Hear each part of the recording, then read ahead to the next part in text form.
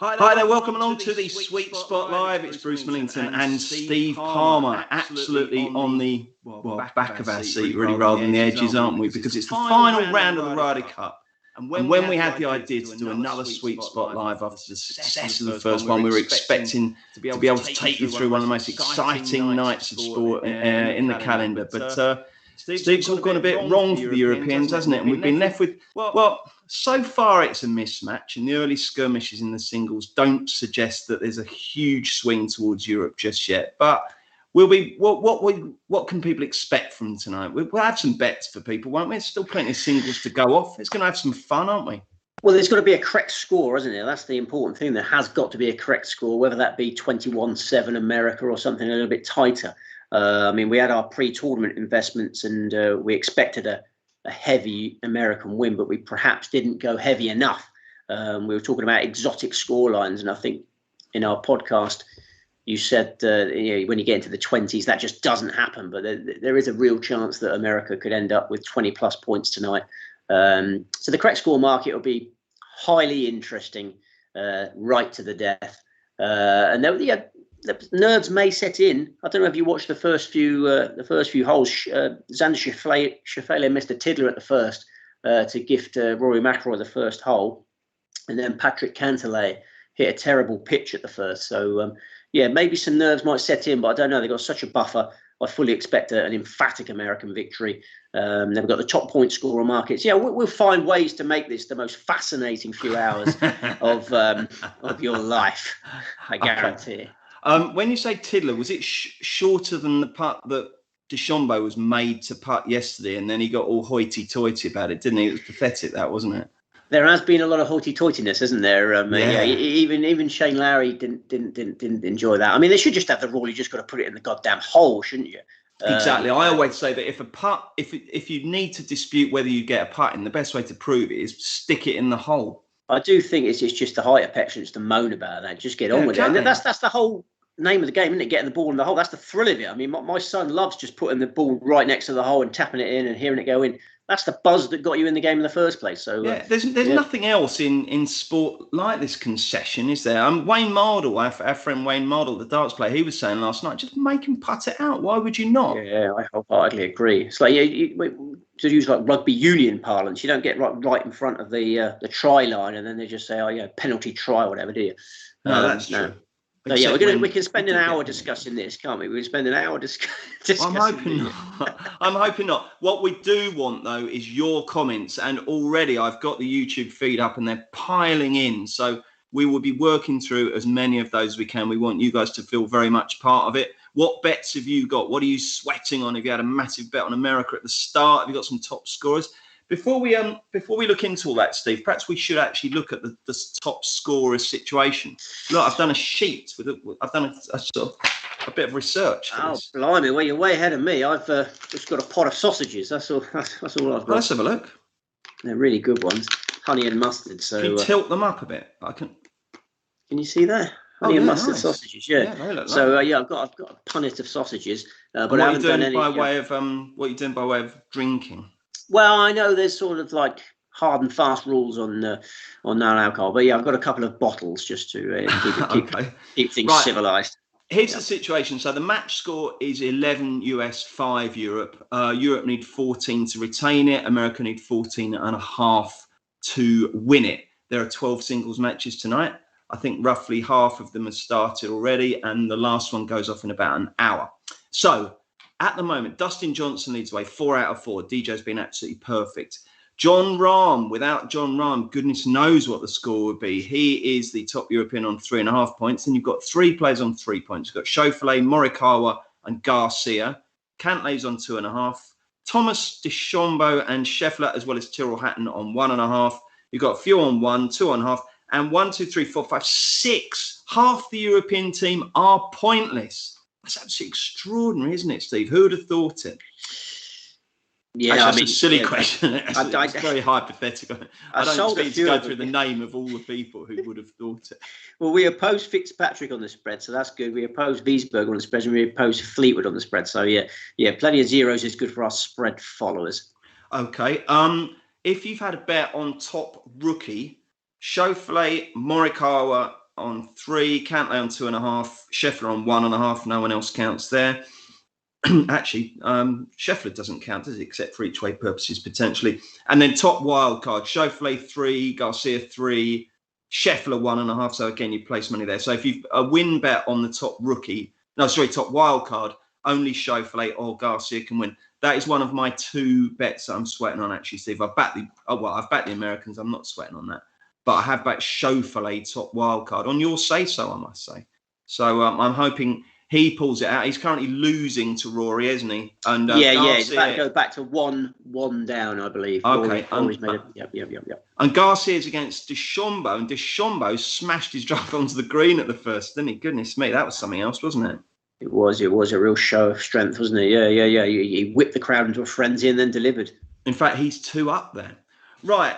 Should we get stuck into some viewer questions, Steve? I think we shall. I will just bring to your attention that Jon Rahm is 3 down. We've been singing Rahm's praises in that intro there. And Rahm has lost the first 3 holes, I believe. So Scotty Scheffler. Yes, Scotty Scheffler has gone 3 up through 3, I believe. So I tell you, I'm going to quickly take people through the scores, actually. So Rory is 2 up on Scheffler through 4. Cantlay is 1 up on Lowry through 4. Scheffler's 3 up on Rahm through 3.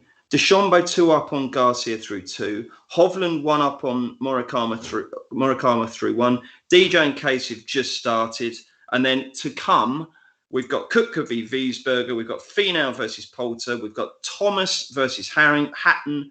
English versus Westwood. Spieth, Fleetwood. And finally, Berger v Fitzpatrick. I don't suppose that will be the crucial match, but it would be fun if it was, wouldn't it? It would. It'd be a late night if it was. We have Xander Schauffele putting to go just 1 down now, but he's left it high on the right-hand side, so remains 2 down to Rory. I tell you what we do need to do, by the way. We need to sync people up so that if they're watching it and they're a little bit ahead of us, but they want to be at the same speed as us, Stuart sync. We'll tell you what's going on right now on our screen, and we'll say "duh" when that player hits the shot, and then you'll know. Right, who are we looking at here? Rory?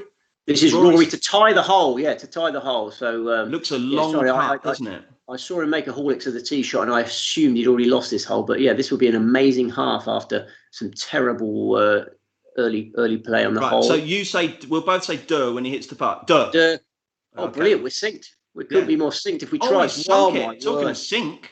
He's under a lot of pressure, Rory McIlroy, and he's come through it. I mean, Xander really let the pressure off him with that missed hitter at the first, and Rory's got his tail up again. Look at that. There you go, a fist pump, low fist pump.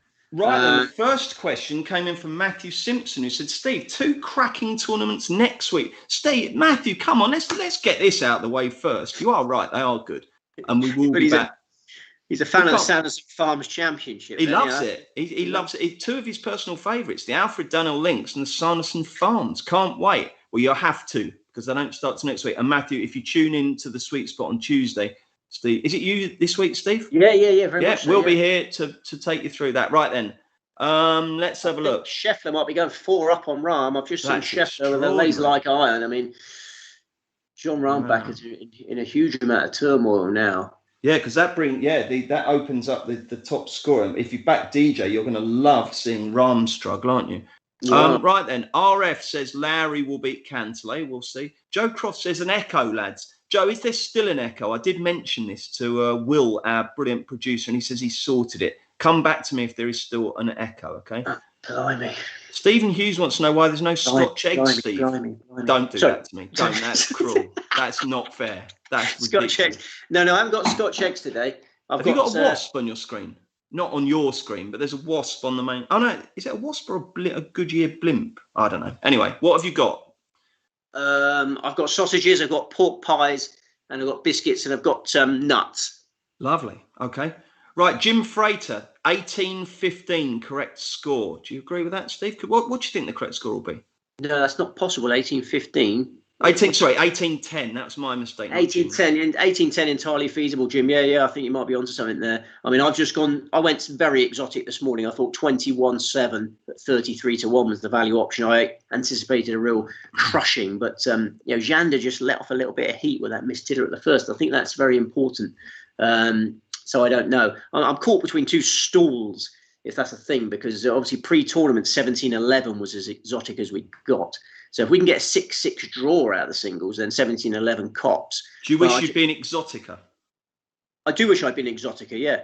And I just don't see how we can get 6 points on the ball. But the Americans haven't started as impressively as I expected today. Zander's just hooked a drive into... oh, my goodness. Do they even own the court? Do they even own the land where that's ended up? I think that's where the elephants go to die. I've never understood that one. Someone on Twitter came up with a good line. He said, this should be the slaughter by the water. That's a good line, isn't it? That's a good one, yeah. I tried some this morning in my Golfwise Extra piece. The whipping of Whistling Straits. The whipping of Whistling Straits. You've got to have an of in there. The whipping of Whistling Straits.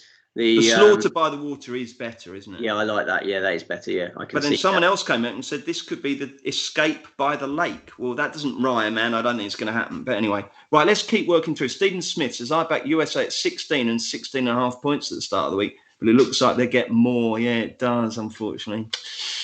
Oh, well. Josh says, hello, guys. Hope you're both doing good. Bruce, can you tell Steve? Well, you tell Steve. Can you tell Steve that I read his book while on holiday the other week? Hope he wins the retirement bet soon. Yeah. Oh, I really appreciate that. Yeah. I think it's still available for about a penny, isn't it? Is it? Yeah, I think you still get it for about a penny on Amazon. Yeah, I'm glad people are still reading it and enjoying it. But yeah, the target was revised. Tell your man there, the target was revised. It was 30 grand to quit, wasn't it? But we won that several times over and realised we still couldn't quit. So we know we need something a little bit more substantial.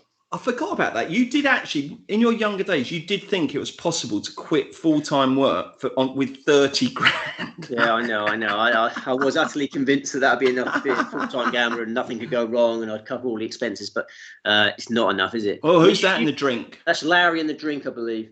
Oh, my goodness. Holding his nose. He's got a very trendy bracelet there, Shane Larry. Yeah, I think that's... Doesn't look very happy then.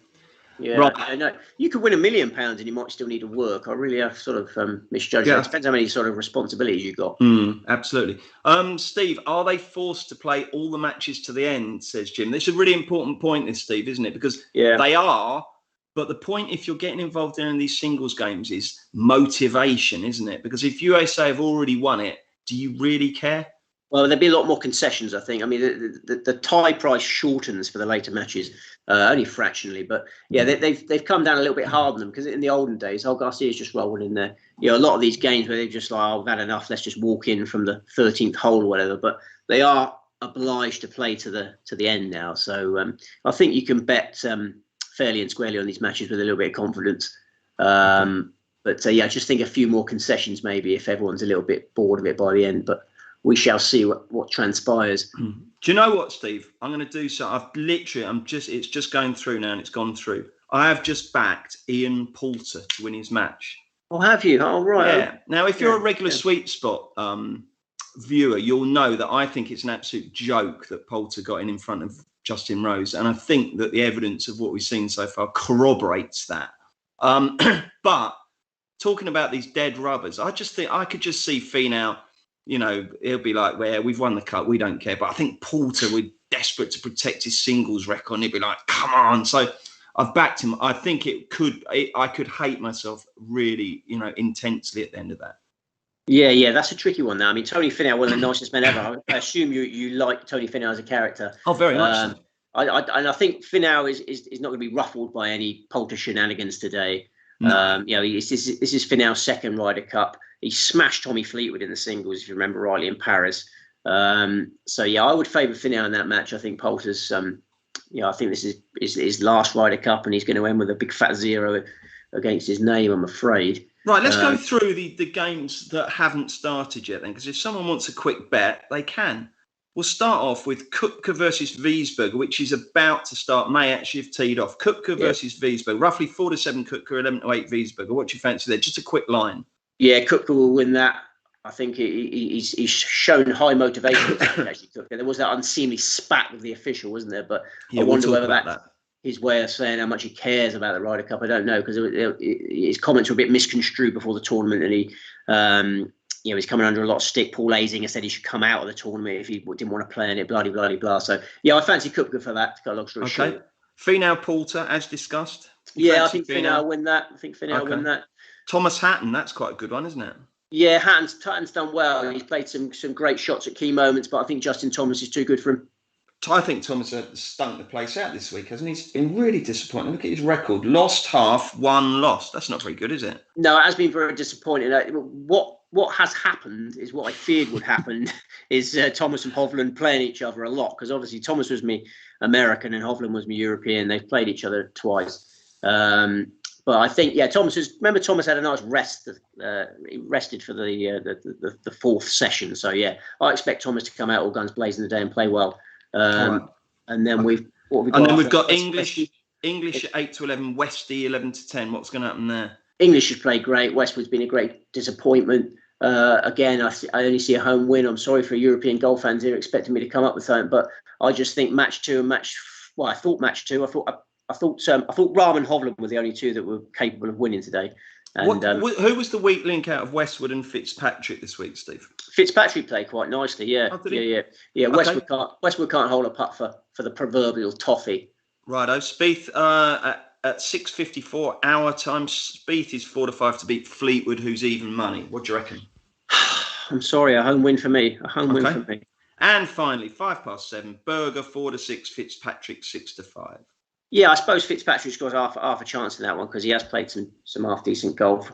Berger's a horrible opponent though. He's a cocky, mouthy so and so.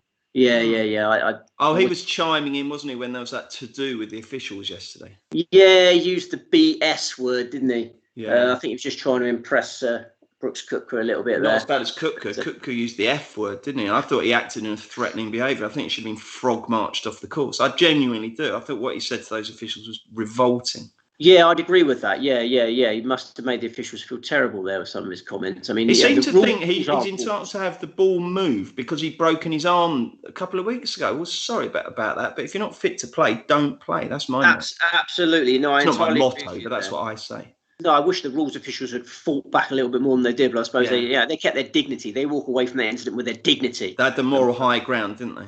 Absolutely. They are resigning. In fact, there should be a designated little hillock there called the high ground that they could have gone to. Right, okay. Let me see. Steve Madison. Steve, I have never personally followed your tips, but I always read your columns every week for your insight, as it helps with my own studying. Cheers, pal. That's nice, isn't it? My pleasure, pal. Yeah, thanks for joining me. Someone said ties on the last 6 matches. Yeah, I get that, but I mean, in play now, I don't think there are any ties, are there? Steve, how much do you stake to a point these days? Well, it's a lot less than it was. Let's just say that, shall we, Steve? It varies. Yeah, it does vary on success or failure in recent weeks, Steve Silverson says, Steve, I've followed you for years and I was also born in July 1978. Enjoy the show. That's fascinating. Yeah, I was born in June 1978, but we must be very, very, very similar ages. Yeah, now that is interesting. Yeah, right. I might take my jumper off if that's all right with you, Bruce. Yeah, of course it is. Yeah, it's totally unnecessary. Okay, that's fine. Okay, while you are doing that, BW3B Sturt says we need a big momentum swing here with a winking image. No, don't. We're not going to use that word. That's the only time that word gets used on here. Okay, because I'm sick to death of hearing it in any way, shape, or form. But this week, the overdose on the momentum word has just been absolutely atrocious, hasn't it? And then they use this thing, a momentum swing. Well, if there's such a thing as momentum, there's no such thing as a momentum swing, is there?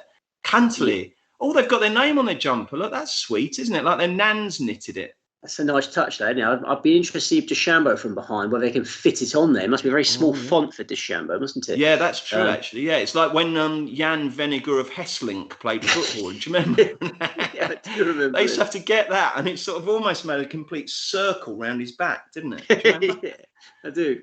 Cantley's fighting back there. I mean, Shane Lowry made a very bright start, but it's all gone wrong for Shane there, I'm afraid.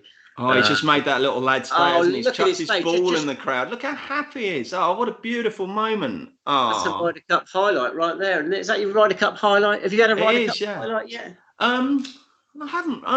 Let me think now. Shane Lowry got very excited when he... Oh, yeah, he did all that cheering. Yeah, that was good. No, I've enjoyed it. I think it's been good. I just obviously wish it was a little bit closer. Yeah. Jason Day, not the Jason Day, I presume, says, Bruce, will the Racing Post ever post Steve's win-loss record for each year, as it would be better for punters to follow with confidence, better transparency? I mean, we've got it there. Steve can root it out at some point, so we can get it for you, Jason. I'd happily root out. Well, yeah, I have it available. Yeah, I'd happily root out the historical ones. I looked this year, Steve, and I think your return on investment is 90%. So I mean, we're not making any secret. It's been a tricky old year for it, hasn't it? But it's not the end of the world, is it? No, this year started off well and then went wrong, and has been wrong for several months. But previous years have been good. I love it. I love it when we look through historical records, because over 21 years we've only had a couple of losing years. So yeah, I'd happily give him everything in it. I think I just saw Phil Mickelson prancing around on a boat there. Surely was that Lefty on that yacht? It had similar sort of build to him. Surely. Yeah, but I've never seen Phil in just his bathing trunks. So I don't know if that's right. Maybe he's passing already, but it's a bit premature. So many people who are posting here are called Stephen. Stevie C says, all good, lads. No echo. That's good. Right then. Pat's got 19.9 at 33-1. That's quite a good bet, isn't it? That's a really good bet. Yeah, no, he must be getting very excited. Scotty Scheffler just dumped one in the drink there, I believe. So Rahm might mount a fight back. Okay. I'm hoping he does, actually, because I had some very ambitious 10 folds and upwards this morning. 10 folds, 66 10 folds, 12 11 folds, and 1 acca. With 10 American victories, plus Rahm and Hovland. Hovland's doing his bit, but Rahm very much isn't at the moment. And Scheffler's under enormous pressure with this par part of the 6th. Oh, yeah, he's drained it, though. Right in the middle of the cut there. You've got to take your hat off to him there. You certainly do. Hang on a sec. Something's gone wrong technically for me. I can't get any more quotes up. What's going on? And it's only the jumpers that have got the names on the back, isn't it? The shirts haven't. So no, I think they've cut corners there. That could come back to haunt them. That shows a lack of preparation in my book. It does. It could cost them the Ryder Cup. Is Morikawa trying to pick one? Oh, yes. That's a shame, because Victor Hovland is playing Morikawa. We need Victor Hovland to win that. Oh, well. Yeah, right. They've had a lot of ding-dong battles through the years in their college days. Have they? And I'm confident that Hovland, there's a lot of self-belief that he can beat Morikawa. He's done it a lot in his amateur days. I think he'll do it today, but he's only 1 up now, I believe. Oh, hang on. What's going on here? I've done something wrong. Do we need producer Will to step in and sort out crisis? Right. No. Crisis alert. Crisis alert. No, we're all right now, aren't we? Mackerel to go 3 up. Hang on. Where's the chat? Here we go. Right, here we go. I'm about to fix it. Goodness me. Right, here we are. We're laughing. Right then. Oh, he's missed it right. I mean, that would have been, poor. Yeah, I mean, how did you feel when Rory McIlroy was dropped? I mean, that was a bold decision from Padraig Harrington. Obviously, McIlroy played poorly in day 1 and then was dropped for the Saturday foursome. So I thought it was a sign of like a weak, surrender. What is a surrender? Yeah. I agree with you. Well done, Victor. Yeah, I mean, Rory McIlroy's our second best player. He had to play all 5 matches. Form is such a fickle creature. He could easily have come back on that Saturday morning. And was it Thingy's fault, Porter, or was it more down to? Were they both culpable for those 2 canings that they took? On day 1, it was more Rory. Rory was dreadfully out of sorts, but they both played very, very badly, haven't they? Both McIlroy and Poulter. The leaderboard just was in front of us there. Yeah, I've got it. I logged what happened there. It was USA are up in 3, Europe are up in 3, and 1 is all square. So how about that? 17-11. It's 17-11. Fantastic. Yeah. Big Daddy says Rahm will cost a few accas today. Mind you, he has carried the continent for the past few days. He certainly has, Big Daddy. So I agree completely with that. It's a very good shout. It's too early to rule him out as well. There's a lot of golf to be played. I think Rahm could easily mount a fight back there. Okay. He's got a taste of this Ryder Cup business now. Absolutely. Let us know on the chat who you fancy, who you're backing today. Who's your singles nap? Steve, if you're having one bet on the singles, who would it be? It'd be Victor Hovland. Victor Hovland at 6-4. Yeah, on Golf Wars Extra this morning, Hovland and Rahm were the 2 that I fancied the most. I still think Rahm will come back and win that. So that'd be a fantastic in-running punt there. Hovland I fancy to beat Morikawa today, and then Americans win all the other ones. Okay, right. Let us know, guys. Who is your, as well as your nap? We want to. Who's been your big disappointment? I mean, as we said at the start of the show, there's 6 European players have scored 0 points so far. We'll name and shame. Rory McIlroy, who'd have thought it? Paul Casey, sort of who'd have thought it as well. Fitzpatrick, Poulter, Westwood, Wiesberger. So 6 of them have not covered themselves with glory. It's got to be said. But I mean, it might just be that in actual fact we were expecting this because the US are a superior team, and so it's played out that way. But I don't want to start. There have been some disappointments, haven't there? We can't start a witch hunt. I mean, in the podcast, I'm not starting a witch hunt. No. I'm just saying to go around to anyone's house and vandalise it or anything. But I mean, we can say who's not played. We don't want to accidentally start a witch hunt, do we? I mean, Patrick Harrington is an absolutely honourable gentleman, and he's done his level best, and he's been obsessed with this Ryder Cup for a long way out, and he just didn't have the cards. He didn't have the cards in his hands. Didn't have the tools, did he? No. We said before it started, I wouldn't want to be Ryder Cup captain. I thought this was just too difficult a task. Yeah. I think he's made some questionable decisions, but I think if he got everything absolutely perfectly, the way this American side has played, bang on form, well behind their captain, no away support pretty much. This was so difficult for Harrington and the rest of them. So no witch hunts, please. Okay, well, it's not a witch hunt by any means. What would you say, though, Steve, he has done wrong? I mean, leaving McIlroy out, I mean, would you just say McIlroy, you literally just can't do it? It's not an option when you've got that shortage of resource. Yeah, I'd agree. Yeah, you leave out your second best player. Oh, the sausage just drive me out. You leave out your second best player after one day. I mean, what are you saying to the American team there? You're saying, all right, so our second best player has got nothing in him. We're already losing heavily. I just thought that was waving the white flag too early. And I mean, the pairing of Wiesberger and Hovland, when he got 3 rookies in the team, and he's paired 2 of them together there. He's dropped McIlroy and he's paired Wiesberger and Hovland. I mean, Harrington, I don't want to start a witch hunt, but Hovland and Wiesberger priced up by the bookmakers, it's obviously going to be a much bigger price than Hovland and McIlroy. Hovland and McIlroy hasn't been used, and I thought that would have been a dynamite partnership. And the bookmakers don't get much wrong, and they would expect Hovland and McIlroy to more chance of winning the point than Hovland and Wiesberger. I thought that was the most shocking one. I think that the lineup for that session was perhaps the most shocking one. But as I say, do you think if you did want to start a witch hunt, do you think you'd be successful? I did actually go on a witch hunt once, ridiculously. What? My old friend Bushy, God bless him. He I'm not sure. Sorry, are you across this one, legal team? No. We went searching for actual witches. Bushy. Oh, I see. Bushy had heard rumours that there was this place in this wood. This was a good 15, 20 years ago. That he said that witches gather there on a Friday night in this section of this wood, and they do sort of all sorts of spells and whatever witches do. So about 10 of us went down there and sort of camped out waiting for them, and we're going to do anything to them if we did hunt them down, but they didn't appear. They didn't appear. So I think you got the wrong.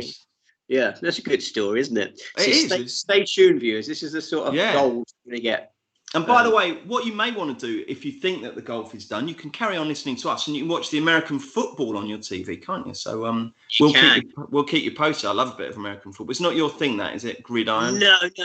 I very much, once the fridge retired, I phased out of it. Dan Marino and the fridge was my era. I was a Chicago Bears fan, and the Miami Dolphins were very, very handy in those days. But I've slowly but surely phased out of that. Not enough room in my noggin for gridiron.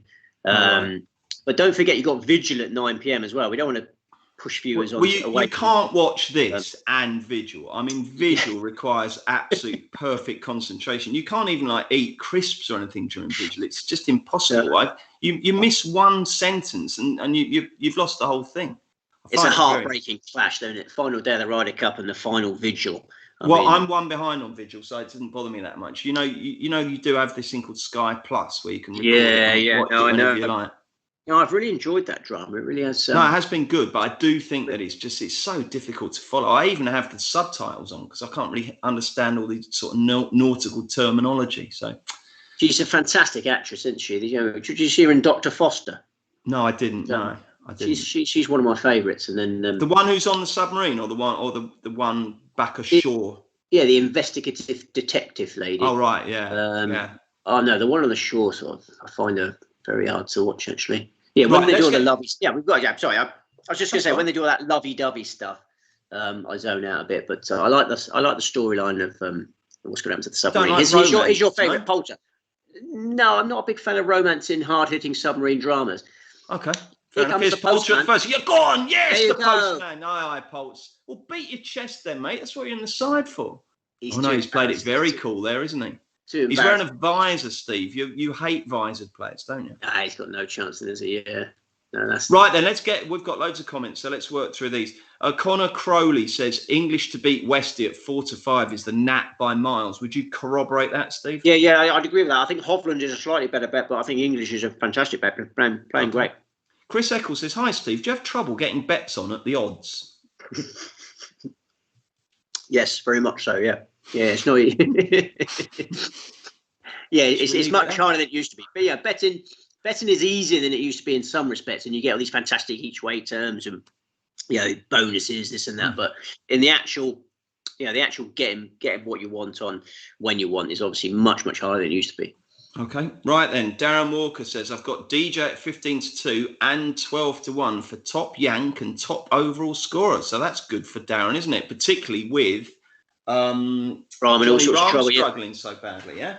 He's got to be on terrific terms with himself. Yeah, he has actually. Yeah, Darren's nailed that, hasn't he? Well done, Darren. Yeah, I mean, he's the world number 2. He's the highest ranked American in it, but it was just his form coming into it was a little bit suspect. So, well done to Darren for staying faithful to DJ there. Absolutely.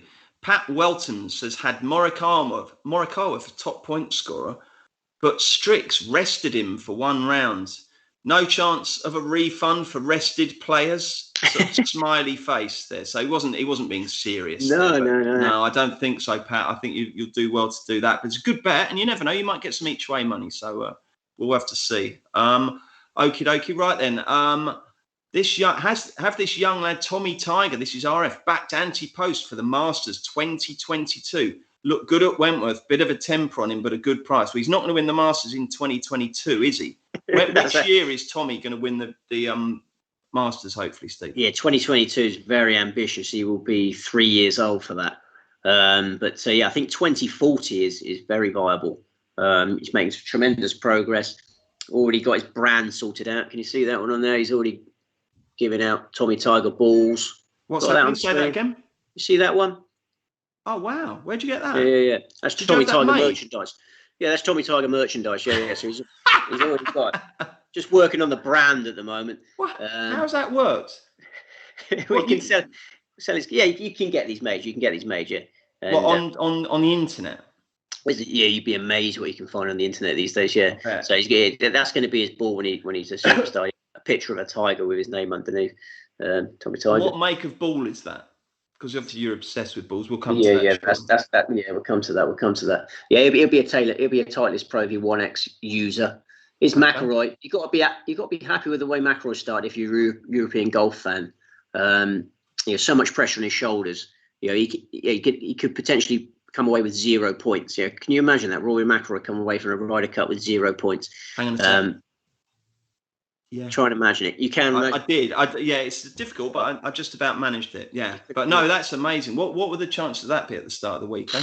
Well, I just can't even imagine it. So, but he's two up. Right. Andrew Perrott says 6 English players were too many from the start. It should be a maximum of 2 from each country. Well, that wouldn't be very good for the Americans, would it? But in terms of the Europeans, would you go along with that, Steve? 2 from each country? Well, they're really 6 English players. I suppose they're actually 7 because you've got Harris English as well. I don't think I can go along with that. No, I think it's just. I think that's a bit silly. I think your man's been a bit silly there. I mean, if you want to have the chat again, it's probably too early to have this chat, given that Europe have won 4 of the last 5 and 7 of the last 9. But this American side is so young, isn't it? Dare I say? You want to save that for later, but dare I say? 2023 Ryder Cup. Well, no, but just dare I say that this American side could dominate for many years to come, and then there isn't that much coming through the in terms of quality young European players. I was going to save that till later, Steve. Sorry. No, that's right. It's a bit of a doom and gloom. Not an agenda. No.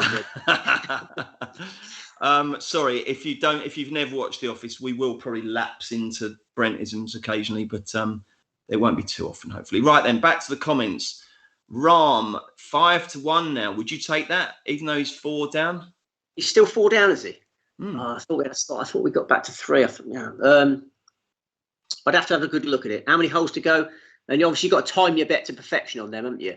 Don't have a bet and then then seconds later see Rahm in all sorts of trouble. You've got to time your bet to absolute perfection. Well, I think the bookmakers actually, Steve, know what's going on better than Sky viewers, because I think they have a sort of up-to-date feed. I'll quickly whiz through the scores. McIlroy is only 1 up now on Schauffele. Cantley's 3 up on Lowry. Scheffler's 3 up on Ram. DeChambeau 2 up on Garcia. Hovland 2 up on Morikawa. Johnson and Casey all square. Koepka and Wiesberger all square. And Poulter 1 up on Finau. Go on, me old mucker, Poltz. Right then, let's have a look. What have we got next? Resting Pilgrim. What a lovely name. Imagine being called Resting Pilgrim. How beautiful. He says that Harrington's made it worse by promising older players a place on the team. That goes back to what we said in the preview show, where he promised, apparently, Poulter back in March that he'd be on the team, which can't be right. Can it? I mean, I think it's right that it happened, but I don't think it's right that he did it. But who would you bring in that wasn't in the team? I mean, Justin Rose is not a young man, is he? I mean, is he talking Guido Migliozzi's? Is he talking Rasmus Højgaard's? I mean, I don't know who we could have had on this team that would have made much of a difference. That's the thing, isn't it? That is the thing. I'm just hoping that the next crop will be a bit better. I mean, the Højgaard brothers might become the greatest Ryder Cup partnership in the history of golf, if you're being really optimistic. But Guido Migliozzi might be there. I don't know. There's not a lot coming through, is there, on the conveyor belt? No, there isn't. And you've got Dustin Johnson as the senior member of this side at 37 years of age, the American side. He's got a few Ryder Cups left in him, and the rest of them can, stay on board. I'm worried. I think this could be a dominant American side for a long time, and I think maybe we need to merge the President's Cup and the Ryder Cup, because the internationals always lose their one. Well, I think that. I tell you what I think, though. I think it should be an annual event, and it should be 3-cornered. I think it should be it should be Europe v America v the rest of the world. It must be possible, that, mustn't it? You could have possible. Yeah, you could have 6-somes. That'd be brilliant. Blimey. I don't know. There'd be a way of doing it, wouldn't there? Right then, Big Daddy, USA were always going to win. Steve nailed it from the start. Yeah, well done, Steve. You were confident. Davey Russell. Hi, Davey. Nice of you to get in touch. Hi, Bruce. Can you ask Steve, does he think English will win his match? We've already said that, and you do, don't you? Very much so. Very much so. Okay. John Moran says, I'm all in on DJ. Well, you're looking good then, John. Too many European players showing poor form. This is Pat again. Before competition. Just wonder if COVID had an impact. They were playing better last year. That's interesting, because obviously against that, though, I suppose Big Johnny Rahm, who seems to be the world record holder for the most bouts of COVID by one person, is carrying all before him, isn't he? Yeah. I'm not sure COVID has a role to play there. I don't know. I don't think any of us will know for a little while. Maybe they've all got long COVID or whatever it is. I don't know. I mean, it has messed up the schedule a little bit, isn't it? But I don't think there's any excuses. I just don't think we're good enough. No, I agree. Chris Eccles, he's picked up on one of those awful cliches that everyone uses. He says, was it a cauldron atmosphere? Yeah. I mean, well, Podrick Harrington has said that the Wisconsin, he loves the Wisconsin people. I think the general vibe coming out of the camp is that this hasn't been as bad as previous Ryder Cups. There's obviously been the old get in the bunker shouts and whatnot, but it's not been quite as heinous as it has been previously. Really? I think it's been pretty bad, to be honest. I've heard loads of, there's some pretty, it's standard. If a European goes in a bunker, they all cheer. There's stuff like get in the bunker. Yeah, I think it's been pretty bad. We didn't hear anything like that when we were in Kentucky, did we? No, that was all quite jolly. But that time where Danny Willett and Danny Willett's brother sort of stoked it up just beforehand. Do you remember that one when Danny Willett's brother made some choice comments? Yeah. That created a very hostile atmosphere, and there was a lot of personal stuff. I mean, the old get in the bunkers and whatnot, that's child's play, isn't it? But it's when you get the sort of personal stuff about players' family members and, I want your mum to die and stuff. That's when it goes a little bit far. Oh, a little bit far. That's absolutely appalling. Andrew Ricketts has taken my advice, says, good advice, Bruce. I'm watching Red Zone and listening to you guys. Well, good for you, Andrew. Good luck with your NFL bets. I do love the old Red Zone, I must say. Ash White, good old Ash White. If Poulter beats Finau, I'll eat my hat. I didn't know you had a hat, Ash. Let us know what sort of hat it is. because you could be eating it. Oh, yeah. Ty Man Murray says, what about Bob McIntyre on the subject of young players who could have been in the team? That's a shout. Why didn't Bob McIntyre get in the team? He didn't qualify and he wasn't good enough for a wildcard pick. No, I still think Bob's got a lot to prove before he can be considered. But yeah, I'd have had McIntyre over. I'd have had him over Poulter. Would you? Well, that's bold. They're bold words. They're bold words from bold Bruce. Well, not really, because I called it beforehand and he hasn't won a point.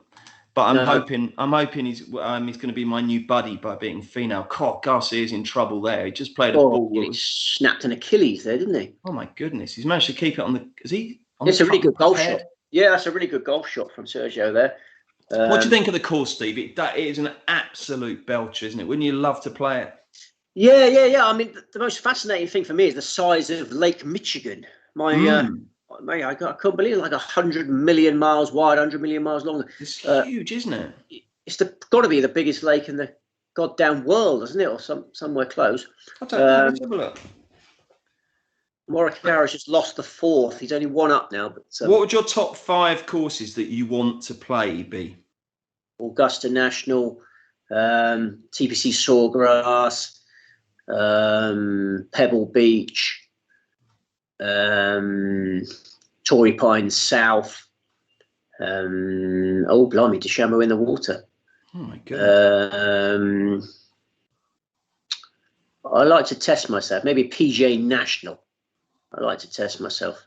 Cool. Right, Lake Michigan. While you were doing that, Lake Michigan is the 5th biggest lake in the world. Cripes. Have you got the other 4? This will keep the viewers enthralled. It will. Have you got them right there, have you? Yeah.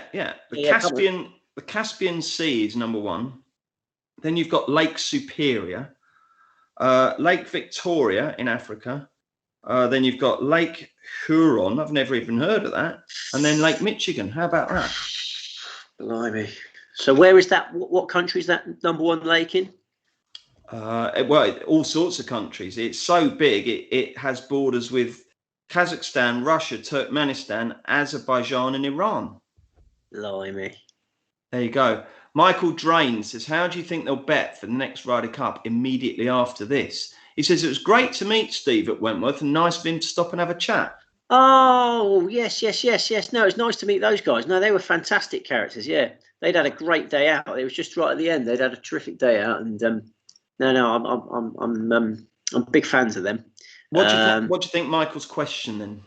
I'd go odds on America. I think think this. No thingamajig, sure. Well, no. Yeah, we were discussing in the podcast. 6 of the last 7 have gone to the home side.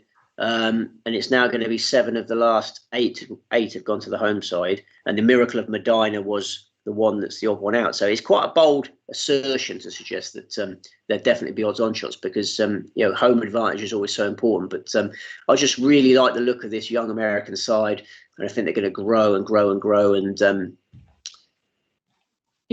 perhaps destroy the competition. Dare I say? Yeah, I agree with you, Steve. What was I going to say? Oh, yeah, I've got something I wanted to bring up, by the way. Have you seen Cantley hasn't got a hat on? And quite a lot of players don't have a hat on, do they? No. It's choice on whether you wear a hat or not, is it? Yeah. I know Rory McIlroy said he couldn't get any to fit.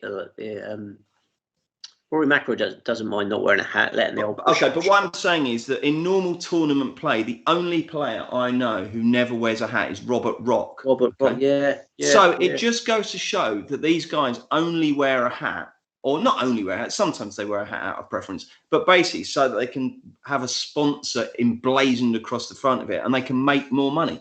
But as you know, Steve, the more you wear a hat, and look at how much time these guys wear hats, it makes you bald. So they're sacrificing their hairline for a few quid. I mean, that's ridiculous, isn't it? Yeah, it's a very good point you make there. Yeah, I mean, how much money does the average man need? I mean, these guys are all multimillionaires. Yeah, they should be going hatless, shouldn't they? And if you're Patrick Cantlay and you'd rather not wear a hat, then don't wear a hat. And if the agent says, "Oh, we've got a contract with Mutual of Omaha or whatever," then we'll absolutely.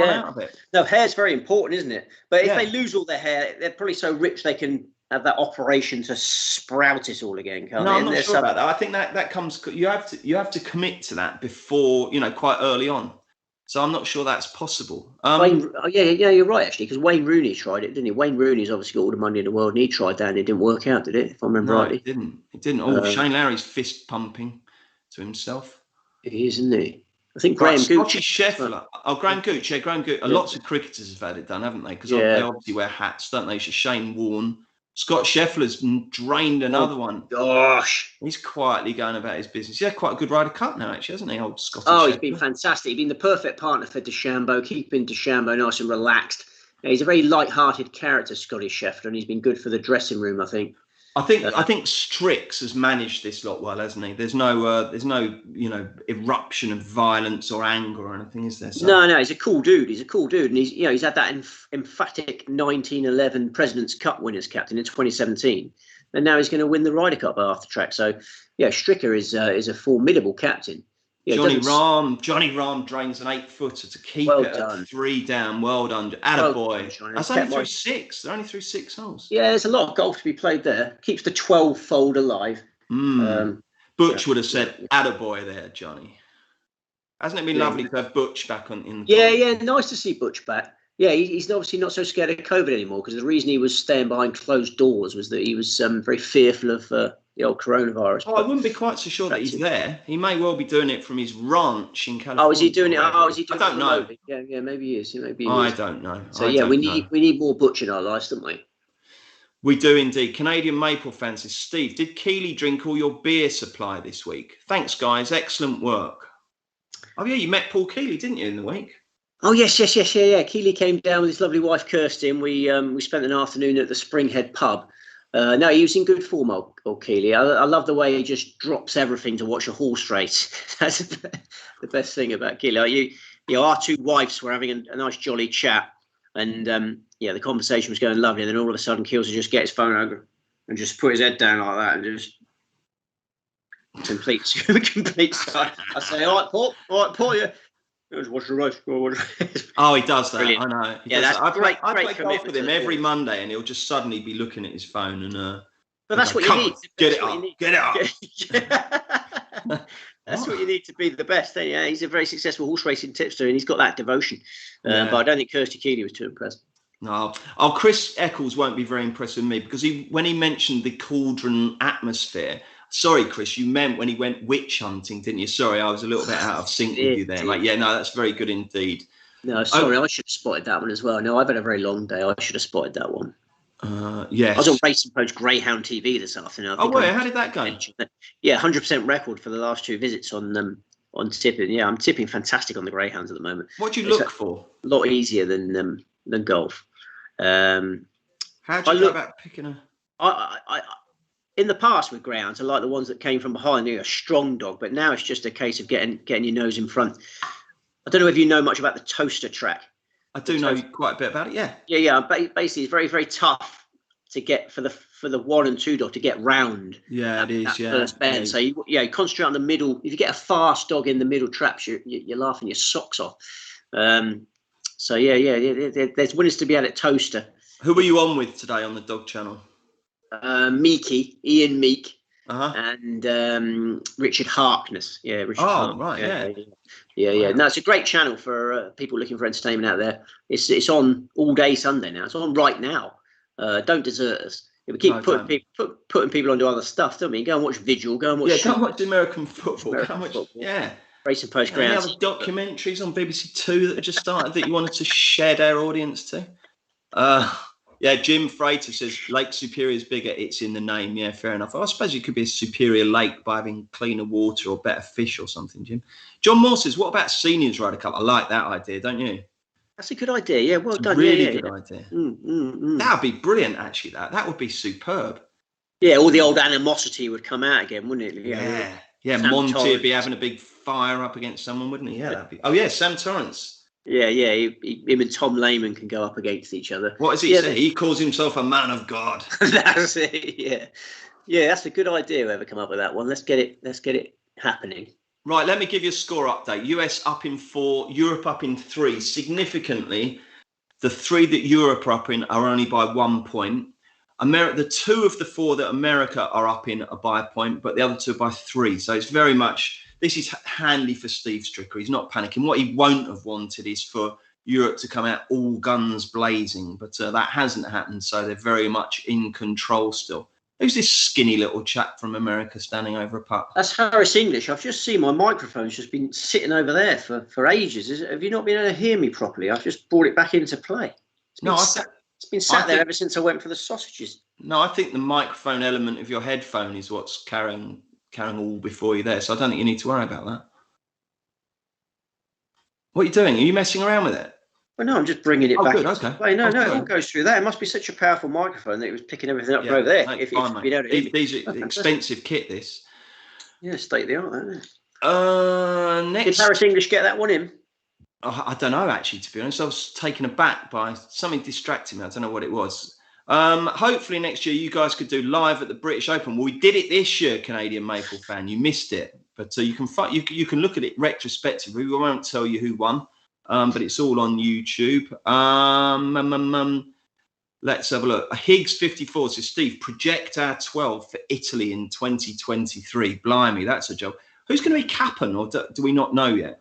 Well, I wonder whether the Workshop Wonder might be up for it now. Yeah, I think that's right. Yeah. He's 48 years of age, isn't he? He must be due. He's certainly due one of the next two, I would have thought. Well, there's no Italians who could do it, is there? No, not really. No. It's in Italy, isn't it? It's at that nice course where they had the Italian Open the other week, wasn't it? Yeah, it'd be nice to see Constantino Rocca get the job, wouldn't it? It would, yeah. He's a real character, but I mean, is he of a sufficient stature to be handed the job? Yeah, so perhaps he could be a vice captain. One of the 85 vice captains they have. Yeah, he should definitely be a vice captain. I mean, right, so okay, 12 names. We should write these down so that we can look at our legendary. We'll take it in turns. I'll go first. Rory McIlroy. John Rahm. Victor Hovland.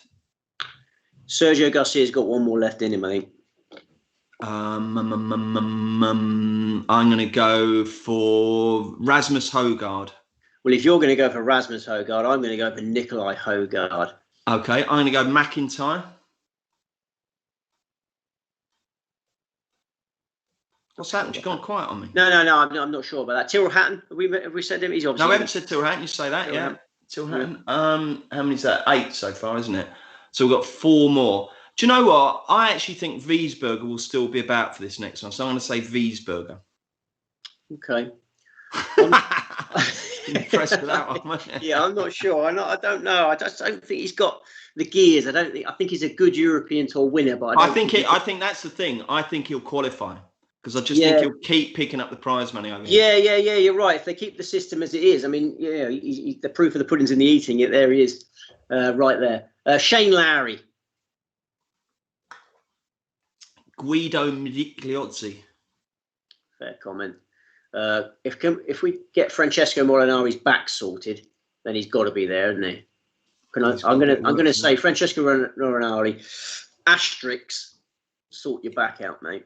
Is that 12? I've lost count. If it's not, I'm going to say Fleetwood as well, because I'd imagine he'll still be sort of hanging around there. Yeah.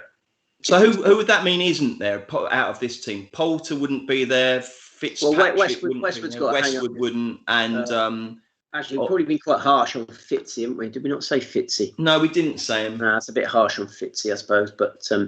Yeah, we just haven't got a lot to come in. This is the frightening thing for us, isn't it? If we can get Blandy, could Blandy qualify the way he's going these days? Well, imagine that. Or Blandy as a vice captain. I don't know. 2 years is a long time in politics. It is. That's true. Scheffler's been made to putt a very short one to halve the 7th. And he's obviously done it, but he didn't do the Bryson thing and put his putter in there to show how short it was. That was pathetic, wasn't it? He's such honestly, I can't have the bloke. I mean, he's played very well this week, and I mean that 400 and whatever it was yard drive at the par 5 was just outrageous. But I don't know. Westwood's one up on English for his sins. It's been a big week for Bryson DeChambeau, I think, given all that was going on in the lead up to this tournament with the fans getting on his back and, he was almost coming to blows with spectators after that defeat to Cantley in the playoff, the BMW Championship. I think he's approached this in a lovely, light-hearted, cheerful manner. Him and Kupka seem to have buried their issues for a little bit. He's had a perfect partner with Scotty Scheffler, and I think the key is Bryson DeChambeau's relationship with the American public has improved this week. there's been a lot of camaraderie between them, and he's been whipping him up and giving it the big one and playing well. I think if DeChambeau played badly this week and got 0 points, the heckling that he's been suffering would have intensified, I think, in weeks to come. I think going forward, which is another one of your favourite phrases, don't like that. I think DeChambeau's career is going to be enhanced by this, particularly if he can beat Garcia, and he's 1 up through 5. Yeah, the only foot he put wrong was that stupid show of petulance with the putt, wasn't it? But I bet he quite liked the fact that Koepka came off worse for that in that spat with the officials. Let's just remind everyone what happened in case they didn't see it yesterday. Basically, the ball ended up, and it was 4 ball, so it was his own silly fault in this like clump of long grass, didn't it? And there was, as usual, they see a drain cover about a yard away, so they're straight onto the officials trying to get a drop. And the official stood his ground. He said, "No, that's not impacting the line of your club." And he said, "Look, he ended up saying, I broke my wrist a couple of weeks ago. If I injure myself, it's going to be on you." He actually said the F word in between that. Really awful thing to say. And then, as you say, his little chum Berger was chirping away in the background. It was pretty poor stuff, wasn't it, Steve? Oh, it was horrible. Yeah, I mean, there are children watching that. They shouldn't be dropping F-bombs no matter what the circumstances. And that circumstance was just a ruling. The ruling's made. It's not up to the player. It's up to the referee. Ruling's made. Get on with your job. I mean, the rugby union guys will be watching that and thinking, if I spoke to the referee like that, I'm in the sin bin, wherever it is, for the rest of the game. No, I think, if Koepka thought he was going to injure his wrist from that shot, he ain't going to play the shot, is he? He obviously knew it. It was horrible. Nonsense. Horrible conduct. Refuse to play the shot, concede the hole if you're that worried about your wrist. Totally agree. It didn't really matter anyway, the way things have been going. No, exactly. Richard Casey says, "I bet the draw at 12-1. Sorry." Oh, well, never mind, Richard. Dennis Mincher says, "Steve, you're in serious danger of having Bruce smash his headphones if you keep saying that's a good golf shot." Have you been saying that?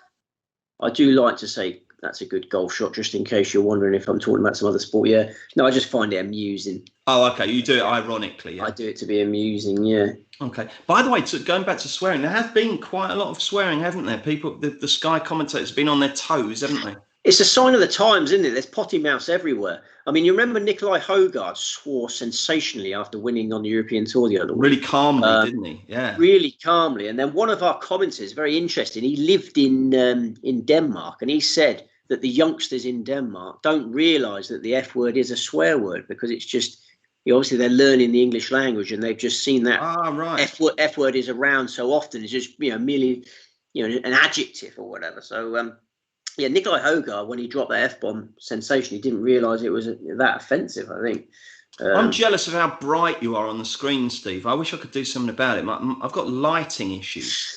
I've always been brighter than you, Bruce. Yeah, that's you're lovely and bright. You're going to have to live with. You're going to have to live with that. Oh well, okay, matey. Do you think you've gone darker? Actually, you have gone darker in the last. I know. I don't know. There's a lamp over there, but the thing it plugs into, I think all that stuff. Oh no, hang on a sec. No, I've just noticed there's something that plugs into something that's not that important. So right, you're relying on natural light at the moment, then, because the natural light will be going any second. I've got a light, and then right. Talk to everyone. Just hang on. Talk amongst yourself, if that's possible. Okay. Right there. Yeah. Hi guys, Steve Palmer here. Welcome to Sweet Spot Live. I'm actually going to look you deadly in the eye here. There we go. Welcome to Sweet Spot Live. I hope you're enjoying it. It's quite difficult to talk for 5 hours, especially in such a one-sided affair. I believe we're on schedule for an 18-10 winning score at the moment. Hopefully that can tickle back to 17-11, which was the pre-tournament tip at 16-1. Or maybe it will push on to 21-7, which was the re-evaluation of the correct score market this morning in GolfWise Extra. So I'm hoping we don't get caught between two stools and end up with something like 19-12. Is that brighter? 19-9, I want to talk about. Yeah, that is. But there's sort of shards of light coming down, aren't they? Can you see them? Yeah. You look like you're off to heaven. Very unlikely. Okay, well, we'll go with that for the time being. If producer Will thinks I need to do anything about that, then he can give me a shout. Right then, you're destined for hell, do you, Bruce? I wouldn't have thought I'd be going to either, to be perfectly honest. Right. Do you think golf can be taught at a young age, or is it a God's gift? That's a good question, because obviously you're having young Tommy. He's coached, isn't he? He's literally only just 2, and he has a coach, doesn't he? he has me as his full-time coach, and he just has another coach just occasionally taking a look. But the other coach that's occasionally taking a look refuses to do it on a full-time basis because he's not old enough to communicate his ideas to him. You know, he says he'd do it when he's 4 years old. So he's only 2 at the moment. So and what's this chap called, the coach? Nick Rogers, that came down golf club. So he just comes and takes a look occasionally. But because Tommy Tiger refuses to change his grip, that's where it's so infuriating for both Nick and me. Tommy's got this very unusual grip where he puts the club in between his fingers like that. And he hits it. There's no good saying like that. I can't see your fingers. Can you see them? Yeah. So he'll slip the club in between those fingers. No. And so he's got a very unusual grip. But if you go to try and change the grip, he'll go bananas at you and just start hitting balls. And so he refuses to listen to that in the moment. And there's no real way of getting that changed. But he still hits the ball really well with his unusual grip. It may become known as the Palmer grip. You know, he may have come up with a new amazing grip and get through, you know, change the game of golf forever. But more likely is that he needs to change his grip. But yeah. So what was the question? Can golf be taught at a young age, or is it a God's gift? Yes, it can be taught, but you do need God's gift as well, because you know, hand-eye coordination is something you've either got or you haven't. I think, and fortunately, Tommy Tiger's got plenty of that. All right, okay. Is that Diplodocus on your shirt there, or a goose? I don't know, actually. No idea. Well, that's one for. What do you think it could be? I thought it looked like a small Diplodocus or a large goose. Yeah, I don't know. I've no idea. Hang on. Fine line between the two, isn't there? I can't even sort of tell what genre of animal it is. Right, anyway. Sorry, did you buy that shirt yourself, or? The T-shirt. Yeah, I did actually. Yeah. Right. What have we got next? Oh, someone says I would dispute the hat hair loss link. Well, I'm sorry, Tommy, but I'm pretty sure that is a fact, that if you starve your hair of oxygen, you lose it. So I'm sticking to my guns with that one. Victor Hovland's in all sorts of trouble here. I've noticed I'm 3 minutes behind here, but I've got Victor Hovland playing his 5th shot out of the bush. So he's going all square with Morikawa, is he? No, it's the Morikawa 5th hole, par 5. What? No, we were in sync before. No. I've unfortunately, when the scoreboard came up, I paused it and I forgot. That was a ludicrous blunder. That's right. No, I'll catch up. Don't you worry. I'll get Press there. That thing that gets you back to where you are. You need Rory McIlroy with a 5-footer to tie it at the 4th. No, the 9th. He's made it. Attaboy, Rory. Right. Yeah. So someone else says, what's the science between hats, caps, and losing hair? Like I say, it's just to do with blood loss. You don't get the air to your. Basically, hair is skin. Did you know that? It's made of exactly the same stuff as your skin. So hair survives on air? Probably, yeah. Who knows? So Gary actually points out that constantly wearing a hat gives them all a ridiculous tan line. Well, that's another thing, isn't it? You know, if you walk in, how to spot a golfer on a night out, they've got like this part of their head is absolutely snow white, and they've got a lovely tan. And there's Cantley showing exactly that. Well, a funny chap, isn't he? Stuart Sink and Jim Furyk are the two most famous because they take their hats off and it's just remarkable. Yeah, it's mad, isn't it? Yeah, it is mad. A halo on the top of their head. Right then. HS is all right, Steve. Just read your book. Loved it. Highly recommend to all. What's it called, Steve, and where'd you get it from? It's called Born to Punt. And I believe it's available on Amazon for like ludicrously low prices. Really? Like 10 pence or something, yeah. How long ago did you write it now? It's quite a while now, isn't it? It was based on the 2010 betting diaries, wasn't it? So, yeah, 11 years ago. Those were the days, weren't they? Right, Europe up in 4, US up in 4, and 2 are tied. We've still got Spieth and Fleetwood and Berger and Fitzpatrick to get going. Blimey, first hour through. Have you enjoyed it so far, Steve? I have, and we're on schedule for 17:11 as things stand. So we'll be happy with that. But right then. There's a lot of golf to be played. Let's see, Steve. Anthony Garbett says, Steve, have you had to adapt over the years with your betting study in terms of more data coming into golf recently, or do you still let the eyes do the work? Cheers, pal. That's a very good question there, because you get all these things like data golf now, don't you? And there's all these new phrases like shots gained on what is it? Shots gained. I don't know. It kind of washes over me. But how much data do you sprinkle into the overall recipe? It's a fantastic question, yeah. And I stick to the same methods that I always have done. And there is no better substitute to watching golf. and you need to watch as much as you can. And I think these days you can get a little bit stuck sometimes with the paralysis through analysis. There are so many stats out there, and a lot of these stats are they don't bring much to the party, in my opinion. I stick to the methods that have been successful through the years, and won't change. I think watching golf is better tactic than getting submerged in statistics. Okay, fair enough, Robin. Steve, did you have a large bet on the Yanks or a middle-sized one? It had to be a middle-sized one. The way things are going, Bruce, as you know, okay, mate. I have not got the firepower at the moment to be getting heavily involved, but I hope plenty of people did. I mean, Betfair and Paddy Power dangled 4 to 7 for a long time on that Monday morning. No, it was Tuesday morning. I think it was Tuesday morning. And you look at that now, like going into the final round, they were 1 to 25. So, it's a great betting opportunity if you had the deep pockets. We were talking about deep pockets, weren't we, on the podcast? So people with deep pockets of, the rich get richer. They certainly do. I love this hole, by the way, Steve. The 7th is beauty. It's that long par 3 along the coastline there. It's an absolutely gorgeous lovely, hole, isn't it? Yeah. With all the land sloping away from the left and and this is on the right. DeChambeau. No, you're absolutely right. And the 12th hole is another nice par 3. I remember probably my Ryder Cup highlight was where DeChambeau hit his shot inside the 2 Europeans. Do you remember when Hatton and it's like a game of bowls, wasn't it? Do you remember that? Where I do. Yeah, it's amazing. DeChambeau's ball just spun back. It reminded me of a game of bowls when his ball just tucked in inside the other 2. Let's show some water sports now. Oh yeah, someone having a nice bit of mono-boarding there. Mono skiing rather. Yeah. Cool. Wouldn't that be nice? Eh?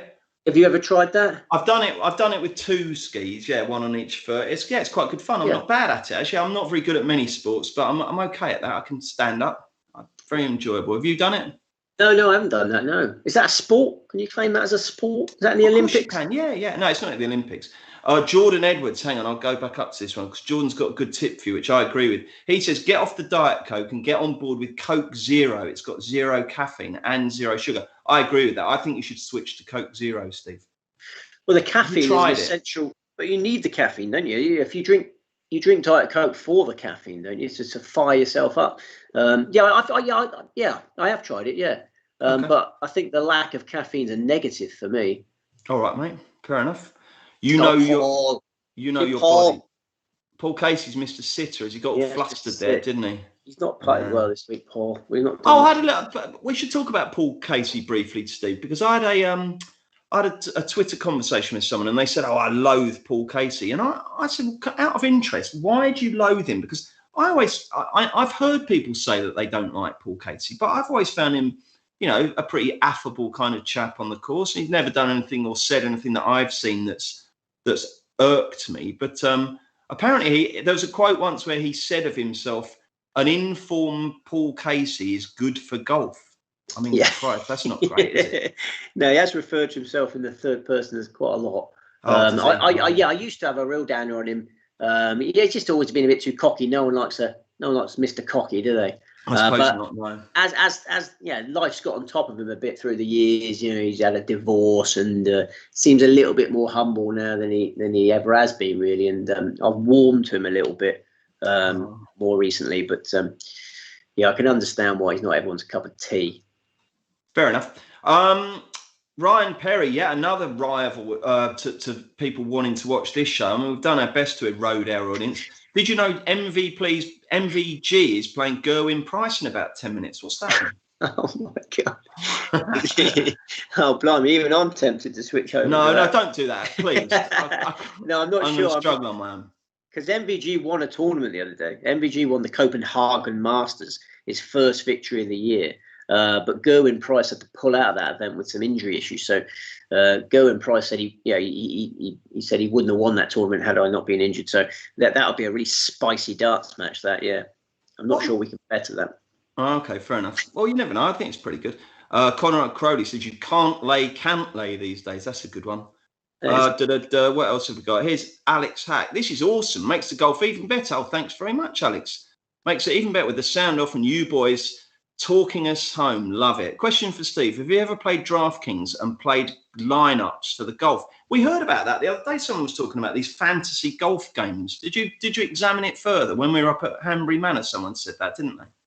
Well, I haven't examined it further, but someone came up to me at Hanbury Manor and says, have you played DraftKings?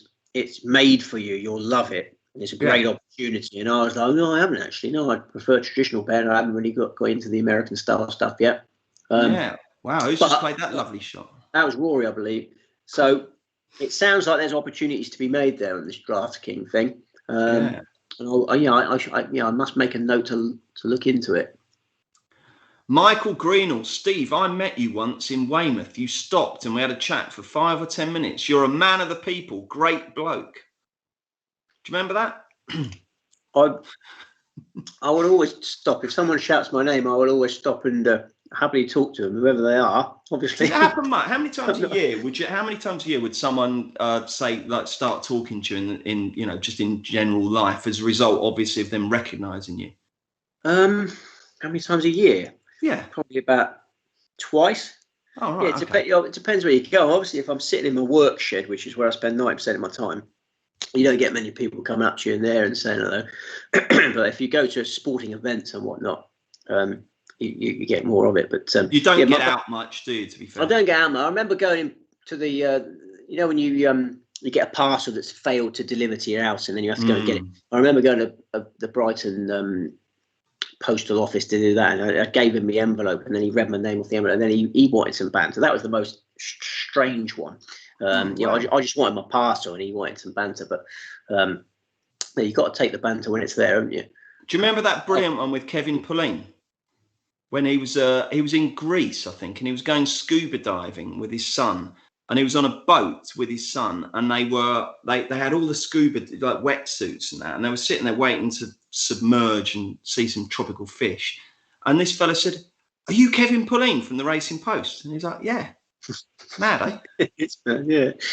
I've never done scuba diving. I'm getting very jealous of all the adventures my colleagues have had. You've been doing that thing off the back of that boat, and I think I quite enjoy scuba diving because it's very silent down there, isn't it? A whole world of water sports awaits you, Steve. Right then, should Europe look to bring in another team competition to help with the Ryder Cup prep? Asia or Oz and SA, for example. Well, this is what I'm saying. I think we should just open it up. We should have a 3-way go. It should be, or even you could have 4. You could have Europe, USA. What else could you have? How could you divide the rest of the world? Could you have Asia and everyone else? Could you have that? Would that work? Yeah, you could. I'm sorry. I'm just getting over the fact that Victor Hovland is now losing his match to Colin Morikawa. Oh, blimey, that's no good, is it? Should we have a little spin through the latest scores, actually? I think you best do that, yeah. I think you best do that. We're having so much fun and interaction with everyone, we've forgotten the basic principles of what we're here for. Right then. You won't see much blue on that board, Bruce. You won't see much blue on that board. Well, Rory is 1 up on Schauffele. Cantlay, 3 up on Lowry. Scheffler, 3 up on Rahm. DeChambeau, 2 up on Sergio Garcia. Morikawa, 1 up on Hovland. Casey and Johnson are all square. That's through 5. Wiesberger, 1 up on Kupka through 4. How about that? Poltz is still gone. Poltz still leading Finau. Justin Thomas is 2 up on Tyrrell Hatton through 3. And the other 3 matches are all square. Berger and Fitzpatrick have only just started. I don't think they've completed the first hole. That brings you up to date. So quite clearly the Cup, I mean, no one was ever trying to make a case for it not staying in America, but it's looking good. But there might still be some bets in play that you fancy, Steve. Is there any match that you think, this has gone in such and such a way? I think I'll have a fresh position. Is anyone intrepid enough to be betting in running on the correct score, apart from the exchanges? I haven't seen it. Let me try another bookmaker. You would have to be one heck of a bookmaker to do it, I suppose. But well, that's the thing, keeping track of it all, isn't it? I suppose. Yeah. Hang on. Outright winner, match winner, tie, no bet. No, I don't. I suppose the actual exchanges themselves would be doing it, wouldn't they? I just wonder whether there's enough liquidity to make it worthwhile. But poor old Shane just had the horrible horseshoe all the way around. He was ready to give it the big one, like he can't go over it. He's buckled down. Oh yeah. Oh, look at him. He's absolutely Devo. I can tell you that it is officially, it's not even 101 now, it's all over. Day 3 singles, all markets. Correct score, here we go. The trouble with this, Steve, is that it's basically, Betfair go up to 17-11 and then they go any other USA win. So any other USA win apart from 17-11 is 2-5. So there's not much fun with that one even. No. It's basically all about the matches, really, mate. Yeah, for sure. No, I had to work quite hard this morning to find, the exotic score lines. A lot of bookmakers were saying 18, 10 or better. Lovely putt from the boy Fitzy there. Kevin Hasnip says Steve looks better than the other day. I agree with that. I think it's the lighting, though. What have you got that's giving you that gorgeous lighting compared to me? I look like I'm underwater or something. It's terrible. Oh, better than the other day. He means the podcast that we did on Tuesday. Yeah. I was very ill on that day. Have you got a bowl of porridge coming? No, I've got some crumble of all things. Have you? Blimey, that's a good service, isn't it? Yeah. Tremendous. Are you going to be able to crumble and talk at the same time? Well, I'll be relying on you quite heavily while I tuck into the crumble. Is there eating noises coming through? Because that's disgusting if so. Well, I've been chewing on many a sausage. I've had about 6 sausages while we've been there. So if you didn't pick up on any of that, but maybe no, I didn't. You might be a louder chewer than me. I don't know. My kids hate sitting near me when I eat. They say I'm so noisy. Oh, Michael says, Steve, have you stopped betting on darts now to fully concentrate on golf punting? Yeah, pretty much, because the sport of darts during lockdown, the sport of darts with no fans, I found very difficult to watch, and I thought it leveled the playing field a little bit. I think that the sport of darts is all about holding your nerve in front of the massed drunkards, and I thought the behind closed doors stuff made it a very difficult betting heat. Well, more so than it was beforehand. So I have, but when the crowds come back in full and with the World Championship looming, it's going to be very difficult to resist getting involved in that. Keep going. And if Michael Van Gogh gets back to winning ways just in time for the World Championship, then I'll be very interested in supporting my dancing hero. Thanks, mate. I will say this, by the way. I'm not going to give you any great tips. So I think my Poulter tip was quite good so far. But I will say this. There are certain products that you cannot economise on. You've always got to buy the best one that you can. And custard is one of them. Do you have like posh custard? I don't have much custard. I mean, I like custard, but I don't think my lady wife likes custard. Honestly, custard has come on a bundle from the days when you had it out of powdered stuff. Who's the king of that then? Birdseye. No, I think it might be a Waitrose custard. Yeah. How the other half live? You don't see Jeff Stelling eating during Soccer Saturday, do you? You don't, but we have ad breaks, so don't we? Didn't we? Yeah, they have ad breaks. And when we first did this for the Open Championship, we had Jack Reeve on standby. But where is he tonight? He's on holiday in France. He's in France. Can we say sod?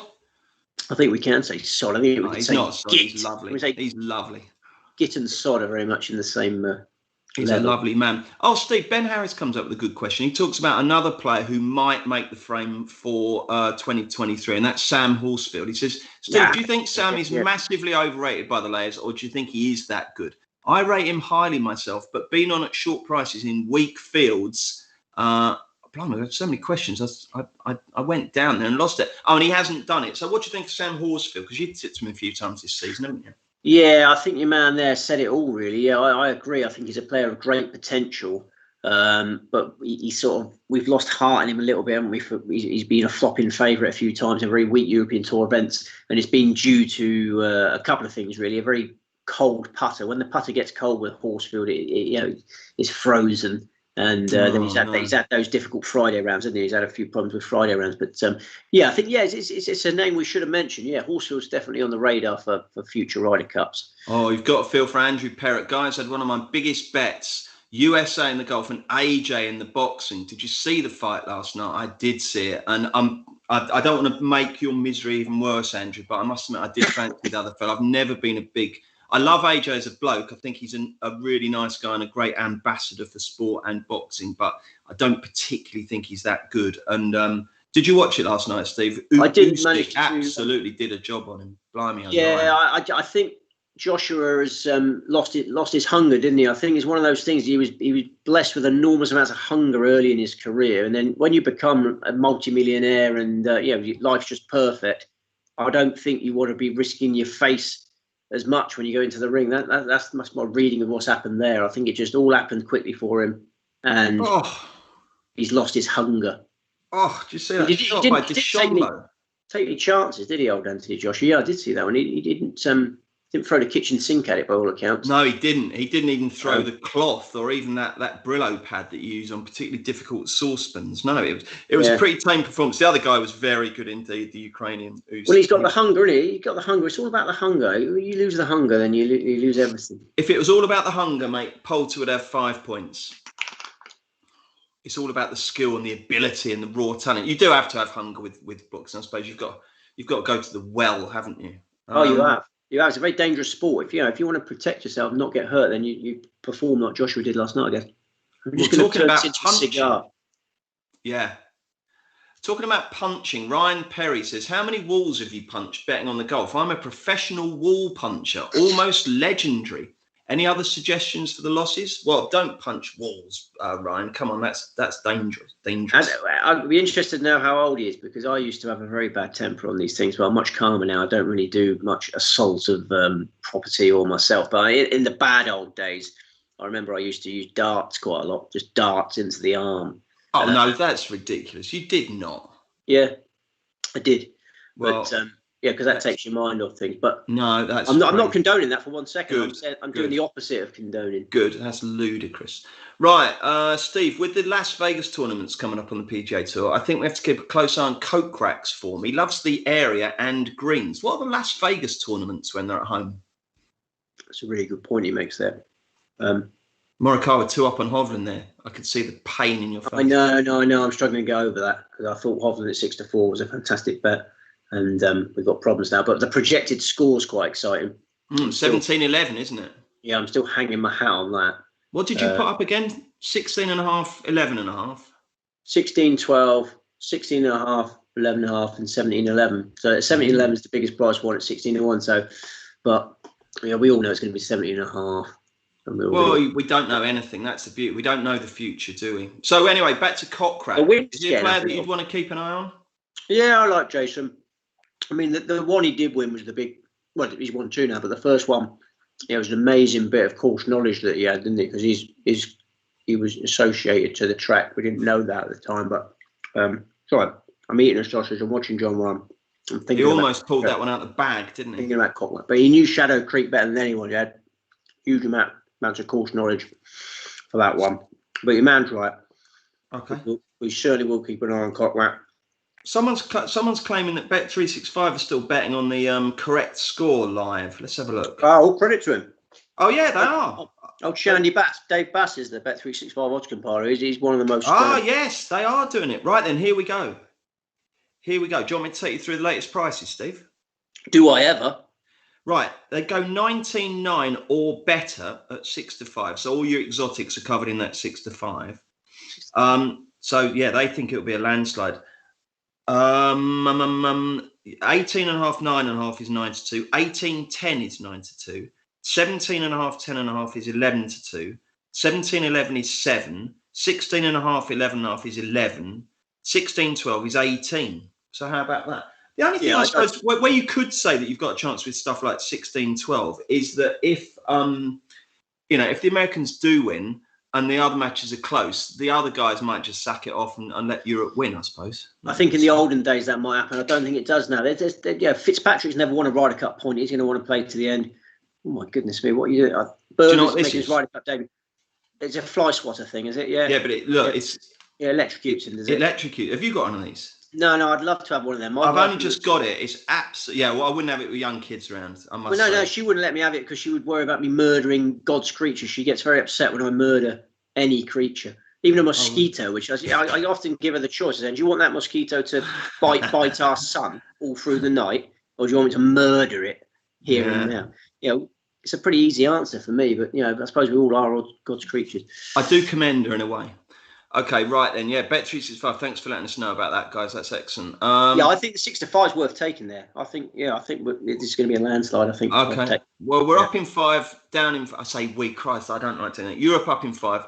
USA up in 5. 2 are tied. If it stays like that, it's 17-11. So it does have to be quite a lot changes. Yeah, in order for that to get to the realms of 19. It will change. I think I thought Rahm and Hovland were the only two that could win. And that even they're on their way to losing now. Yeah, Rahm's struggling, 3 down with 9 to play, and Hovland's let that one get away. So, I think we're just going to see a sea of red before long. Do you? Yeah. There's some very good humour coming in today. Keith says, hopefully the Yanks will crumble, in reference to the food I was eating. You never know, matey. Let's get some sausage jokes. I've got about... Oh, 10 I think we should steer clear of that, Steve. That would get kind of carry on, wouldn't it? Why not? Steve, have you ever heard of the website Fantasy National Golf Club? It's amazing. All the stats you could ever want for golf betting and fantasy. Have you heard that? I haven't. No, I'd be interested to see. Is the name of that fellow Fantasy National at? No, it's not. Yeah. Alex at CEO Fantasy National Golf Club. Yeah. Well, we don't care. We're not getting sponsored by anyone, so we can promote what we like, even if it's inadvertent, don't we? And if anyone does want to sponsor this, they can. We get loads of people watching. What have we got here? What about Lucas Beauregard in a Ryder Cup in the future? Could he be a future Ryder Cupper, do you think, Steve? I think it's nothing short of a tragedy what's happened to Lucas Beauregard. What has happened to him? Yeah, well, he's one of the best players on the European Tour. One of my favourites. Yeah, beautiful swing, effortless power, and won a couple of tournaments, and then went over and tried the old swing change, didn't he? Went to see old Sean Foley, I believe it was. When players have success and then start changing their swing to try and get better, I always think, oh, blimey, they're in big trouble there.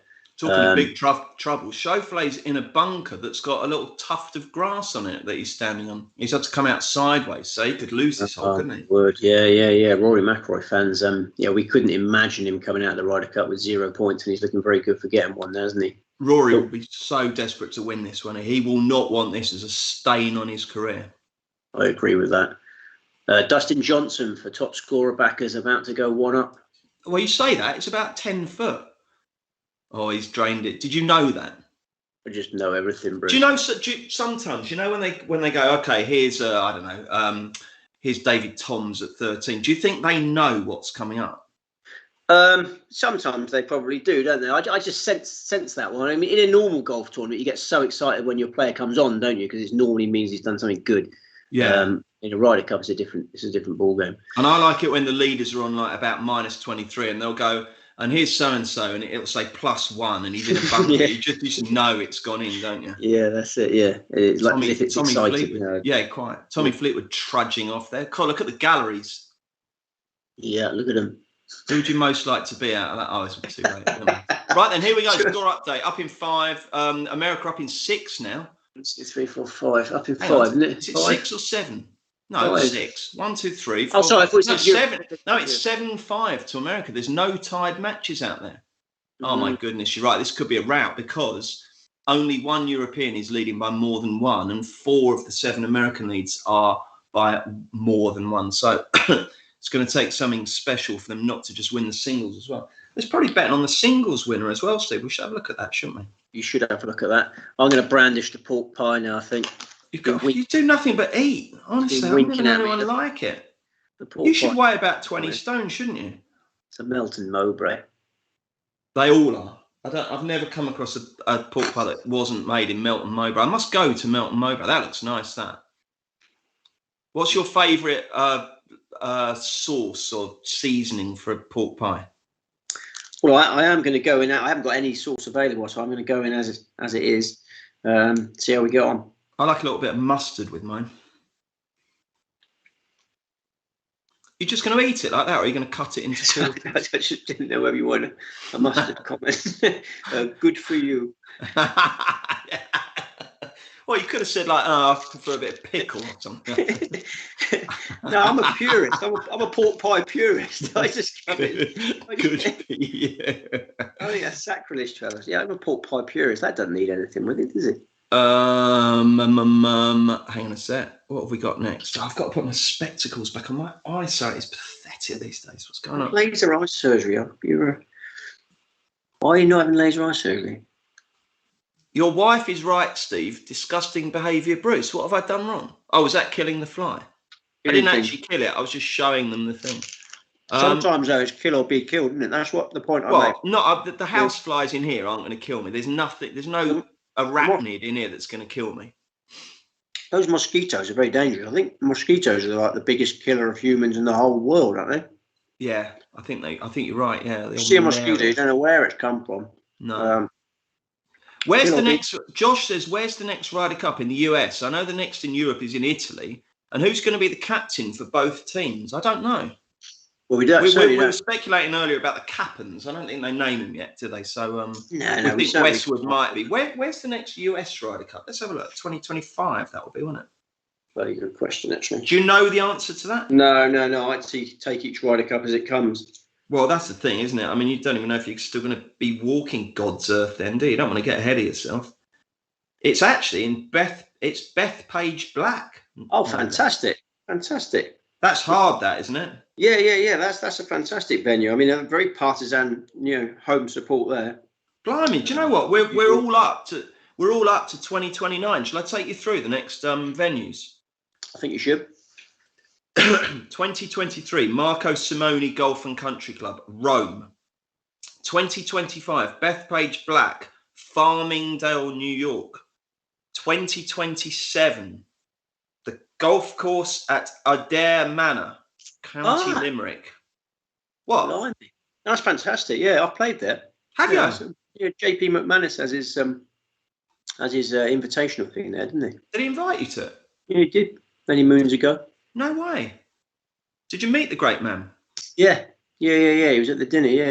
He's a lovely fella. Really, very softly spoken. Yeah, we actually met him. Yeah. We met him in 2008 when we were in Valhalla. He was there, was he? He was. He was in the VIP bit. Do you remember? That was a great trip, that, wasn't it? Oh my God. Yeah. No, I've got a lot of time for JP McManus. And Shane Lowry, who's on the screen now, funnily enough, is trying to do a similar thing for his part. He had a horseshoe there, but with a happy ending. It managed to just about stay in, didn't it? And he's giving it the big, and he's two down on Cantlay through 10. Still time for a fight back there from Shane. He'll give every last drop of effort there, won't he? Whatever his drop of effort is. He's been the most animated European player, hasn't he? The postman hasn't really had much to punch his chest about. No, he hasn't, has he? No, I'm glad my postman delivers a bit more regularly than him, I tell you. Right then, and to finish up, Steve, 2029, we're in Hazeltine National in Chaska, Minnesota. Okay, we're going back there, are we? We're going back there a bit quickly. Oh yeah, it hosted the 2016 Ryder Cup. Yeah, that's a strange move, isn't it? Who designed it, do you think? Hazeltine. I can't remember. Robert Trent Jones. Oh, of course. Yeah. I mean, they enjoyed winning there so much they want to go back there because the Americans were getting worried about this competition. Yeah, they couldn't understand why they kept losing. I suppose if you look at it, we've been at the Belfry quite a few times, haven't we? We have. Right then, why did Steve leave Twitter again? Do you want to go there or not really? I'll go anywhere you want me to go. Yeah. I just well, if you said again, he means the most recent one. Yeah, that was just a brief thing for lockdown, wasn't it? That was just a brief appearance during the furlough more specifically. Yeah, I was furloughed. I had a lot of time on my hands. I was losing my mind, wondering whether the world was coming to an end. I just thought, I actually went on Twitter for a bit of support, funnily enough. Oh, did you get it? To get through the furlough and just give me something to do. I was doing a bit of artistic, a few videos and whatnot. Oh, you were singing nursery rhymes to the children. I remember that now. That's it, nursery rhymes with Steve. That was right, that was good. And some fast show stuff, and it just kept me and the family entertained for a little bit before I went back to work. Because they were worrying times, weren't they, Bruce? You didn't really know whether it was going to end at that point, whether we could get a handle on them. I know. Someone's in the drink there. Oh, no, they're not. They're in that bunker. Yeah, I think you should probably give TikTok a go. I think TikTok's the one for those nursery rhymes. You'd be a sensation there, I'm sure. Yeah, maybe. I like Have TikTok. you given TikTok a go? No, I'm not on anything. You know, I always say that to people. I'm not on anything. There's no way of getting me. Okay. Yeah, I'm very reserved. I know. Archie Banks says, out of all the sweet spot favourites, who would Steve say is most likely to break their master's duck first? Victor Hovland, Will Zalatoris, or either of the Hogard clan? That's a good question. It's a great question, and I'm going to give it the thought it deserves. It's definitely between the first two, and I would say the answer is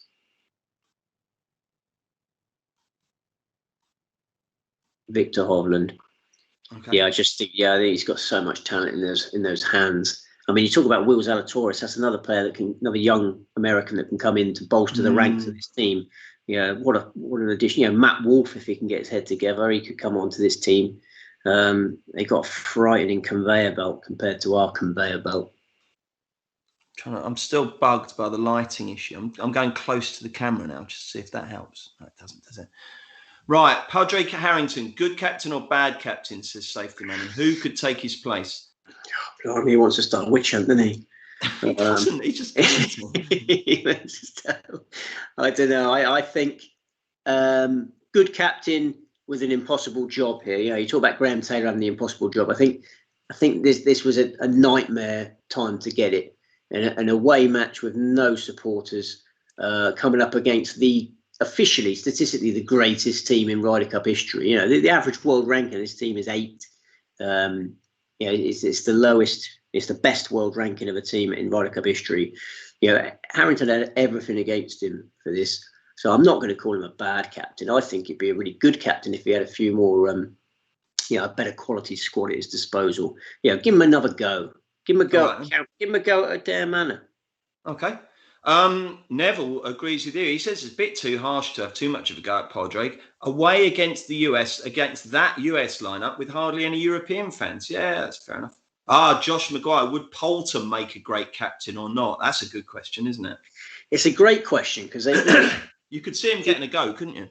Yeah. I think he probably will get a go based on his Ryder Cup heroics through the years. But in terms of you take the Ryder Cup heroics away, his career's not amounted to that much, is it? You know, you to get the status of Ryder Cup captain, normally you win a few majors and you've got real gravitas in the game. Poulter probably hasn't got that. But the Ryder Cup's a Ryder Cup, so yeah, he probably will get the game. But I think Westwood will probably be ahead of him. Okay, fair enough. And hang on a sec, what have we got here? We've done Koepka wanting a free drop, Total Liberty, Sean. What about Wolf and Cameron Champ? Could that make a great pairing in the next Ryder Cup? It's enough to give you the jitters, isn't it? Listening to all these American names, we forgot about Cameron Champ. How did we forget about Cameron Champ? Yeah, they have got so much coming through, and they've already got the greatest team in Ryder Cup history. I think we're going to need to expand the competition. It sounds so knee-jerk. I don't like being a knee-jerker because, if in recent history, Europe have won loads of Ryder Cups, haven't they? But I think in a couple, 2 or 3 more Ryder Cups down the line, I think everyone will be talking about this. We need backup from the Asians. Yeah, I think you're probably right there, mate. I need to reload my my browser at the moment, so you can see my arms tapping away there. In the meantime, Steve, what's going on here? Well, Paul Casey's 1 down. He's got a putt to level matters here. He's very twitchy on the short putts lately. How's he going to get on? And he's rattled that one in. So Paul Casey's gone level with the Dustin Johnson. Rory McIlroy's now throwing one in. I think that's extending his advantage, I believe. Rory McIlroy looking good to reduce the deficit to 11-6. So that's no good for my top. What have I backed Schauffele for? Top wildcard or top rookie? What did you tip him for? You have backed him for top wildcard, I believe. I have, and he's got this to tie the hole. Yeah, he's going to stay 3 down if he knocks this one in. Top wildcard, and the only danger there was Sergio, wasn't there? What's Sergio up to now for his sins? Let's have a look. I think he's losing, isn't he? He's 2 down to DeChambeau. So is there anyone else that can come through and pounce there? No, there isn't. Scheffler would be too far behind, so that'd be a dead heat. Morikawa now to stay 2 up. and he brought Hawes one in. He's done well, hasn't he? He's been very good. That's a really good pairing, isn't it? Morikawa and DJ. That's what so much your chagrin. Yeah. I mean, that's the dictionary definition of balance, isn't it? Yeah, it is. It's been nice to see. I like DJ, and it's been nice to see him come back to form in this, isn't it? Because he started off, didn't he win in one of the Hawaiian events, and everyone thought, well, he's going to absolutely dominate this year and he's going to completely boss it. But it hasn't really worked out for him. But it's nice to see him come back, I think, in the Ryder Cup. Yeah. I got a lot of time for Dustin Johnson. There's a lot of very likeable fellas in this American team, actually. I mean, who would you most like to go for a beer with that, the American team? Great question. Maybe Scotty Scheffler. Yeah, really? He seems like a really good lad, actually. Yeah, I suppose he does. Yeah. What about? I think I'd probably go for Tony Finau, because I think he's got a great backstory, hasn't he? Raised in relative poverty somewhere in Utah, and I think his dad bought them these two crappy old golf clubs years ago, and they basically had a wall in their yard that they just smashed balls against, and I think he put something like a mattress against it to give them that kind of driving range facility, and from that humble beginning he's become a multi-millionaire. So that's good, isn't it? It is, but I mean, you know all his stories already by the sounds of it. So if you sat down for that drink with him and then he started telling you that story, you'd probably nod off, wouldn't you? He might have some really good stories. And he won't be able to stay out too late. He's got about 100 kids, isn't he? Kids always. Oh, is he? Yeah, if you've got family commitments, then you've got to get home early. I know that all too well. Yeah, I don't think Finau's your man for the big night out. Who would you go with then? Scotty Scheffler. Yeah. I think the chef will be an absolute riot on a big night out. I wonder what Bryson's like on a night out. I don't know. He's very body conscious, isn't he? He's probably be drinking his protein shakes and whatnot. Oh, Rahm's missed a golden opportunity to get back in the match there. Yeah, he certainly has. Yeah. Does Scheffler need to hold this one? Oh, he's conceded a bit of concession there. Here's Bryson with his weird putting style. That's to win the hole and go 3 up on Sergio. It's on its way. It's going towards the hole and it finds the bottom of the cup. A lot more fist pumps coming in there. And there's a lot. It's going up an octave, whatever that means. Oh, there was another to do, wasn't it? Because it's been quite beefy, this Ryder Cup, and it was Justin Thomas and John Rahm's caddy had a little bit of a set too, apparently. Did you hear about that? Was it Jordan Spieth and John Rahm's caddy? Sorry, it was. Pardon me. Yeah. I did see that. Yeah, Jordan Spieth was questioning the drop that John Rahm had, and then Rahm's caddy took exception to that, and then apparently I think Rahm's caddy, don't raise your voice at me or something. Yeah. Then Spieth claimed he didn't raise his voice. Yeah, there has been a little bit of spice here and there, hasn't there? It certainly has. Yeah. Makes you wonder what it would have been like if it was a close contest. America it would have been good. Running away with it from early doors, yet it still had that element of spice. I've got a question. Well, I haven't got a question. I'm reading out someone else's question. How much difference does the captain make at the end of the day? Oh, it's an age-old debate, isn't it? I know you fall very much on the side of that it doesn't make any difference at all. But I think we saw, Paul McGinley's performance was exceptional, wasn't it? Just immersed himself in every detail. And it's almost a perfect captaincy performance. So I think they make a fair. But you need to have tools at your disposal. It's no good being a workman opening up your toolbox and it being empty or full of veterans who are not going to offer much. So I haven't really answered that conclusively because I don't think it's possible. I need you to talk for a sec because I've got a contact producer, Will. Tell everyone about. You're just about to stick a pie in your mouth. Yeah, I'll put the pie down. And there's an ad break on, so it's probably not the right time for this, actually, then, is it? That's right. Talk about the adverts. As you say, we're allowed to do that. Okay, go on then. Talk about the adverts. Right, they've just gone down a water shoot. They're having a quality time with the kids. They're going to do some snogging here. No, they're in some sort of outdoor pool facility. What's it like? What's it an advert for? Booking.com. Oh, booking.com. Yeah. We all need a holiday, don't we? I haven't had a holiday for too long. Oh, this looks like a cider advert to me. I can't quite work out what's going on here. Oh my word. This is an outrageous advert. Why? What's happening? Oh, we had one lady coming in up and performing some sort of, it looked like it was a mild sexual assault on another lady. Now we got a cat lick in the. Yeah, it's a very, very strange advert for Brewdog beer there. Oh, really? Surprised they got that through the gatekeepers. Yeah. Goodness me. Okay, right, I'm back. Let's see. Back. Oh, thanks, mate. Justin Rose could be in next time. I suppose he could. Yeah, he'll be certainly determined to make the team, won't he, and prove a few people wrong. I know someone says, I think Max Homer could make it. Do you like Max Homer? Yeah, not sure. He's a Ryder Cupper. I think his world ranking he's got now will be where he hovers for the next couple of years. I don't know. I wouldn't say he's going to be a certainty for the next Ryder Cup. But yeah, Cameron Champ, I think, probably is. Okay. Nick Lowton says, come on, DeChambles, nail my 3-up payout. Cool, that's a very trendy sort of betting term, isn't it? Nail my 3-up payout. I suppose he must have a treble that he's sweating on the great man for. Do you want me to take over? Sorry, you got a mouthful there, haven't you? Right, love the show. This is DP and the weekly pod, lads. Thanks, DP. Quick question. Do you think Rahm wins enough? 13 top 10s this season, but only 1 win. He's been expensive to follow. You want more from your world number 1. Do you know what, DJ? I mean, DP, I know you want Steve to answer that, but I actually think you're right there. I think he has squandered a few good chances. I think he's a little bit frustrating, and I think his problem is he's still a bit of a hothead. I don't think he'd be expensive to follow if you're backing him each way, though.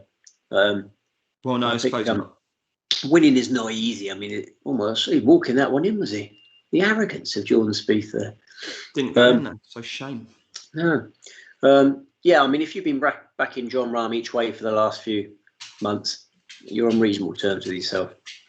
Yeah, 10-1 US Open winner, keep you busy. Okay. Right then. Is your man the postman?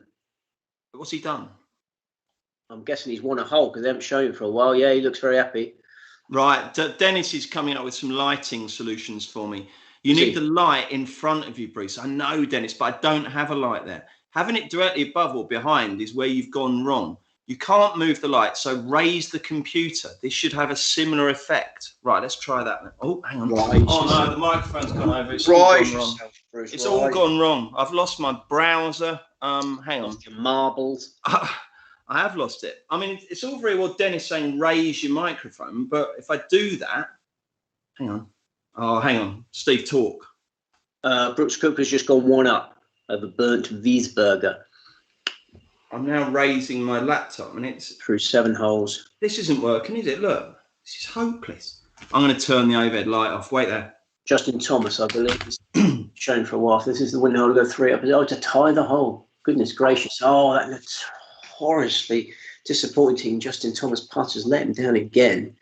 And the margin is reduced to 1 up against Tyrrell Hatton. That'd be a keenly contested match, I would imagine.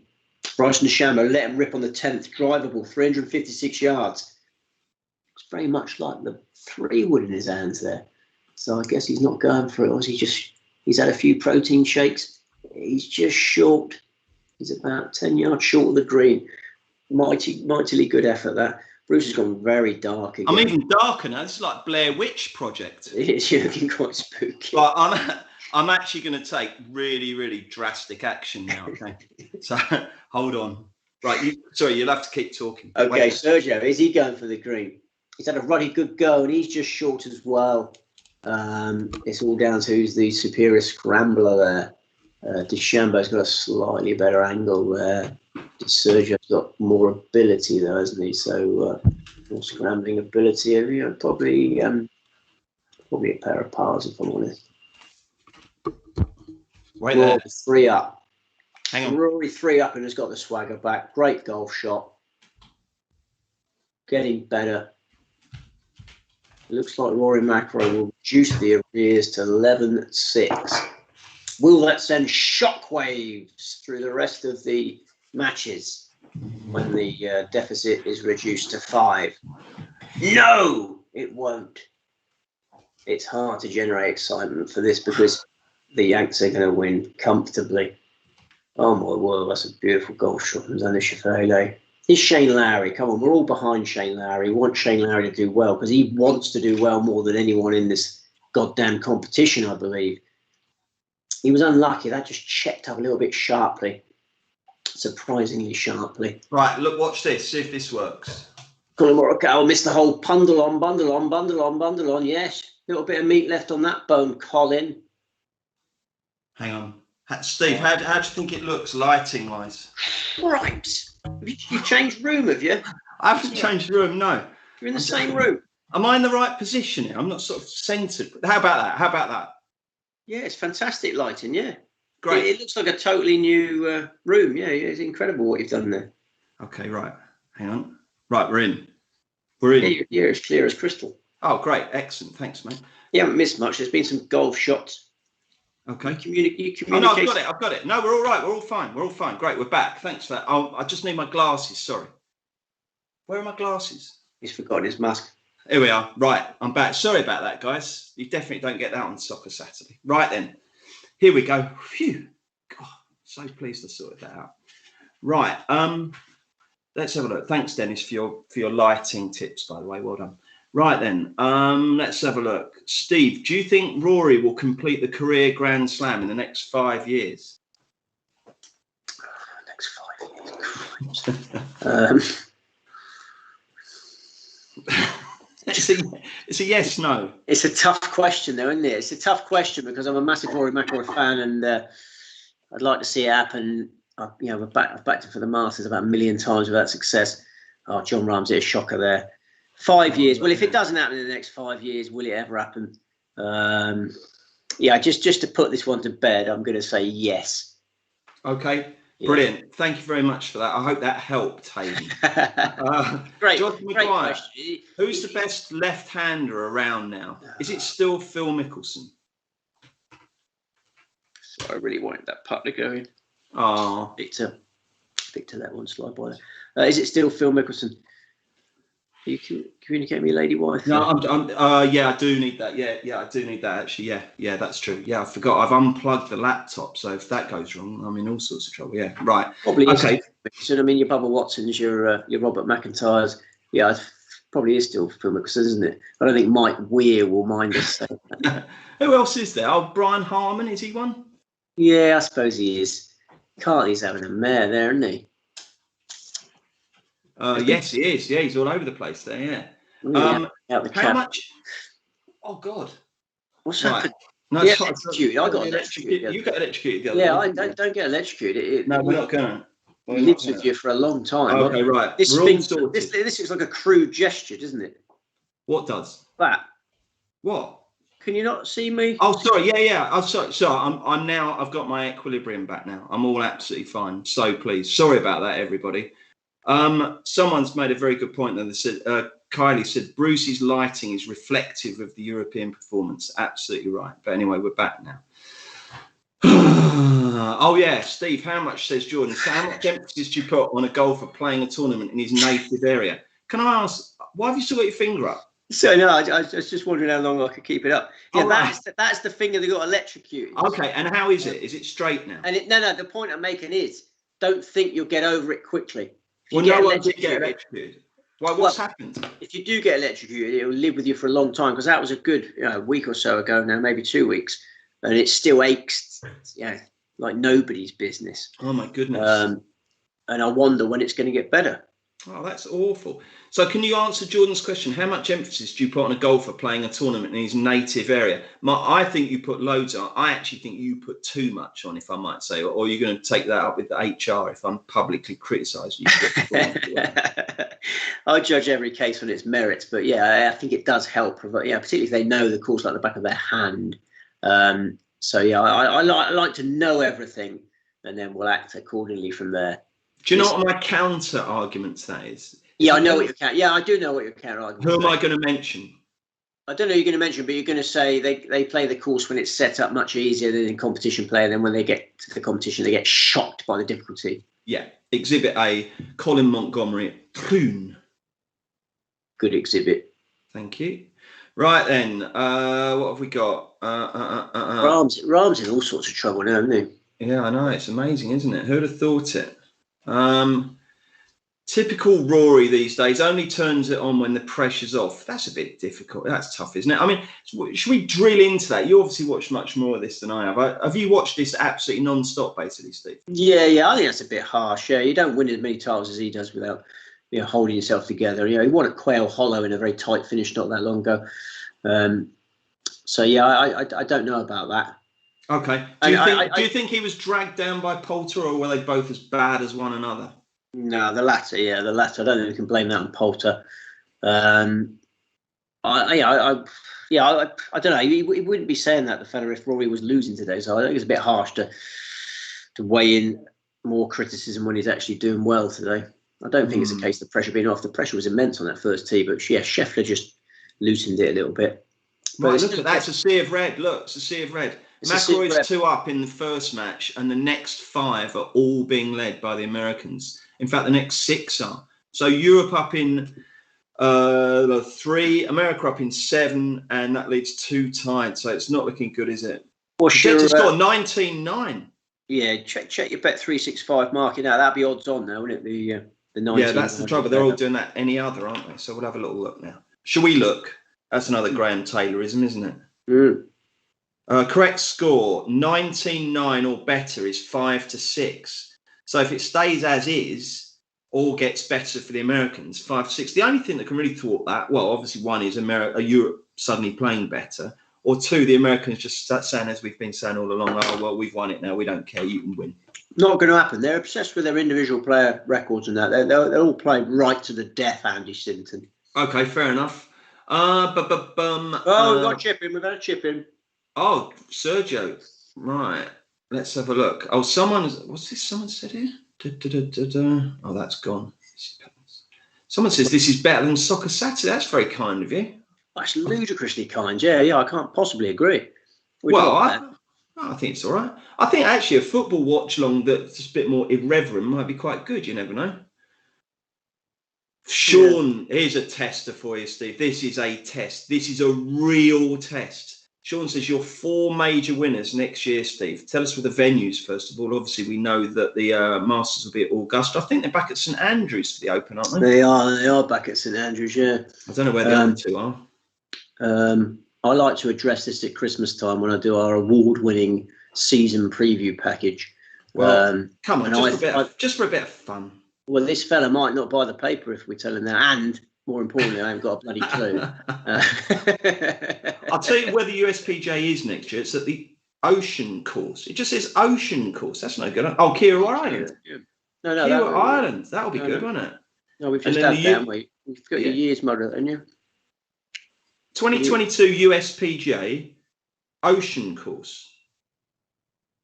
Kiowa Island. Did we have Kiowa Island this year? Yeah, we've just had Kiowa Island, haven't we? I don't know. Have we? I think we have. I mean, unless I'm completely losing my marbles. 2021 USPGA Championship. 2021 USPGA Championship. Yeah, it was. Perhaps they can't both be there, can they? No. Unless the world's gone mad. I mean, the world has gone mad. The world has gone mad. I mean, running out of Have you panic bought petrol, by the way? Yeah, I panic bought on 2 days ago. You don't tell me it's my fault the ambulances aren't running. That's appalling. Why did you do it? How much petrol did you have? I had no petrol. I had none. Yeah, okay, well, that's fair enough then. Yeah, that's no, it's something I would have been doing anyway. So yeah, I suppose it wasn't a panic. It was just panic. Yeah, I would have been panicking regardless of the situation. You know. I was just panicking because we always let our thing get right down to the dregs. Yeah, we've got a thing saying like 10 miles, 5 miles, and it's down on the 5 mile one. So I was panicking about that because my friend Keith, who's an engineer, says it's a diesel, and if you let your diesel run out, you won't get that engine started again. If you let that, cares? I can't have these people who say that, can you? Who cares? Honestly. Well, I'd care if I couldn't get my engine started again and I had to buy a new car. That would be a disaster. But I suppose so. Yeah. I was panic stricken because I thought if that goes from 5 to 0 and the engine goes, then that would be quite. Oh, here we go. USPGA venues. And how long did you have to queue for your petrol? There was a steward. There was a couple of stewards out there. It was quite a scene. Really? Yeah, half an hour with stewards frantically running from vehicle to vehicle to keep everyone going. Yeah, I mean, it is just sort of, it's just frightening what's going on. Was there any fighting or any fraught words? I didn't see it. The stewards were first class, to be fair to them. Yeah, very jovial, cheerful, efficient stewards.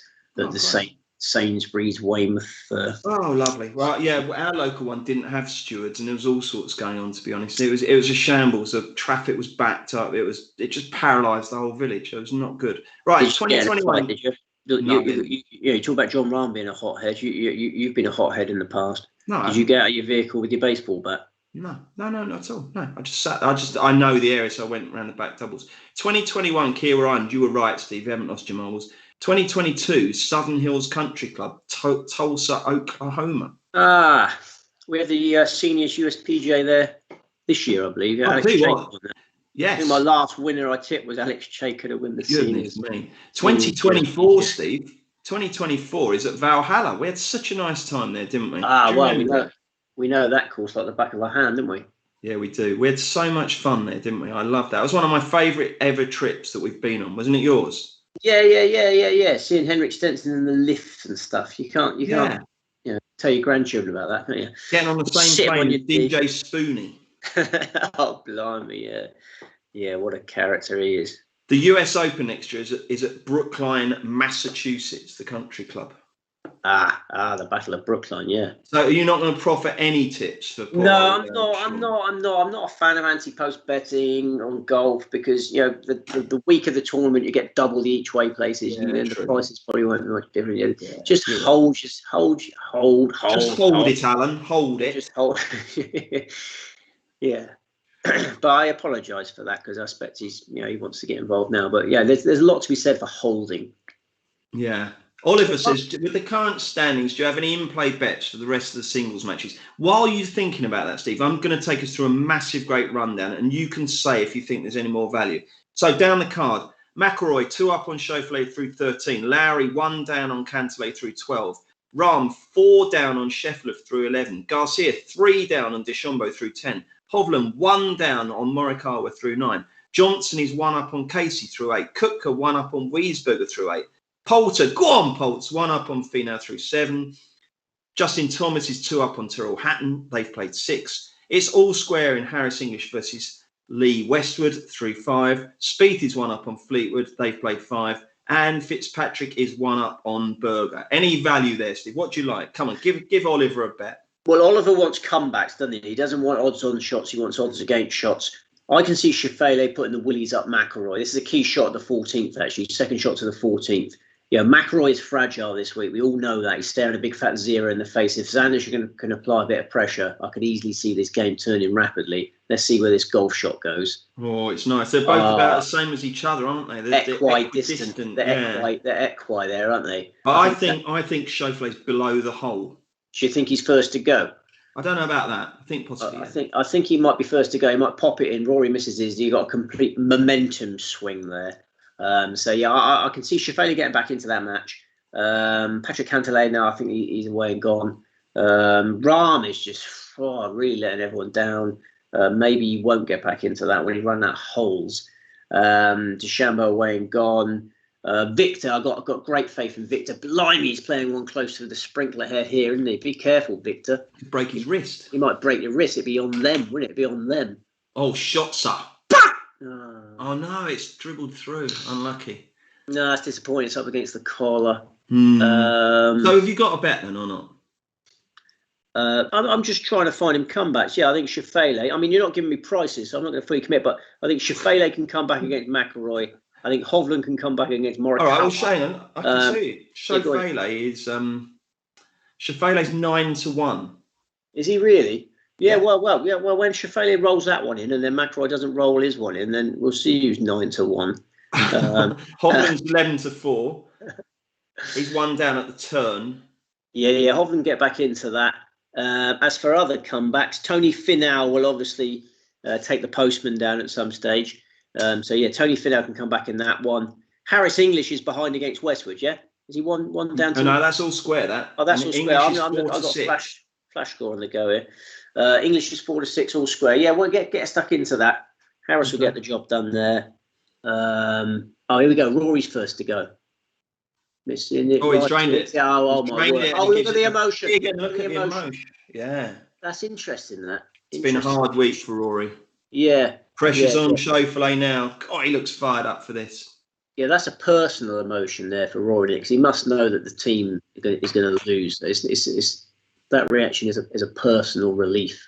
Yeah, it is. Yeah, you're absolutely right. He feels like he's got the monkey off his back there, doesn't he? There's so many sayings, I don't know what they mean, but that's what is the monkey on your back, do you think? That is odd, isn't it? Yeah. So if things go really bad for a long period of time, you have a monkey on your back. I don't know. I wouldn't mind having a monkey on my back if it was a friendly, light monkey. There's loads of different types of monkey in there. Yeah, you wouldn't want quite like comforting, wouldn't it, to have a lovely little chimp just cuddling you all day. That would be nice, wouldn't it? Just stroking your hair. Yeah, but if you had a great big gorilla weighing, well, they're not monkeys, I suppose. They're apes, aren't they? Oh yeah, yeah. Well, that should be the same then, shouldn't it? Get the ape off your back.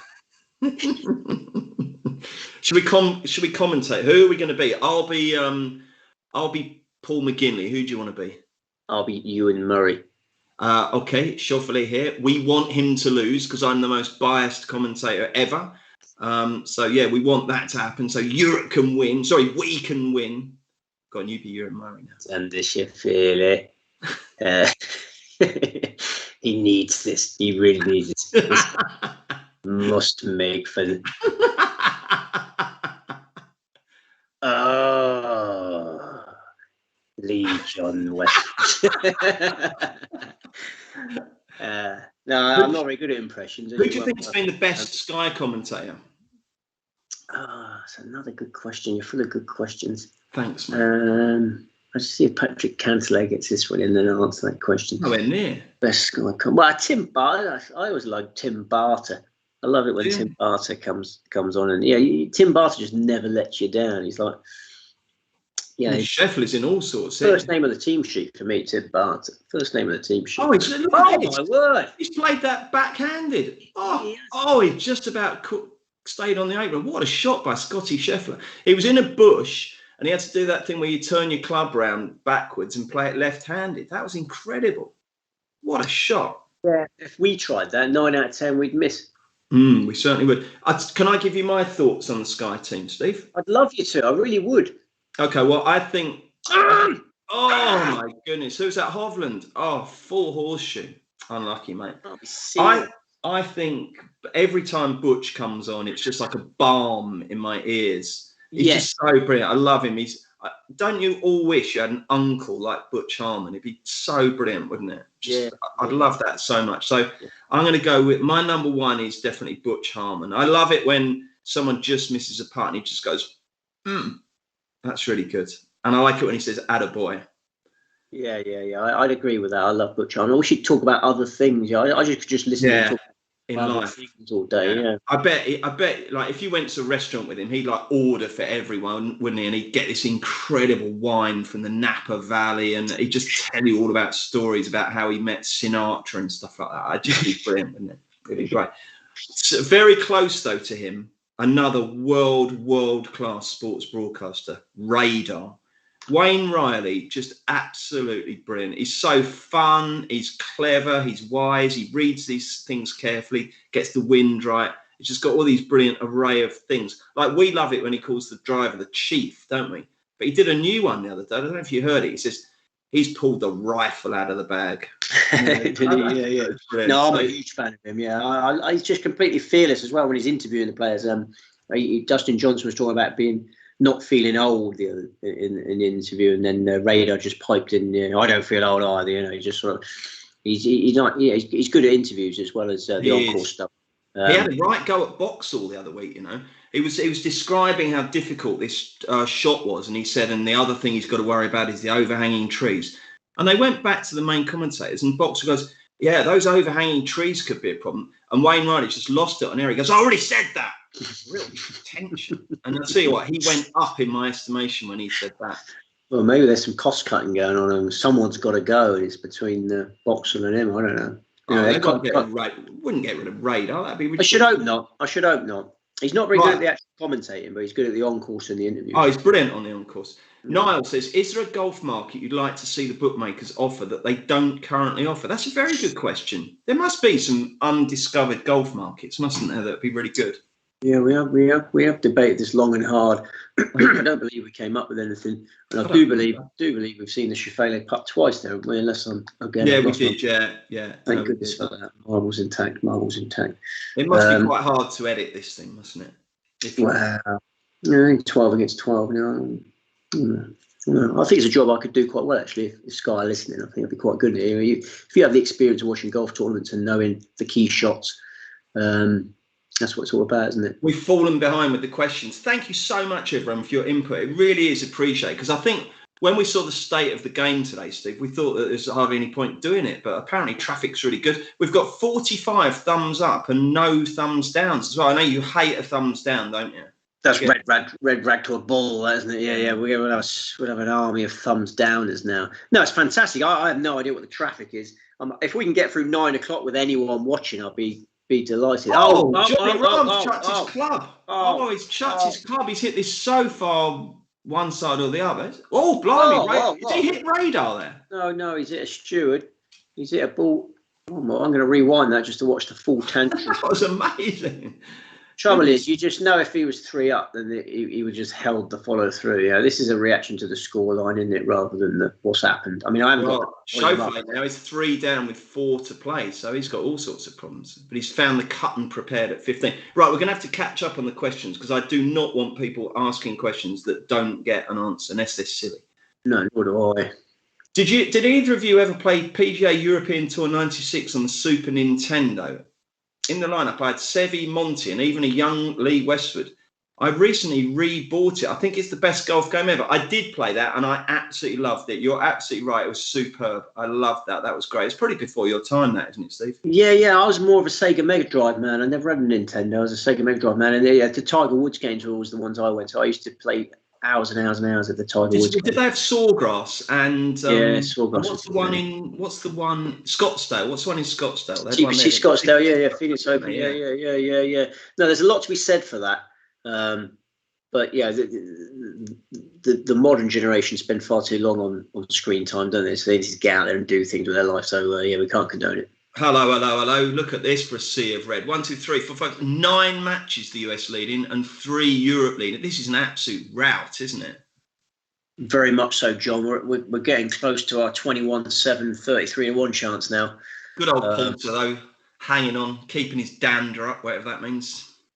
Yeah, and Fitzy, you've got to be pleased for Fitzy if he gets his first Ryder Cup point. Yeah, that would be nice, wouldn't it? Yeah, because he's been a bit of an afterthought here, really, isn't he? DeChambeau's got quite a tough one here at 11 to halve the hole. I've had, by the way, talking about ties, Sky say ties, don't they? And if they say a match is level, they could say it's tied. But I've had a few traditionalists saying it's not tied, it's all square or level. I think that's a bit pedantic. I mean, I can be very pedantic, but... Yeah, I can't get worked up about that. No. Look at them go on that powerboat. Oh, isn't that lovely? They're going like Billio, aren't they? They are. The projected score is 28 and the stars and stripes are being projected on a powerboat. Oh, my goodness. Wouldn't that be some fun out there? Waving away. Look at him. Look at him. Finau, short putt. Is he going to miss this? No, he's not. Does that bring it all square? I think they might be showing there the fact that that they're not conceding very much here. Oh, good point. Yeah. As we've seen, though, just don't concede. It's the best way around it. Right, Ryan Perry. We've talked quite a lot about future Ryder Cuppers, Steve. And Ryan Perry says this will be Westwood's last Ryder Cup. He doesn't have the game anymore. He says it'd be nice to see players like Thomas Peters and Detry and Vincent Norman, who looks like a real superstar. Is this you tapping in? The only person I know likes Thomas Peters and Detry is you, but apparently Ryan Perry does as well. Well, I'm a huge fan of Ryan Perry. I think he's onto a winner there. Thomas Peters is a Ryder Cup legend waiting to happen. I mean, his debut in the aforementioned Hazeltine was awesome. Yeah. To be on a team that got thrashed and be the leading scorer. Thomas Peters, we'll be sitting at home watching this. He's probably watching Sweet Spot Live and this. And he'll be thinking, I could help this team out a lot. Yeah, Thomas Peters at his best is probably the 3rd best player in this team. He was a Ryder Cupper, wasn't he, of course? Yeah, an amazing Ryder Cup debut, your man's right there. And Vincent Norman's got potential, still very early in his career. Thomas hasn't got less potential. Johnny Rahm hasn't got much potential in this match, has he? He's hacking it around in the undergrowth, hasn't he? No, these are frightening times for European golf fans. I mean, John Rahm was the one you sort of hung your hat on as the European who would register a point, and he's very much not going to register a point. No. Hugh Matton's come up with a good question. Well, it's not a question, it's a point, and it's a valid one. Hugh? Hugh Masson says, surprised more wasn't made of Phil winning the PGA champion this year. Absolute legend. That's absolutely true, you know. If it's so much so that I'd even forgotten it had happened, but what a magic moment. Yeah. A lot of these legendary players have one last hurrah, don't they? Probably the two greatest majors ever for me. Tiger Woods winning the US Open on one leg in 2008, and then him winning the Masters after the long victory. Great. Yeah, Tiger Woods had his last hurrah in 2019, and Phil's had his last hurrah. So the absolute elite can win really, really late in their career. Wouldn't it be nice if Lee John Westwood could get one in there? Oh, that would be nice. Yeah, that'd be lovely. Do you need a wee yet, or are you all right? I was starting to wonder whether we were going to go through the whole transmission without one. No, you can, but we just need to coordinate it. We can't both go at the same time, obviously. I'm not wearing a colostomy bag, whatever they call them. No. Neville says, has Steve ever visited Marlborough Fish and Chip Shop in Weymouth? The mushy peas were a particular highlight. I think we might have mentioned the Marlborough Fish and Chip Shop in the past. Yeah. Attempt at subliminal advertising, or even blatantly unsubtle advertising. It could be. No, that's an excellent fish and chip shop. Yeah, it's been in Weymouth for donkey's years, family-run business, and you never lets you down. Never lets you down. You get a set of chips from there, and then just go and sit on the harbour and enjoy them. You're in paradise, pretty much. You call them a set of chips, too, don't you? A set of chips. Yeah. A murder of chips. Which current player, Josh asks, would make a great commentator when they retire? That's too good a question to just give. That's really good, isn't it? That? Yeah, you need to sit there. Questions. That's probably the best question we've ever had. So I'm going to really think about it. I just think then who could be good? Who gives a good interview and then wandering along with Tim Barter with that long microphone? I'm going to give this 5 minutes thought. Eddie Pepperell? Total silence. You can't do that. That's totally unfair. It just puts the onus on me. Eddie Pepperell's quite quirky, isn't he? But I suppose he's quite sort of lugubrious, isn't he? He might be too lugubrious for that one. You need someone who's sort of really up for it, don't you? I don't think he'd have the energy levels. You could claim I'm too lugubrious for a Sweet Spot Live, but no, I think you do a great job. You come to life. Oh, there's a fellow with a Mohican there behind that. Where? Oh no, he's just got a strange haircut. No, he's an American, strange dressed American. Rory McIlroy wouldn't be a bad one. I know he's just on my screen there. He might just be recency bias, but he'd be. Would he be too rich? He wouldn't want to traipse around the place, would he? Jordan Spieth talks a very good game. Yeah, but again, all these guys, they're going to be too much. Oh, you need someone who's going to traipse around, do you? Yeah, and you also need someone whose game is going to deteriorate to the extent that they're not going to be on the seniors tour, don't you? Yeah, good point. Well made. 20 and a half, 7.5 is the latest projected score. That's mad, isn't it? US up in 9, Europe up in 2, and one match is tied. That bet not be the Postman's match. Yes, it is. They're all square now. The Postman's failing to deliver again. What was I doing backing him? I knew that'd be silly. I'll tell you what, the old Golf-Wise Extra followers would be getting excited with their 33-1, 21-7 vouchers now, won't they? Oh, they will, mate. Yeah, they will.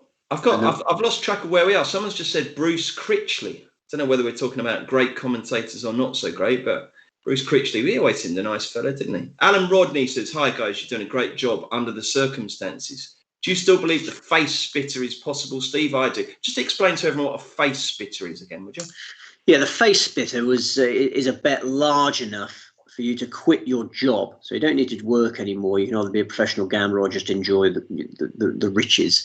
The face spitter applies to if you dislike your boss enough to want to spit in his face rather than a conventional resignation letter. If you want to go out in a supposed blaze of glory. I mean, this was a term coined in my younger days. You know, perhaps as I've got older, I've realised it's probably unacceptable conduct in that. You know, and a gracious resignation. Yeah, maybe a gracious resignation letter might be better. But yeah, if you particularly dislike your boss and then have a bet so large that you don't need a job anymore, then I expect there's plenty of people out there would find it quite satisfying to spit in their boss's face. But you like your boss, don't you? Yeah, you always told me it'd be the line manager, didn't Yeah, you? exactly. Yeah. Well, that's Mark Langdon. You wouldn't do that to him, would you? No. I do really like Mark Langdon, so I wouldn't want to spit in his face. But if it did happen and I did win an amount of money where I didn't need to work anymore, then perhaps he could get one of those COVID masks and we could just do a ceremony where he wouldn't actually feel the spittle on his skin. Is Mark in your top 10 favourite colleagues? Yeah, without question. Yeah. He's doing a fantastic job, and he's risen. He certainly has risen to the new role, isn't he? He certainly has. But yeah, that's what's going to happen. I am going to complete the face splitter, but I won't spit in Mark Langdon's face. I'll get one of those COVID visor things. What do you call those things? You know the ones I mean. No, I don't mean them. It's just a visor. So you have a visor on your head, and you have it's a mask, isn't it? You know, yeah, but I mean that not a mask you put on your mouth. Yeah, like with see-through plastic in it. Yeah. It's a visor. It's called a visor, is it? Okay. It's not like the visor like who was the golfer whose wife had Holmes has got one. Who was the golfer who won the bronze medal in that? Oh yeah. C.T. Pan, yeah. His wife was the caddy, and she had this visor and the brim. You could have kept a rugby team dry under it.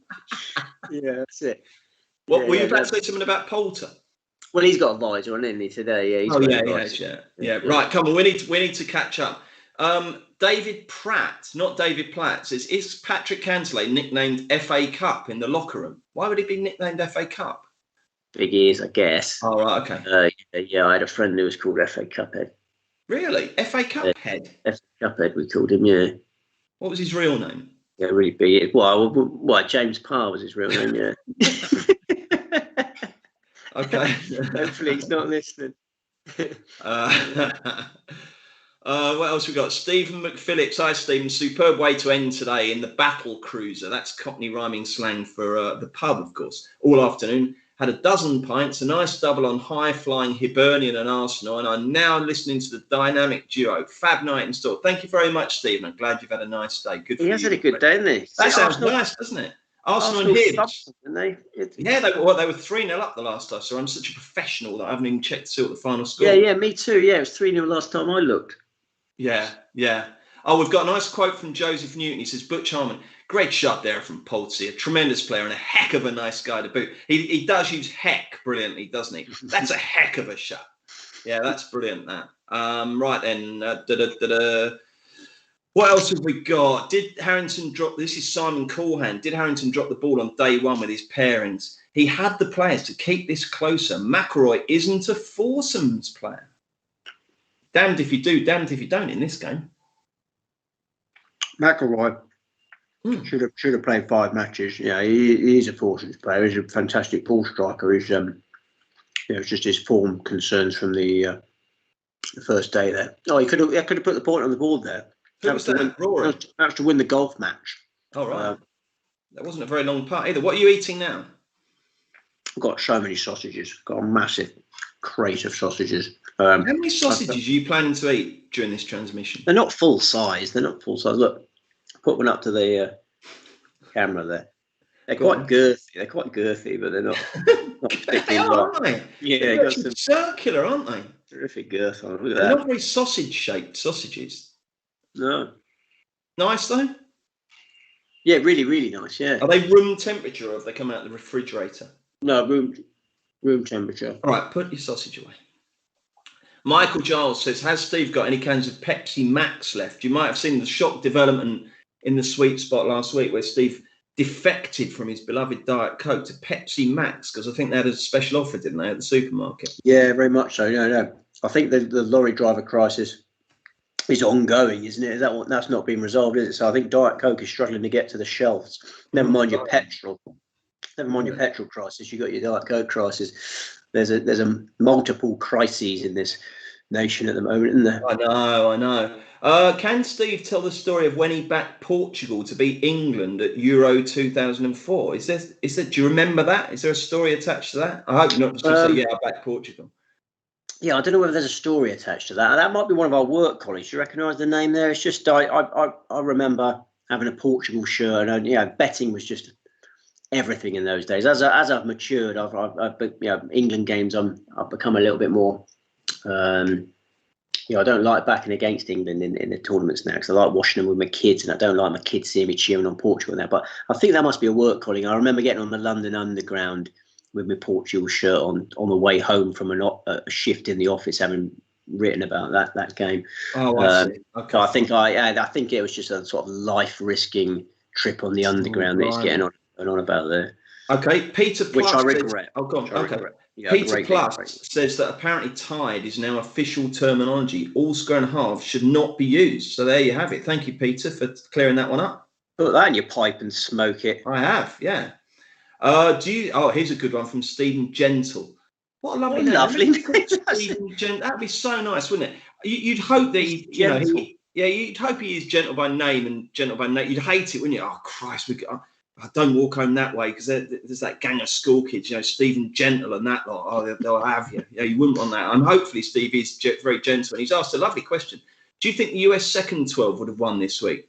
I'd rate that. He's even put some meat on this bone. They have 23 of the top 38 players in the world and are ranked above Lowry, Garcia, Poulter, and all the European wildcard options that missed out. So great question, Stephen. I think the quality of questions tonight has been obscene. Incredible. There's so much talent out there, there's just a lot of Paxmans out there. Jeremy Paxman is retired now. These guys should be replacing him. He's not. He still does University Challenge. Oh, does he? Does he? He's got Parkinson's at the moment, isn't he? He still does. He battles through that and does the whole credit. He does. Full credit to him. Yeah, absolutely. Yeah, full credit. That's a really good question. I'd have to have a good look at the what that lineup would be, but I think it would certainly be a more appetising contest than the one we got here. Yeah, it certainly would. Maybe that should be the answer. We're talking about bringing in the internationals and merging the President's Cup. Maybe the answer is to just not let the Americans have their top 12 ranked players. Yeah, wouldn't really be fair, would it? Got some suggestions for current golfers who'd be good commentators. Jason Day, Eddie Pepperell, and Max Homer. Okay. Keith Lawton, we've discussed this earlier, Keith. He says we had the miracle in Medina. What will they call this? The whacking in whistling. Well, I thought I had someone on Twitter earlier saying the slaughter by the water. I think we should call it that. It's got to be the whipping of Whistling Straits, or the carnage of Kohler, because this is in Kohler, Wisconsin. The carnage of Kohler. I had one more. I can't remember. It was the walloping of Wisconsin. Not quite as strong. If someone missed a really short putt like Langer did at Kiowa Island, would they be the choker Kohler? Oh yeah. What a shame that's not going to really happen, is it? No, we could. Yeah, the choker Kohler. Ian has picked up on something we said earlier. He said, what sort of southern, I'm doing it in a northern accent, what sort of southern expression is that? A set of chips? It's a bag of chips. Yeah, you didn't mean to call it a set of chips, did you? No, that isn't something. I don't go and order a set of chips when I go into the chip. But bag of chips. Get a bag of chips. John Armand says Bubba would be an entertaining commentator. I think that's pretty true, actually. Yeah, he's unhinged though, and he wouldn't turn up on time. Oh, wouldn't he? Well, how many tee-off times has he missed? Good question. Don't know the answer. I'd guess one or two. I don't know. That was before the gentlemen came in. That was our best question, wasn't it? And then the gentleman blew him out. The gentleman's blown everyone away. Stephen Gentle. Yeah. Question of the day so far. But there's still time. Like I say, guys, thank you so much for all your questions. Really, really brilliant. You're making life very easy for me and Steve, because we thought we were going to have to sit here and feign interest in this absolute rout. But no, we're enjoying a lovely chat. Keith Park says, I saw Steve on RPG TV today talking about greyhounds. How closely does Steve follow them? And is he a punter on dogs? As he's never tipped a loser. Cheers, guys. I'm glad he's watching. Yeah, I really enjoyed dipping into the greyhounds, because, as I've said on there, it's a lot easier finding a greyhound winner than a golfer winner. Yeah, you got 156 golfers going to post each week. Yeah, you got 150. If you had 156 run a greyhound race, you'd really struggle. But you have only 6 greyhounds, and I've really enjoyed it. Yeah, I've been tipping on the first 2 races at Toaster every Sunday, and it's just a ludicrous amount of success. So do they still do their own commentators? Do their own commentaries on that, or do they sometimes go to the course commentator? Because I did a shift on there once, and the thing I used to really enjoy is that, say you're on with Phil Donaldson or something, you take it in turns to be the commentator, which is great fun. Commentator. Oh no, They go to the track. They use the ones from the track. Yeah. Oh, There's some real characters at work. He was going on about the lead being longer than my mother's dog lead or something. No, I've not done that justice. He came up with something quite funny, and I can't remember what it was. Yeah. You didn't do that one justice, did you, mate? No, I didn't. It's just that thrill of the dog race goes on for like 30 seconds or whatever it is, and there's nothing quite like it. But to answer your man's question there, I used to bet on dog racing a lot. Yeah, I used to love it, and as responsibilities have increased in my life, it's almost a linear graph.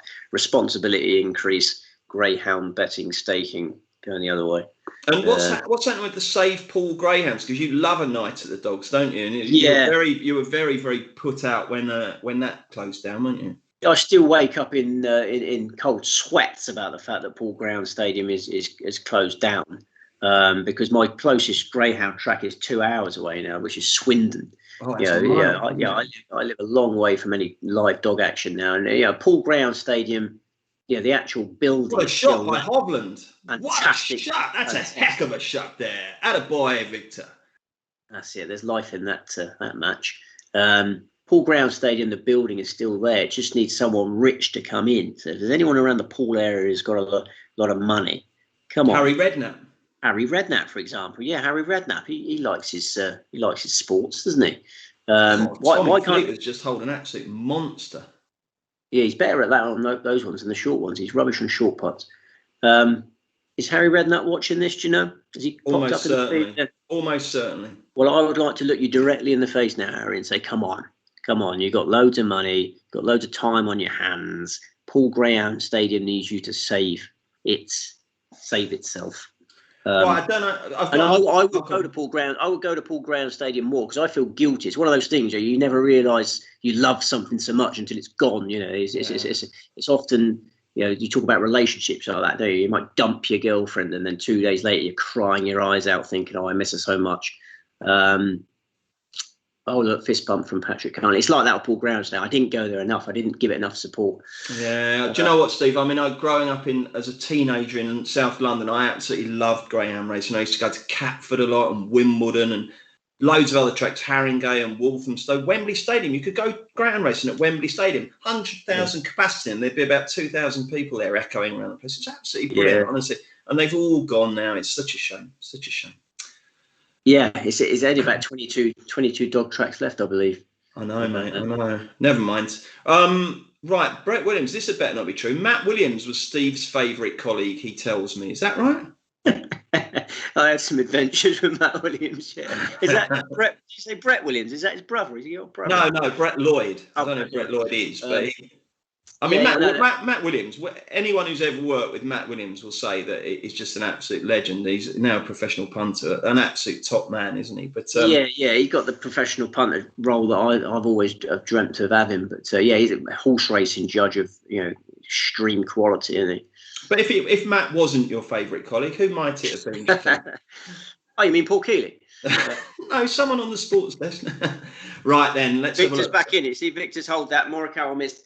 Victor's only one down. A lot of golf to be played. But then, just because I tipped Hovland to win that match, we were all on Hovland at 6-4. But then he might scupper the 21-7. I've got a lot of irons and a lot of fires here. I know you're conflicted on quite a few things. This is Rory trying to close it out. He's 3 up with 3 to play, and he's played his second shot into the par 5 green, and it's good. It's really good. He's going to have a devil's own job to lose from there. Let's have a butcher's. What else have we got? Why do you drink Diet Coke over normal Coke, Steve? Taste. Nothing to do with anything but the taste. Yeah. I just prefer the sort of lighter, cleaner cut of the Diet Coke. Righty-ho. Who do you think will be the next maiden winner on the PGA Tour? Great question. Well, all the maidens I've been backing this year have won about a week after I know, it's so frustrating, isn't it? Tipped them. So I'd have to have a good think about that, and I will have a good think about that. Look at that, 10-2. 10-2. No, it's 9-2-1. That's okay. We've also tipped the one below 21-7 at 28-1 on GolfWise Extra this morning. You might. Why don't you give a good advert about the quality of GolfWise Extra going forward while I visit my bathroom. Okay, I can do that. Yeah, okay. Yeah, all right? I'm not fully. Yeah, go on. Our golf ball's gone in the hole there. That must be exciting. Is it Paul? Paul Casey, yeah. I'm going to do some normal commentary. You head off, okay? Thanks, quick mate. as you can. Don't wash your hands. It'll just take up too much time. And mind you are eating all those sausages. Do wash your hands. Right, okay. So I'm going to do some straight commentary while Steve pops off to do what he's got to do. And this is McIlroy to win the match at 16. This would be a 3-1 win. It's a beautiful putt. He's left that about a foot away. Surely not going to make him putt that. Rory looks really delighted. He's obviously not helping Europe to win the Ryder Cup this year, but he's not going to walk away completely empty-handed, as looked like being the case. Back on 16th tee now, Cantlay is 3 up. He just needs to halve this, but he's carved that down the right-hand side. Does it come back on? The cameraman can't pick it up. There's all sorts of stuff going. Oh, I think he's in that bush. Oh, no, he's not. No, he's found a little patch of scrub, so he may well be okay there. He's looking at it anxiously, asking his caddy what's going on. And now this is Schauffele. This has got to go. Schauffele's got 40 feet on this. This is a really difficult putt. He won't bother leaving it short. It's got to go in. It's on its way. I say he's not going to leave it short. He might have left it short because he's read the line absolutely beautifully and criminally has left it short. And so Rory McIlroy shakes hands, and that's it. First point on the board for Europe. Well done to Rory McIlroy. He'll be delighted about that. He takes out Xander Schauffele 3-2. So, Steve, first point on the board. Rory McIlroy has beaten Xander Schauffele. And, you can't hear me yet, can you? Oh, come on. How long does it take to put a set of headphones on? I'm back in the room. So Rory's won 3-1. He's beaten Schauffele. So that stymies my Schauffele top rookie bet. Here's Justin Thomas looking to go 4 up after 9 against whoever he's playing. And, so that's about it, really. I'm going to have to do what you just did now. So you're in a position to take over? Ivor Robson impression. I didn't know whether you were going to go through the whole hog without any... I just did some straight commentary there. You going to do that, or you got other things up your sleeve? No, I'm going to do some straight commentary. Okay, mate, away you go. I'll do a brief introduction to the Sweet Spot Live. Hi, guys. Welcome to Sweet Spot Live. If you're just tuning in, you've missed a good 2 hours or so of something. Very loose swing from Shane Lowry there. That must be going right. Surely he hasn't saved that one with his hands. No, he hasn't saved that one with his hands. Difficult lie there. Shane looks so disappointed. You sense that Shane wants this too much, don't you? And the cup is lost, and Shane Lowry is now playing for Pride. I think Pride is all that is on offer now for a lot of these Europeans. Dustin Johnson's rattled that one by. He's picked the ball up. Where is he going? Nobody knows. There's some Americans, some of them fat, some of them thin, most of them fat, some of them thin. I can hear Bruce approaching, just doing up his flies. And a sea of red there. 1, 2, 3, 4, 5, 6, 7, 8, 9 red marks on the board. This party is over. Rory McIlroy, is he going to cry? Looks quite tearful. Is going to cry. God, yeah, he is. He's going to cry. What's going on? He's literally crying. This is like Blandy and Bart all over again. He's going to cry. God, look. He can't speak. Hang on, I've got to turn this up. He can't continue. I know it's tough. What's happened? Has his dog died? Incredibly tough circumstances, especially with. I love my joking. I love being a part of this team. Oh, I love my team. He loves his team. I should have done more from this week. Oh my God, I'm going here. Today, but I just can't wait to get a shot of this. It is. Oh dear. Oh my goodness. You better turn that down, Steve. We're probably broadcasting. We're probably breaking all sorts of rights rules violations. My God, this is so emotional. Oh no, he's in absolute bits. I can't watch. Look at him. He's choked up. Is this getting to you, Steve? Yeah, he's not getting a word. I wonder whether there was any animosity for being dropped, but he's just told Padraig Harrington he loves him. Oh my goodness. Oh my days. This is amazing stuff. Poor old Rory's in bits. That looks like almost that's meant more to him than any of the other victories in his glittering career. Look at him. He's broken. Oh dear. My goodness. Blimey. Right, should we go back? You're right, Steve. I don't like seeing Rory cry. He's a good personal friend of mine. Yeah, no, he is. You've played golf with him, haven't you? Yeah. No, I'm struggling to hold myself together here. Yeah, it looks it. Oh, poor old Rory. How lovely. Right then, Andrew says, It seems Bruce's northern accent only made it as far north as Birmingham. Yeah, sorry, that was no good.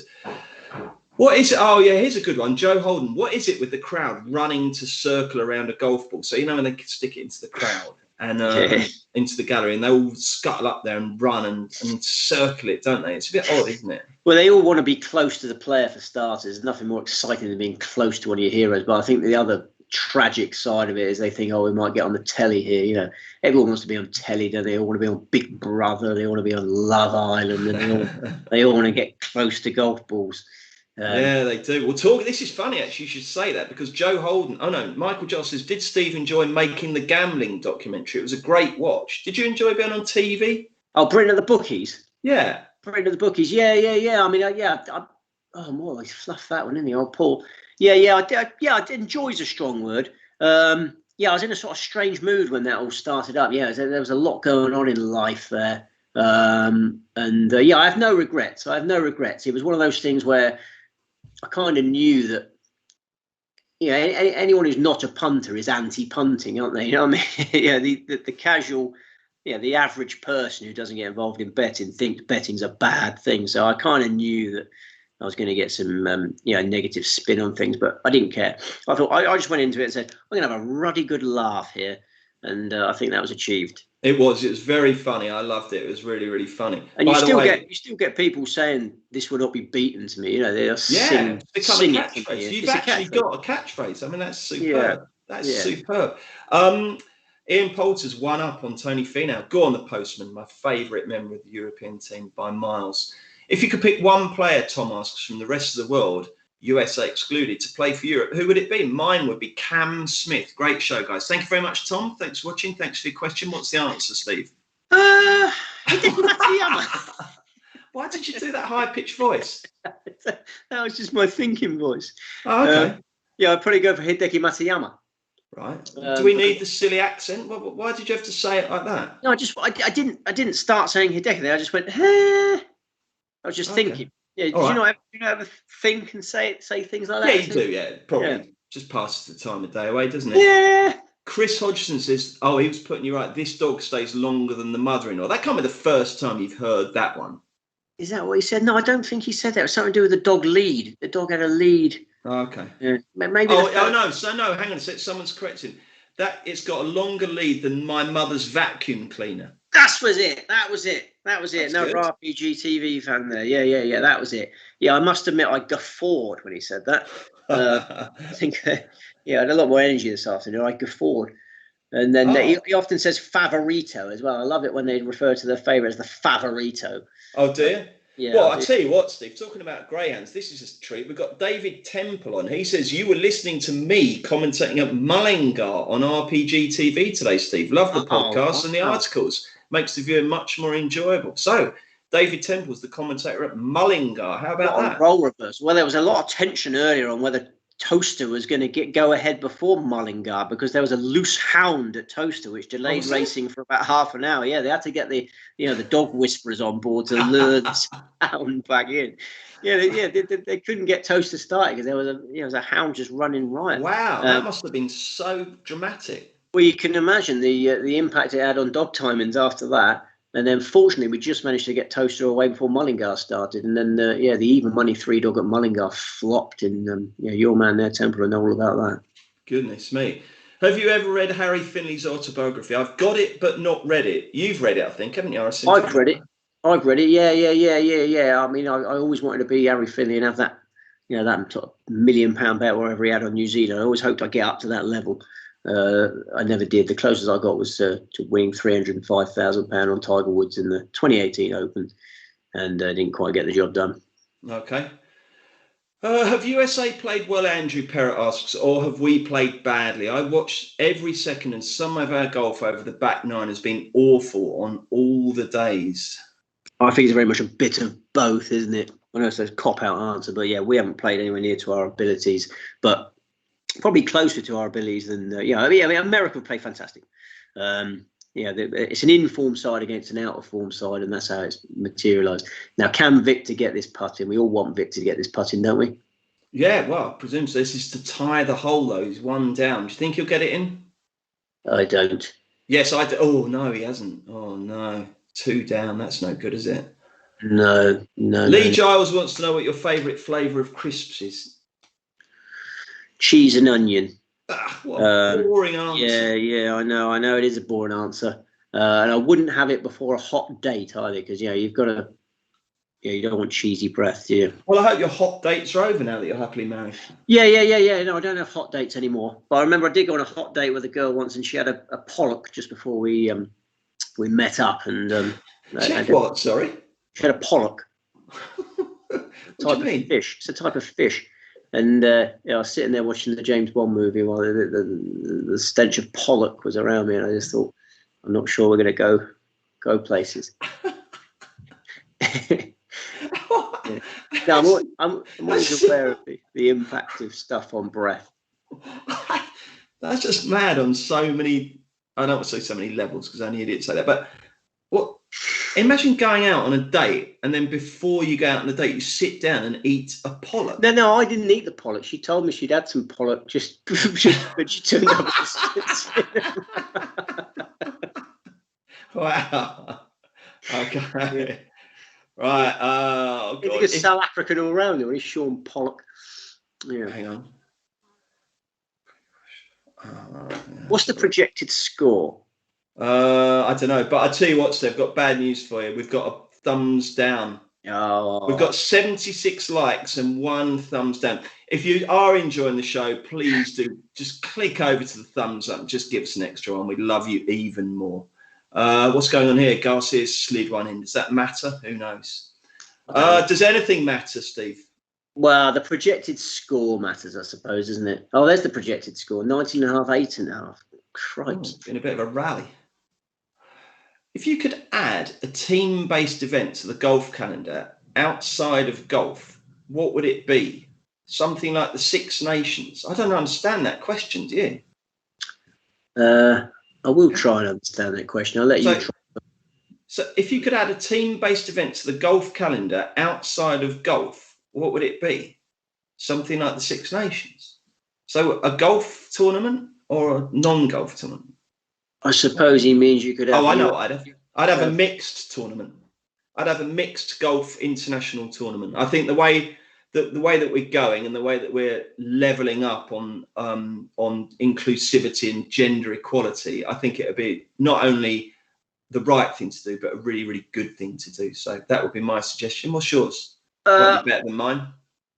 I think maybe a bit more country action, because remember when the Dunhill used to be? God, it's all getting a bit fruity there, isn't it? Scotty Scheffler's a lot taller than his partner, isn't he? It looks like a wife based on the wedding ring. Yeah. They're really going for it, weren't they? They were, yeah. So Scotty Scheffler, by the way, obviously the fact that his wife is on the course means that he's beaten Johnny Rahm, so that's a real shock there. Yeah, I missed the old Dunhill where it was sort of the country of origin had much more. Oh, look, Shane Larry's had it. Yeah, basically. He's shaken. Yeah, nice Six Nations. Yeah, why not? Six Nations. There you go. There's your answer. Six Nations. We have Francesco Molinari and Guido Migliosi for Italy. Yeah, for Six Nations like pairs golf event. That'd be quite interesting. Fair enough. Yeah, that would be good actually. Yeah, it would be good.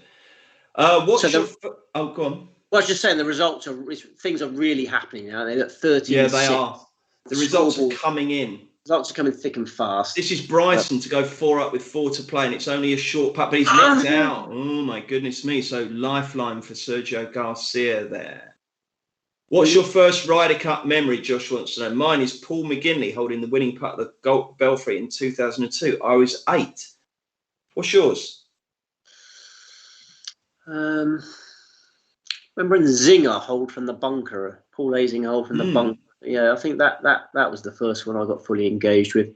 There was The a lot first one going I on. got fully engaged. Phil I think, Price, remember Phil Price? yeah, little Welsh Phil Price. Yeah. I think he held the winning putt that year, didn't he? I think you're right. Yeah, I think you're right. We missed Phil Price, don't we? I think he oh, lovely shot from Wiesberger there in the bottom match. I think he actually plays quite well on the seniors tour. I think I see him on the leaderboard there sometimes. Well, Only a little fella, wasn't he? He did a bit of commentary, straight. didn't he, Phil Price? Yeah, very accurate. So here we are. Let's have a good look at this. Let's have a deep dive. Trouble is, when I press the pause button, then get a big. Yeah, but then you can just go forward again, can't you? So come, take us through it, Steve. Yeah, I'm going to try and take you through it. No, I can't. I can't get the big. I can do it. Right. Okay. I'm not very good with these sort of things. Right. Okay. I'm going to take you through it very comprehensively. 3 of these matches have finished. McIlroy has beaten Schauffele 3-2. Cantlay has beaten Lowry 4-2. Scheffler has beaten Rahm 4-3. That means it's currently 13-6. USA need another 1.5 points. DeChambeau's 3 up on Garcia with 4 to play. Morikawa's 2 up on Hovland with 5 to play. Johnson's 2 up on Casey with 6 to play. Wiesberger and Koepka are tied. Go on the Poltz. The Postman is 1 up on Finau through 10. Thomas 4 up on Ricky Hatton. Poor old Hatton, he won't be happy about that. Hatton. Sorry, I said Ricky Hatton, didn't I? Yeah, that's your boxing. That's ridiculous, isn't it? Harris English 1 up on Westwood at the turn, and the bottom 2 matches are tied. Spieth and Fleetwood through 8. Berger Fitzpatrick through 7. Blimey, Steve. How can that only be through 7? It feels like I've been on air longer than children in need. Yeah, we have got a long night ahead, haven't we? I mean, there is only 9 minutes till vigil. I must point that out, just in the interest of broadcasting fairness. Well, we've still got loads. Oh, look at all the likes. Since I asked people to like, we've gone from 76 to 112. Thank you so much, guys. That's really, really kind. I really appreciate that. And I reckon I could probably name the people that have given the thumbs down, because every week on our podcast, we have thumbs down and the same people giving critical comments. Don't worry about it. Don't worry about it. I've told you to rise above it. And I'm vaporize them from your life. Don't worry about it. Are you both going to watch the new James Bond film? And what's your favourite James Bond film? My favourite James Bond film is one of the recent ones, Quantum of Solace. That was brilliant. Yeah, Quantum of Solace. Yeah, that was a good one. I am looking forward to the new one. Goldfinger. Who's the latest Bond then? Is it still Craig David? Still David Craig, yeah. Not Craig David. Yeah. No. Want to get a rewind? I shot him on a Monday. Let's have a look. There was a lot of talk about Idris Elba. Yeah, that would be good. He'd make a great Bond. Talk of him getting the gig, wasn't there? Oh, Scotty Scheffler's talking now. He won't cry. He's very good. No, he'll be very... Oh, no, God, I've done what you've done. I haven't rewound it. I haven't got back up to where... Scotty Scheffler's got a real sort of square jaw, hasn't he? He has. Would you rather be Scotty Scheffler or you? Oh, I can't answer these questions honestly anymore. I love being me for many reasons. Good. Mostly my lovely wife and my lovely children, but I would like to have Scotty Scheffler's golf game and bank balance. Good, wouldn't it? And his bank balance is square jaw. Quite like the idea of a square jaw. Yeah, I've got a piddly jaw. It's awful. We've got a colleague who's talking of nicknames. We've got a colleague who's called Squarehead, haven't we? You know about him? Yeah. Let's move swiftly on before HR get hold of us. Right then. People say no value backing odds on are jokers. There is value in all prices. I agree with you, Pete Stevens. I backed USA at 4 to 6 3 months ago, as I thought they were nearer 2 to 5 at the time. Well, well done, Pete. You are merely minutes away from a payout. I agree with that, Steve. There is value in odds on, isn't it? Absolutely. Yeah. It's weird, isn't it, how people have this thing where evens to 10 to 11 is this massively sort of symbolic thing. Like, oh, no, I don't bet shorter than that. Why? Yeah. You often hear sort of casual punters say, oh, there's no value in that when, because it's odds on. Any odds on shot, they say there's no value in it. It just doesn't make any sense. If something should be 1 to 16 and it's 4 to 7, there's an enormous amount of value in it, isn't there? Morikawa's played a shocker there. I mean, you talk about Harry Finley earlier on. He used to enjoy backing like 1 to 16 horses that should have been no offers, didn't he? That's what he used to have his biggest bets on. Oh, burnt. Is that burnt? Oh, burnt. Oh dear, that's a shame, isn't it? Keith Lawton says seniors PGA player Dickie Pride has the finest name in golf.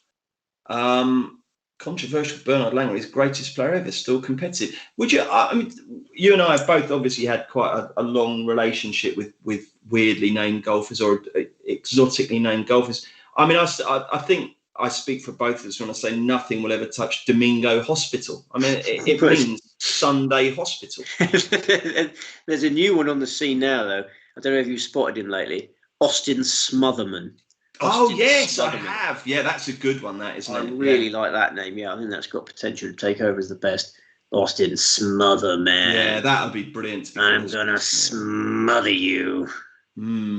Poor old Pod. He looks a little bit weary, doesn't he? It must take it out of you, mustn't it? Going to be a lot of tears before bedtime, isn't there? Who's that holding a long putt? That's Daniel Berger. Break really Wiesberger's heart, yeah? No, he's playing Fitzy, Berger. Daniel Berger's playing Fitzy in the last match, the top match, the bottom match, whatever you want to call it. I don't like calling it top and bottom match. No. Call it the 12th match. Okay. So Dustin's missed a tiddler. Still one up. Yeah, the projected score. We need to get the big leaderboard up a little bit more often now for projected score backers. I suppose we do, but I do have it on my mobile telephonic device. Hold on. Oh my word, he's given that a bit too much beef, isn't he? Yeah. Hang on, where are we? Right then. Johnson, latest correct score betting? Yes. Yeah, I do. Okay. I've just eaten a sausage in one go there. Oh, did you? Yeah. Right, here we go. 19-9 or better to the US is 2-9, so that stymies that really. 1-4, it's just gone. 18.5, 9.5 is 9-2, and 18-10 is 13-2. 17.5, 10.5 is 12. Any value there? Well, that's all over, and hopefully a few people got that 6-5 when we were urging them to. My new hero, Ian Poulter, 2 up through 11. Poltz, I love you. And here is him doing it. It's really annoying, isn't it, when they stand there and they're obscuring the cup. Yeah, that is annoying. I mean, Rory set the precedent now. You know, Poulter's got to go and cry now in front of the cameras and say how he's let everyone down, isn't he? Yeah, he probably should, actually. I don't think he will. I don't really think he's got that in his locker, so to speak. No, me neither. Yeah. Oh, look, there's an ant going across the screen there. Yeah, there is.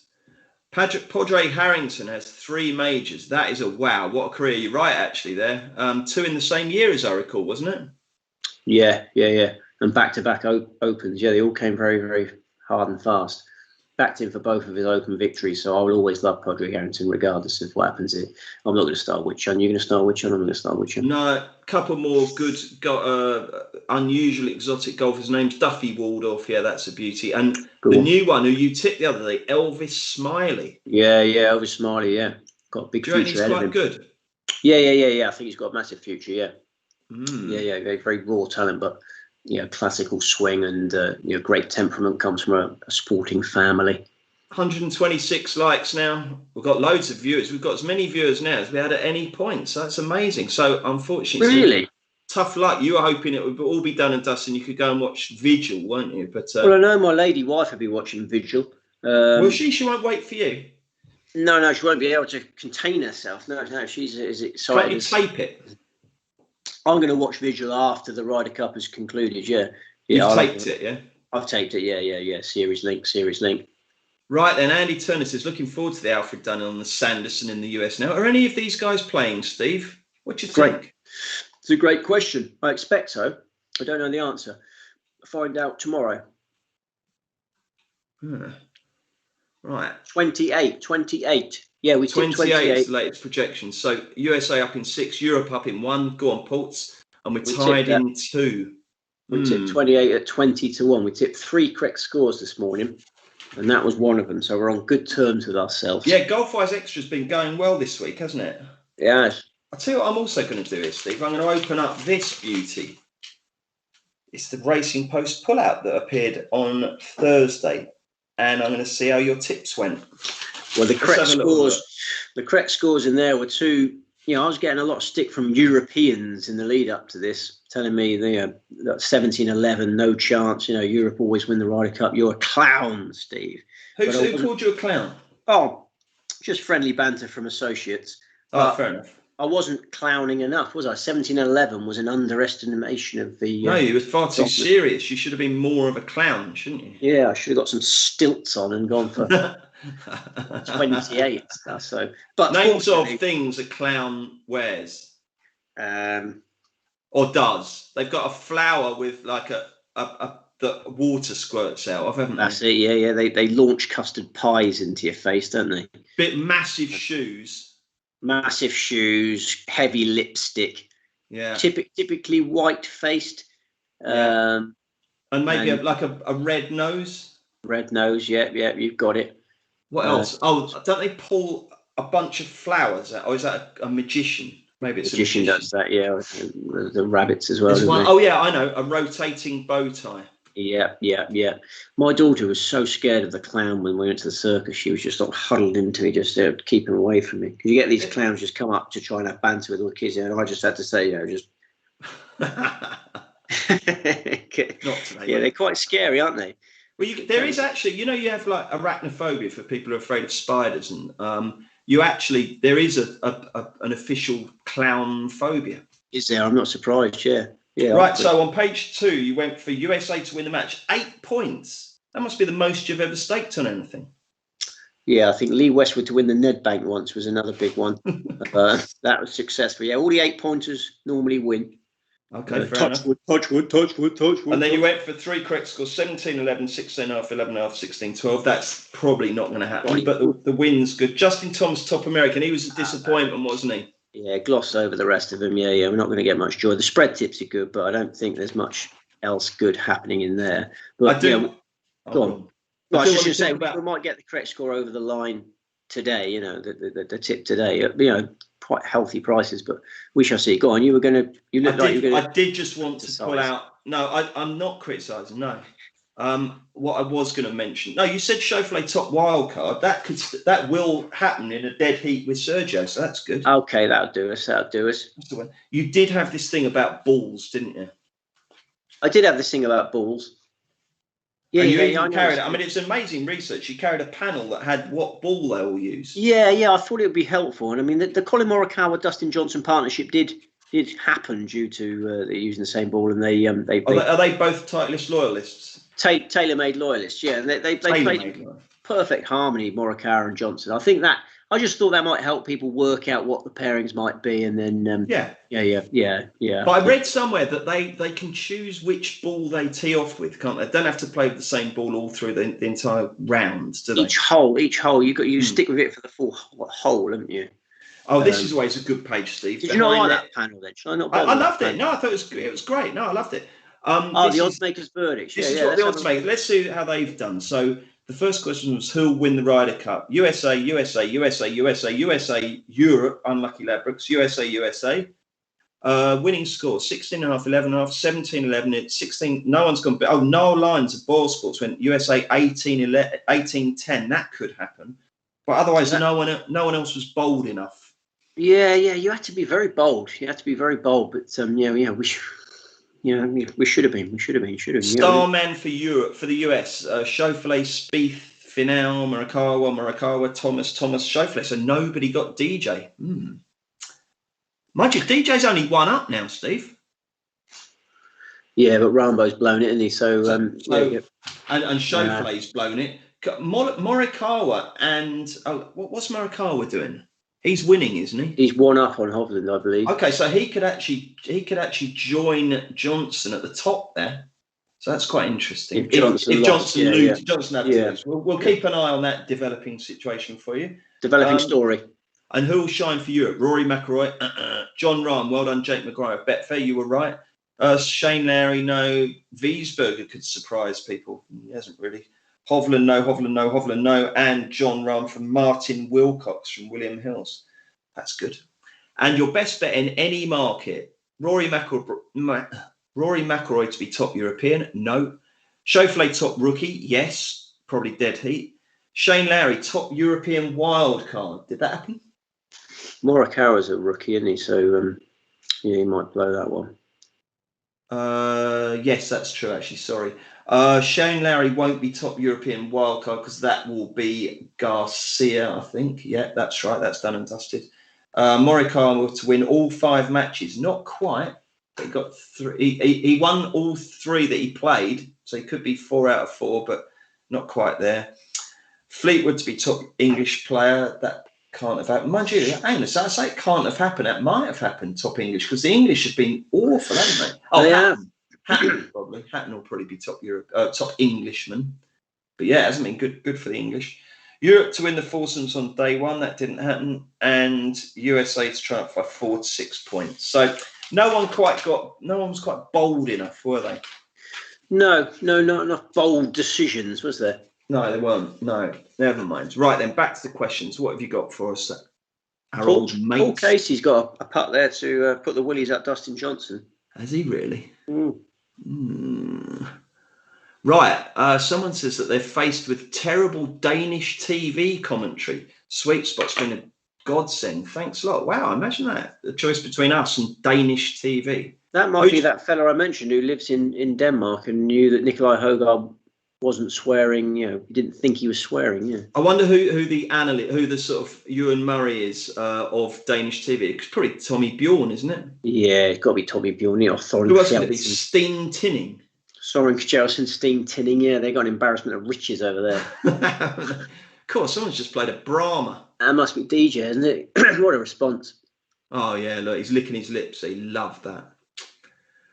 So what else have we got? No, it's the rifle now, isn't it?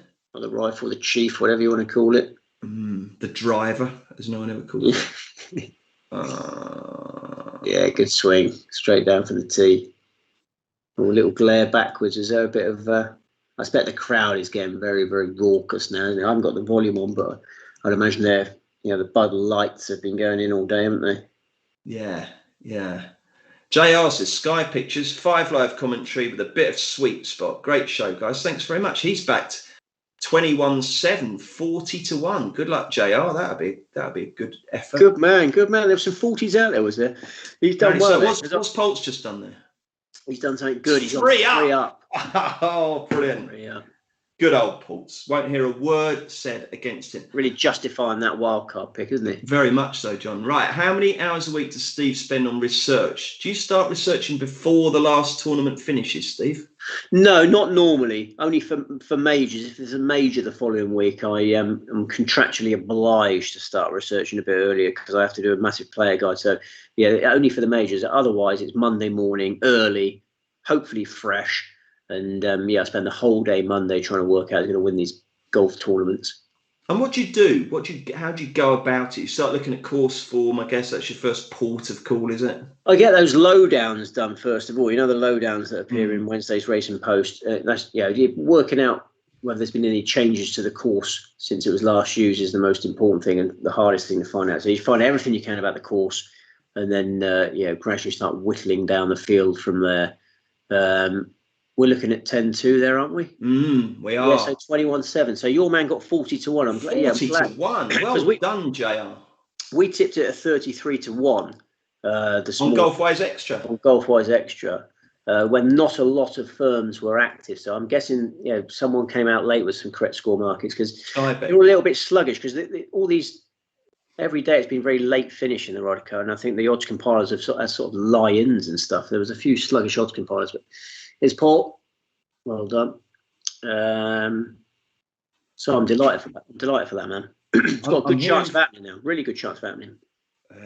I'm hearing from the production team that if anyone wants Sky Sweet Spot Live to make another appearance, then they better start liking it because that way it gives the big cheeses the chance to do it. I see. Steve's quickly hit the thumbs down button. Now, have you enjoyed it, Steve? I have. It's been great, hasn't it? Just text all my family. Don't be silly. No. Do you remember when we did the last one for the Open? It was about 90 degrees, wasn't it? You kept on trying to gouge yourself in water. I am feeling quite hot now, though. I don't know why. There's quite a lot of people in my house, and my wife's got a sister up there, and I've got 2 babies. I don't know what is it. It feels really hot in here today. Well, shouldn't they be emitting that much heat, are they? We've got a really, really well... what's with that big drama, the guys on the M25? You've got an insulated house? Yeah, we've got... Yeah, they should come down here and see. This is how it should be done. This is a very well-insulated house. You very rarely have to put the Ronan Keating on, yeah? No. Oh my goodness, someone's in trouble. Oh, look where that's ended up. They're going to have a devil's own job to get up and down from there. I don't know who that was. Oh, Sergio. So that could be all over quite soon. Who's that in the background? That young lady with a stars and stripes skirt. No, my eyes were drawn to her as well. Right, Morikawa now. Third shot. So he's been in a bit of trouble here, hasn't he? I tell you they hit it so high, don't they? Look at the apex on that one. I don't know what I want to happen now, because I want this 33-1 winner for 21-7, but I also want Hovland to win, which will eliminate that. I don't know what I want, Bruce. I don't know what I want out of life. He's up against the lip here. Oh no, what's he done there? He's splashed it out. What are the 5 greatest sporting events in the world, says Richard Casey. That's a good question, isn't it? Should we do it between us? I think you've got to go Football World Cup. Yeah, I mean, Football World Cup, European Championship, Greyhound Derby, Darts World Championship, World Snooker Championship. You haven't mentioned any golf, have you? Yeah, betting without the golf. Okay. I don't know, but what do you reckon? Which would you most like to attend? I've been to World Cup final. Have you been to World Cup final? 2010. With England in it? With England No. 2010 in South Africa. Oh, yeah, Spain, Holland. Brilliant. Yeah, I'd like to attend a World Cup final with England in it. The 1966 World Cup final still gets talked to. Me and my dad were talking about it today. How Greavesy never got over not being in the final team. I thought all the tributes to Greavesy were so nice, weren't they? What a legend! What a loved legend he was. Yeah. You had the Chelsea-Tottenham game straight after his death, and loved by both Chelsea fans and Tottenham fans. There's not many players that are like that. No, you're absolutely right there, mate. You're absolutely right. I love Greavesy. Oh, he's got it. Well, I think I'd quite like to go to the Masters. I think that would be amazing, wouldn't it? Be a patron for the week. Yeah. We should definitely do that. Okay, right then. What else have we got? We've had the projected score now be 20.5. Would it 20.5? There's a lot happening out there, isn't there? There is a lot happening. Pete Stevens, meanwhile. Oh yeah, this is DeChambeau, third shot at the par 5 16. So if this goes close, I think he can close this out, can't he? Because Garcia, the last time we saw him, was at the back of that bunker. It's true. Do you think he likes the look of it? No, he's hung it out to dry, hasn't he? It's a bit of a technical one, Steve, about your punting strategy. Steve, looking at your tipping strategy. Looking at your staking, most weeks you generally stake about 15 points per tournament on your outright selection. What number of points bank would you start with at the start of each new year?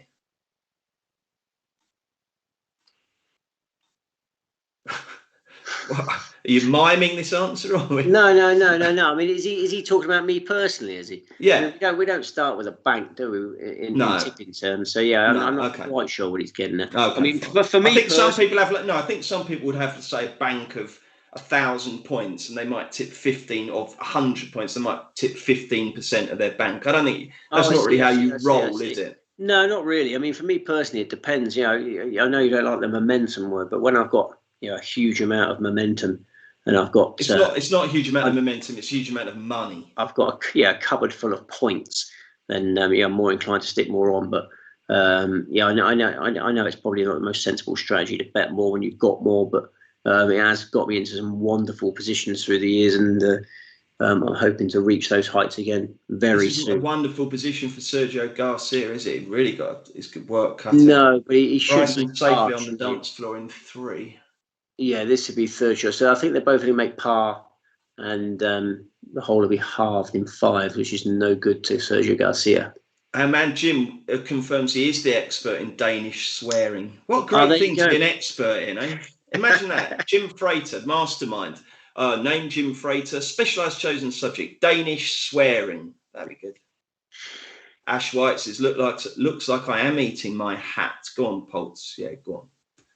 The irony of McIlroy and Poulter being the only blue on the board. Well, I suppose that's fair, isn't it? Yeah. Ironic. Yeah, they've been getting a lot of stick, haven't they, the last 48 hours? Absolutely. Carl Davis, Ashes, Lions, Latour. They're his favourites. Yeah, Latour's good. I've been to that. It's really good. Yeah, Ashes is a good point, actually. Yeah, I should have mentioned Ashes. I've been to that as well. I was in the MCG on the first day of the Ashes test in the last series. I was so lucky. I'm a lucky boy. The last series, yeah, was that pre-COVID, was it? Yeah, it was. Yeah, exactly right. Yeah. You remember of the Barmy Army? Oh God, am I hell? I can't stand the Barmy Army. I'm sorry, but there's nothing balmy about the Barmy Army. They've got a treasurer and a press spokesman. That's not very balmy, is it? Not for me. In fact, we were walking back from MCG and we went to this pub and we were going to go in and have a drink and it said official Barmy Army pub. Couldn't have turned around quick enough. No, thank you. I mean, I'm sure they have a great time, but sitting there singing Barmy Army and all that, not for me. Right then. What have we got here? I've just noticed I've got exposed biscuits. I bought these biscuits for myself. Oh, he's thinned that one through. Still be a par, wouldn't it? Yeah, I bought these biscuits and Grace has scuttled in here before the broadcast and taken them. Look how nice they are. Are they butter cookies? Yeah. But Grace has taken the sheath off them. Yeah. And they've been exposed for however long we've been on this broadcast. Oh, that doesn't matter. They're going to go a little bit. They'll be fine. No, it'll take days for that to happen, mate. Oh, will it? Don't worry about that. Oh, I'll enjoy them later with the over visual. Yeah, no, they'll be lovely. What's happening in visual? I wonder what's happening. Don't worry about it, mate. There's plenty of time for video. It's funny, isn't it? Because before you'd have to get the videotape out, wouldn't you? Or you'd have to repeat on BBC One. You'd have to check your radio times. Yeah, it's a different world now, isn't it? Yeah, it really is. David Temple says, look at McIlroy's reactions and everyone's celebrations, even when the match is dead and buried. There's big pressure there, regardless of the score. I think David's absolutely right. That's the moment of the Ryder Cup, isn't it? Poor old Rory. Yeah. He's choked, isn't he? He's choked. Yeah. I mean, it does mean a lot to these people. Yeah, Rory McIlroy famously said this was an exhibition and he didn't really give a monkeys. Yeah, he was just concentrating on majors, but he's changed his opinion, as you can see there. Maybe once you get through your career like that, and you've won all those things, you actually do quite like the whole team ethos. I must admit, I think there is more that can be done with team golf. I'd say that's my view. Yeah, I'd agree with that. Okie dokie. I think there's the old Lake Michigan. We're probably done for questions now. I think, what's this refresh done? No, I think it's about it. We've got so many great questions, haven't we? Really, really good. Should we have a little score update, Steve?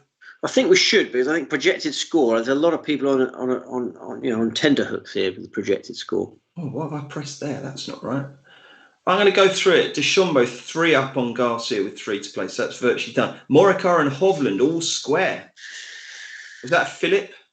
Yes. I want Hovland to win, but I also want 21-7. So I am torn, as Natalie and Brugger-Lee would say. Johnson 1 up on Casey with 4 to play. Kutka and Wiesberger all square. That's a good effort by Wiesberger. He'll be glad if he gets something out of that. He'll be pleased. Yeah. The mighty Steve Poulter. I was getting you mixed up with Poltz there. Ian Poulter 3 up on Finau through 12. He's 1 to 14. Finau's 8s. Thomas is 4 up on Hatton through 12. Harris English is all square with the Worksop Wonder. Spieth is 1 up on Fleetwood. Berger's 2 up on Fitzpatrick now. So it's looking. It could be a really long night, couldn't it? If those 2 last matches are really tight, correct score backers could be here till the cows come home. Yeah, I don't think we're going to. The cows will be home by then, won't they? I should think so. I mean, what policy did we have on this? What was our sort of closing policy when the Ryder Cup is won? It could be, yeah. I think it possibly could be, or when the viewing numbers start to dwindle, but they're all still there, so people are clinging on, so that's good. You're not on overtime, unfortunately, Stephen. You're not getting paid for a word. I've got quite a numb backside now. I might have to just move into a different position slightly, if that's right. Okay.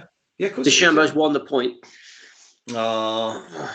So that has ramifications, ladies and gentlemen, for top wild card. It basically means that market is settled. Xander Schauffele and Garcia dead heat with 3 points. Scotty Scheffler just on their tail with 2.5. So those are the front 3. I don't think anyone was offering 4 places. Look at Bryson there. He's delighted. He's having hugs with his old mate Scheffler. Christ, I'll tell you what, Steve, they had a chest bump yesterday at one point, Scheffler and DeChambeau, and it was like a rugby league challenge. It's No, I heard incredible. they were asked about that in the press media conference afterwards, and Scheffler said, "What do you press, or what do you?" Yeah, he asked him about weightlifting. Yeah, there's a bit of weightlifting chat. I didn't really understand it. I Don't don't. do much weightlifting myself. I've never got involved in weightlifting bants. Finau there with an absolute snake to take that. What's a snake? A snaking putt. Sorry. Yeah, I'd take that back to +2. I was going to say, if DeChambeau chest bumped me like that, I'd have been halfway across Lake Michigan. That's for sure. Yeah. No, apparently he lifts more than anyone else in the team, as you can imagine. Let's remind everyone what's happening on top overall point scorer, because this is one where they did have 4 places. So Dustin Johnson is looking, well, Dustin Johnson and Morikawa, isn't it? Morikawa, what's the oh no, he's all square now, of course, isn't he? So if you've backed Dustin Johnson, there's no switching off here. You're absolutely agog because you're desperate for him to hold on. He's going to end up with 4 points. Ron's going to end up with 3.5. Xander Schauffele is going to end up with 3. So Sergio. Cantlay 3.5. And Morikawa, if he ties as he is now with 3 to play, that's going to be 3.5 as well. But he's got a chance here with his second to the par 5 to change that. He's a lovely player, isn't he? Oh, look at this for a shot. That's a beauty, isn't it? He's left him. Yeah. What would you say? 15 feet for eagle? Yeah, 15.5. Is it? Yeah. If you could choose a Ryder Cup caddy to be your regular tour caddy, who would you go for? Billy Foster's got good bants, hasn't he? Yeah, I'd probably pick Billy Foster for the bants. Okay, fair enough. Keith says, really annoying US celebrations not far off. Bobby Evans, off to watch Vigil, lads. Thanks for playing class. See you on Masters Sunday. Yeah, you definitely will, yeah. That's fair enough. No, I have no animosity towards him for doing that. I completely understand. Joe Holden says, what are your and Steve's handicaps? I play off 24. I'm sort of good value for that, but I'm just rubbish. I've played all my adult life and just never got any better. But I've only just learned, Steve, that you need to rotate your hips. I didn't realise. Oh, it's all in the hips. It's all in the hips, they say. I play off 20, but I would beat anyone at my home track. I've got such good local knowledge of Wharfdale Golf and Country Club that if Tiger Woods turned up now, I'd fancy my chances. But because he's on crutches, that's still. Yeah. But yeah, I could beat anyone around Wharfdale Golf and Country Club. I hacked it around there yesterday and still managed to put a score together. Oh, you managed to get out for a game, did you? Yeah, I snuck one in the afternoon. Yeah, I shot 85 despite struggling to get it airborne. I was just holding everything, using my bit of track craft. Full 18. Good response that from Victor. Yeah, full 18. That was nice then. That hole could be halved in eagles. Yeah, it could, couldn't it? Yeah, it certainly could. Right then, okay, so we're getting to the fag end. So I think we should stay on air until the Ryder Cup is won, don't you? Oh, look, you having a bottle of gear? Yeah, I did have one or two. Yeah, just to stay cool. Really, it's very hot in this room. Steve, this is changing now. Tell those people on the M25, you can go too far the other way. You can be over insulated. Hang on a sec. So it's 14-6 at the moment. This could actually start getting quite close again here, Steve, because 3 of the games are tied. We think Europe is still in it. 2 up. Well, they're not still in it, but I do think that the correct scores only need 14-14 tie. Remember, we could pull this one off until they get that half point, until it's mathematically impossible. There's Bryson being interviewed. Is he going to cry? Don't think he is. No. Yeah, he's had a good week, old Bryson, hasn't he? He had that silly moment with the concession, didn't he? But apart from that, I think his people will be quite pleased with that, won't they? Yeah, absolutely. Yeah, I think this is actually really important for him. I think he's drawn a line in the sand with the galleries now. I think they'll all love him now because he's a very entertaining golfer, isn't he?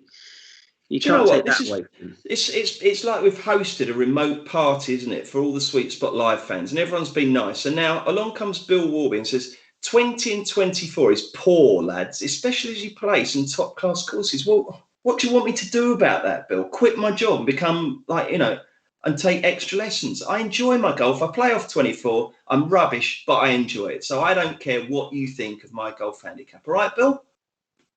And playing good courses, it doesn't make you better, does it? The courses are hard. The better courses are the harder courses. The course I play every Monday is one of the worst golf courses in southern England, believe me, honestly. Never mind.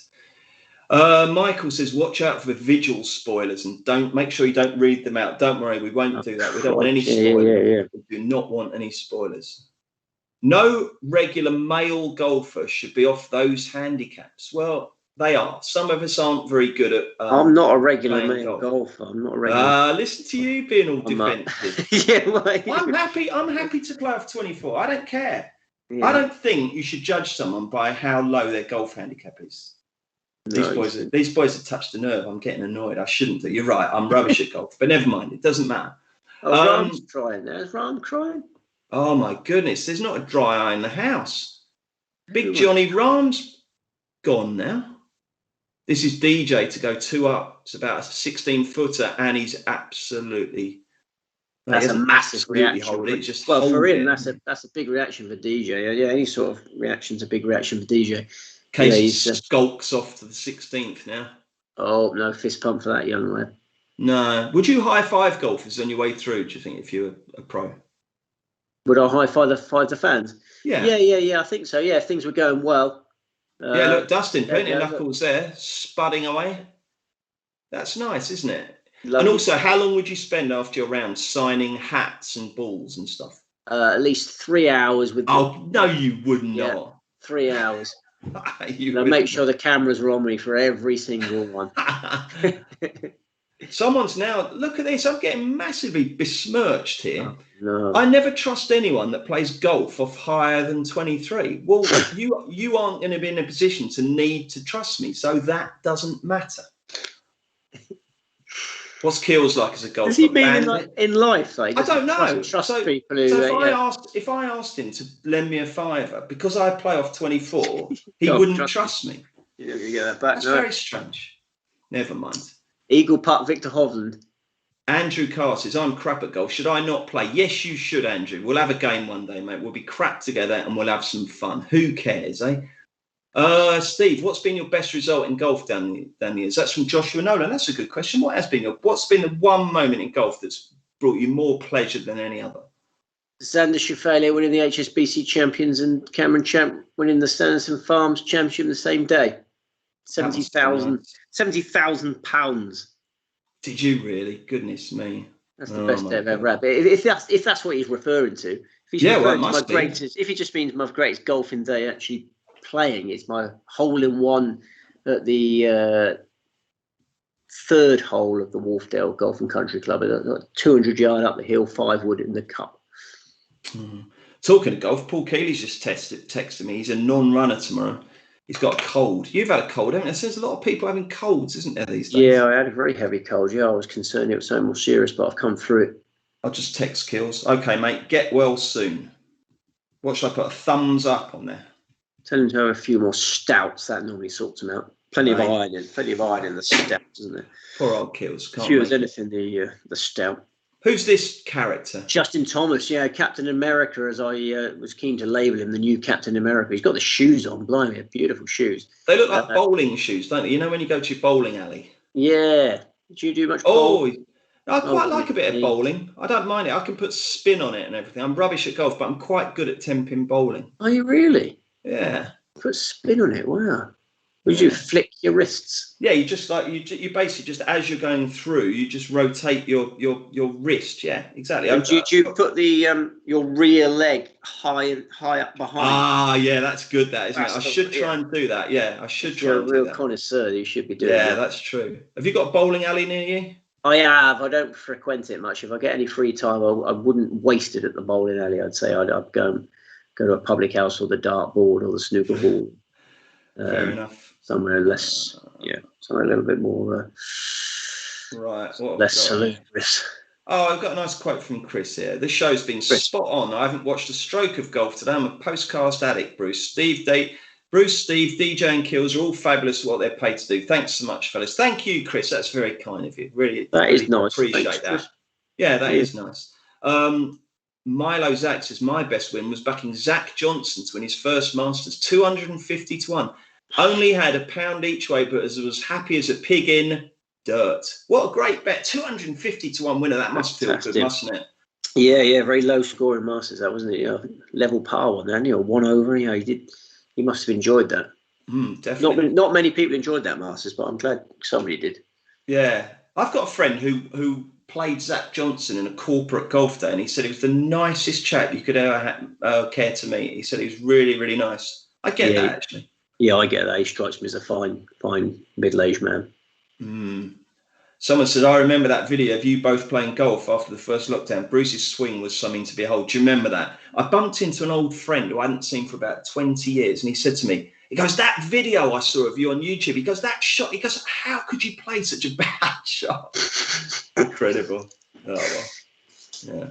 Oh, my goodness. Someone's had a little pop at Sky. That was for the title, JT, and Sky said nothing. That's not right, is it? Perhaps it was out of order. Perhaps it's all out of sequence. I don't think they know, to be honest, because there's so many games going on. Who knows? Yeah, I mean, we just need half a point, don't we, from somewhere? And that's your 4-7 winner. Someone's come up with a 10-pin bowling joke. It's very good, this. I was on the pro bowling circuit before, but lost my form and ended up in the gutter. That's really good, that. That is really good. It is good. That's very strong. Yeah, I like it when they put things in the gutter, put those when the gutters are filled so you can go bouncing off the sides. You know that one? You ever seen that? The thing the children have. Yeah. That's my kind of bowling. Oh, really? You have to have... No, you can't have that. That's like going for a bike ride with stabilisers on. Yeah, I prefer going with stabilisers. Here goes Colin Morikawa. He's left it out there, hasn't he? Yeah, he has left it out there. No, that's a good golf shot, to be fair. It's a very good golf shot. It's getting better all the time. It's going in the really golf hole. What a shot. Victor Hovland back as a tearing their hair out. Someone said a big shout out to Gavin Lynch and his cancer cycle. That sounds like a fundraiser. I don't know anything about it, but good luck there. Zach Johnson won the Masters laying up on all the par fives. Is that right? Yeah, he did, yeah. Look at all the Americans now. They'll all be chanting. They're rubbish at chanting. Do you remember that when we went over to Valhalla? They were useless at chanting, weren't they? Well, it's very one-dimensional in USA.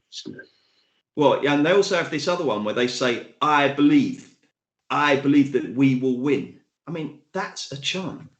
What's happening here? That's just a replay of Colin Morikawa's amazing tee shot. I mean... Oh, my goodness, what a shot.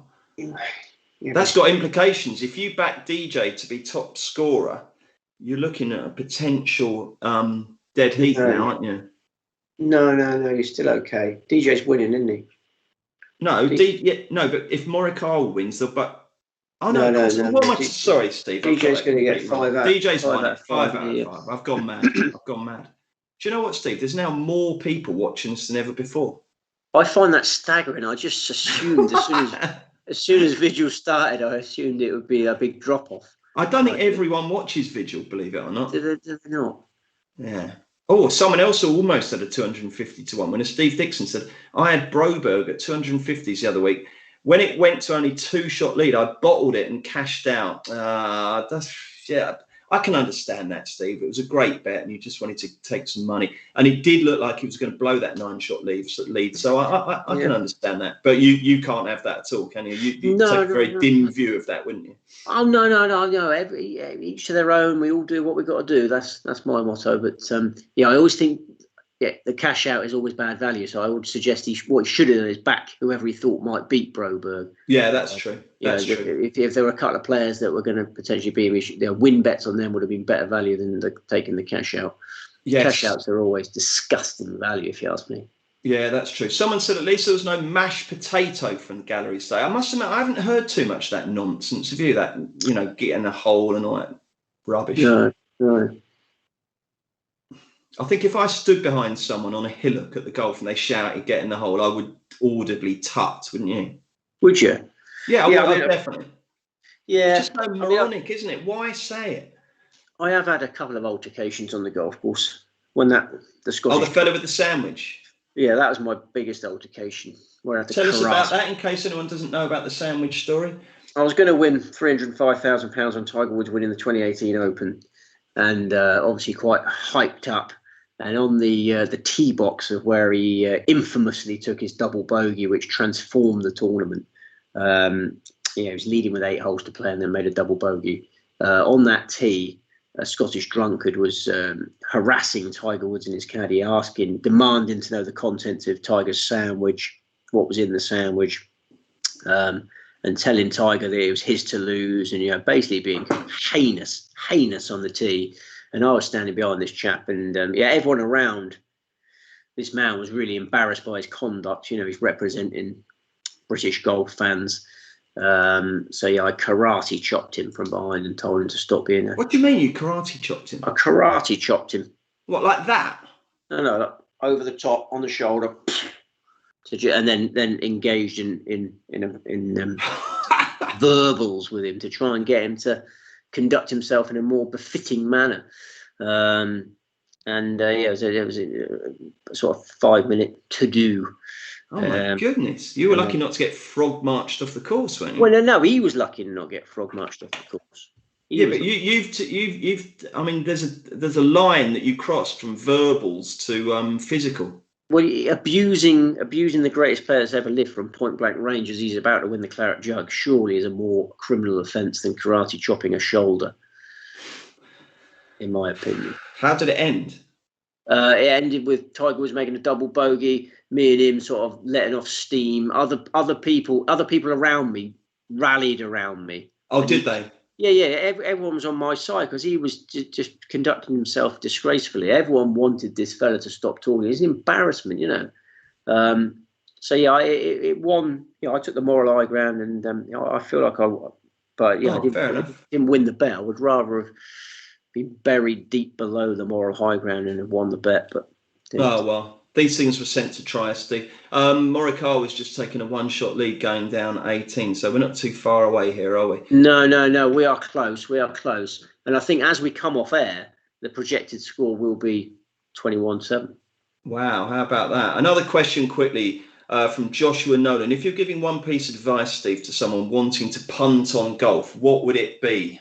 I think it'd be. I might have to sort of come in with a few corrective, sort of calming answers after this one, but go on.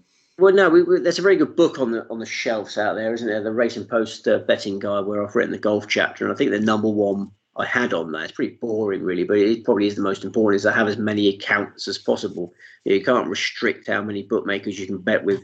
There's so many out there. If you need 20, 25 betting accounts, and then you'll have access to all the different prices, because golf, more than any other sport, there's a disparity between prices, isn't there? 100 to 1 shot with one firm will be 50 to 1 with another firm. That would be my one piece of advice: have as many accounts with as many firms as possible. Okay, mate. Good. Yeah, and get that book. Get that book for all the other ones. That's great. Good idea. Blimey, Casey's just drained one. Yeah. So does that mean it's going to be one? Johnson's only one up now, 2 to play. Blimey, so there are ramifications for the overall score, because if Casey can somehow nick this, then anyone who's backed Morikawa to be top point scorer is going to get a dead heat bonus. Yeah, there's a lot going on to do. Yeah, there's still a little bit of golf to be played, isn't there? Pulse is going well there. Bit tired, I think. Pardon? Fleetwood and Spieth are tied. Fleetwood's holding things together quite nicely there. That's one thing that, Steve, I've missed, or one tiny regret, that we don't see enough of this 18th hole. It's an absolute beauty. It's probably one of the best closing holes in golf, but because there haven't been that many close games, I haven't seen much of it. Morikawa's just found the first cut, hasn't he? What a brutal hole. Yeah, it's such a difficult golf hole. I mean, the rough's low this year, isn't it? I mean, the rough's down. I mean, that ball there should be gone, but it's sitting up like the proverbial coconut, isn't it? Yeah, it certainly is. But look at that, 515 yards over a canyon. There's a river, and it's a par 4. I would literally, my 5th shot, I might start thinking about, putting the ball on the green. But goodness me. Right then, what else have we got? Is that Martin Keimer just up resting himself on the 18th sign there? See on the right side? On that Aeon sign? Yeah, I think that must be a vice captain.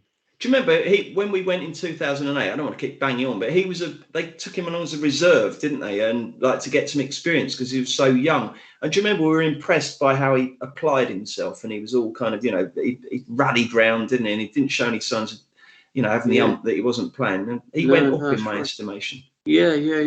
And then, a few years later, he held the crucial putt, didn't he? The winning putt. Yeah, so that experience there might have stood him in good stead, mightn't it? I think you might be on something there. Still got half a pork pie winking at me. Have you? I tell you what, seriously, how are you not 25 stone? You do nothing but eat. Incredible. What time are you going to bed tonight, Jane?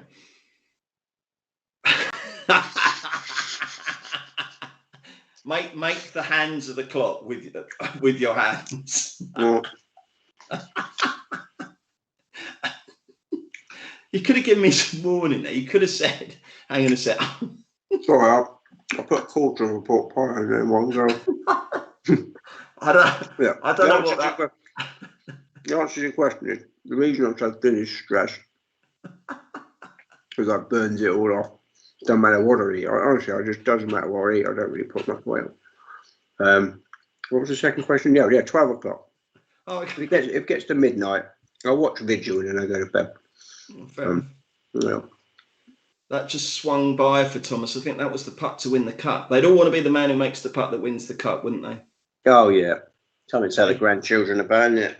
It certainly is, yeah. We're all looking for things to tell the grandchildren about, aren't we?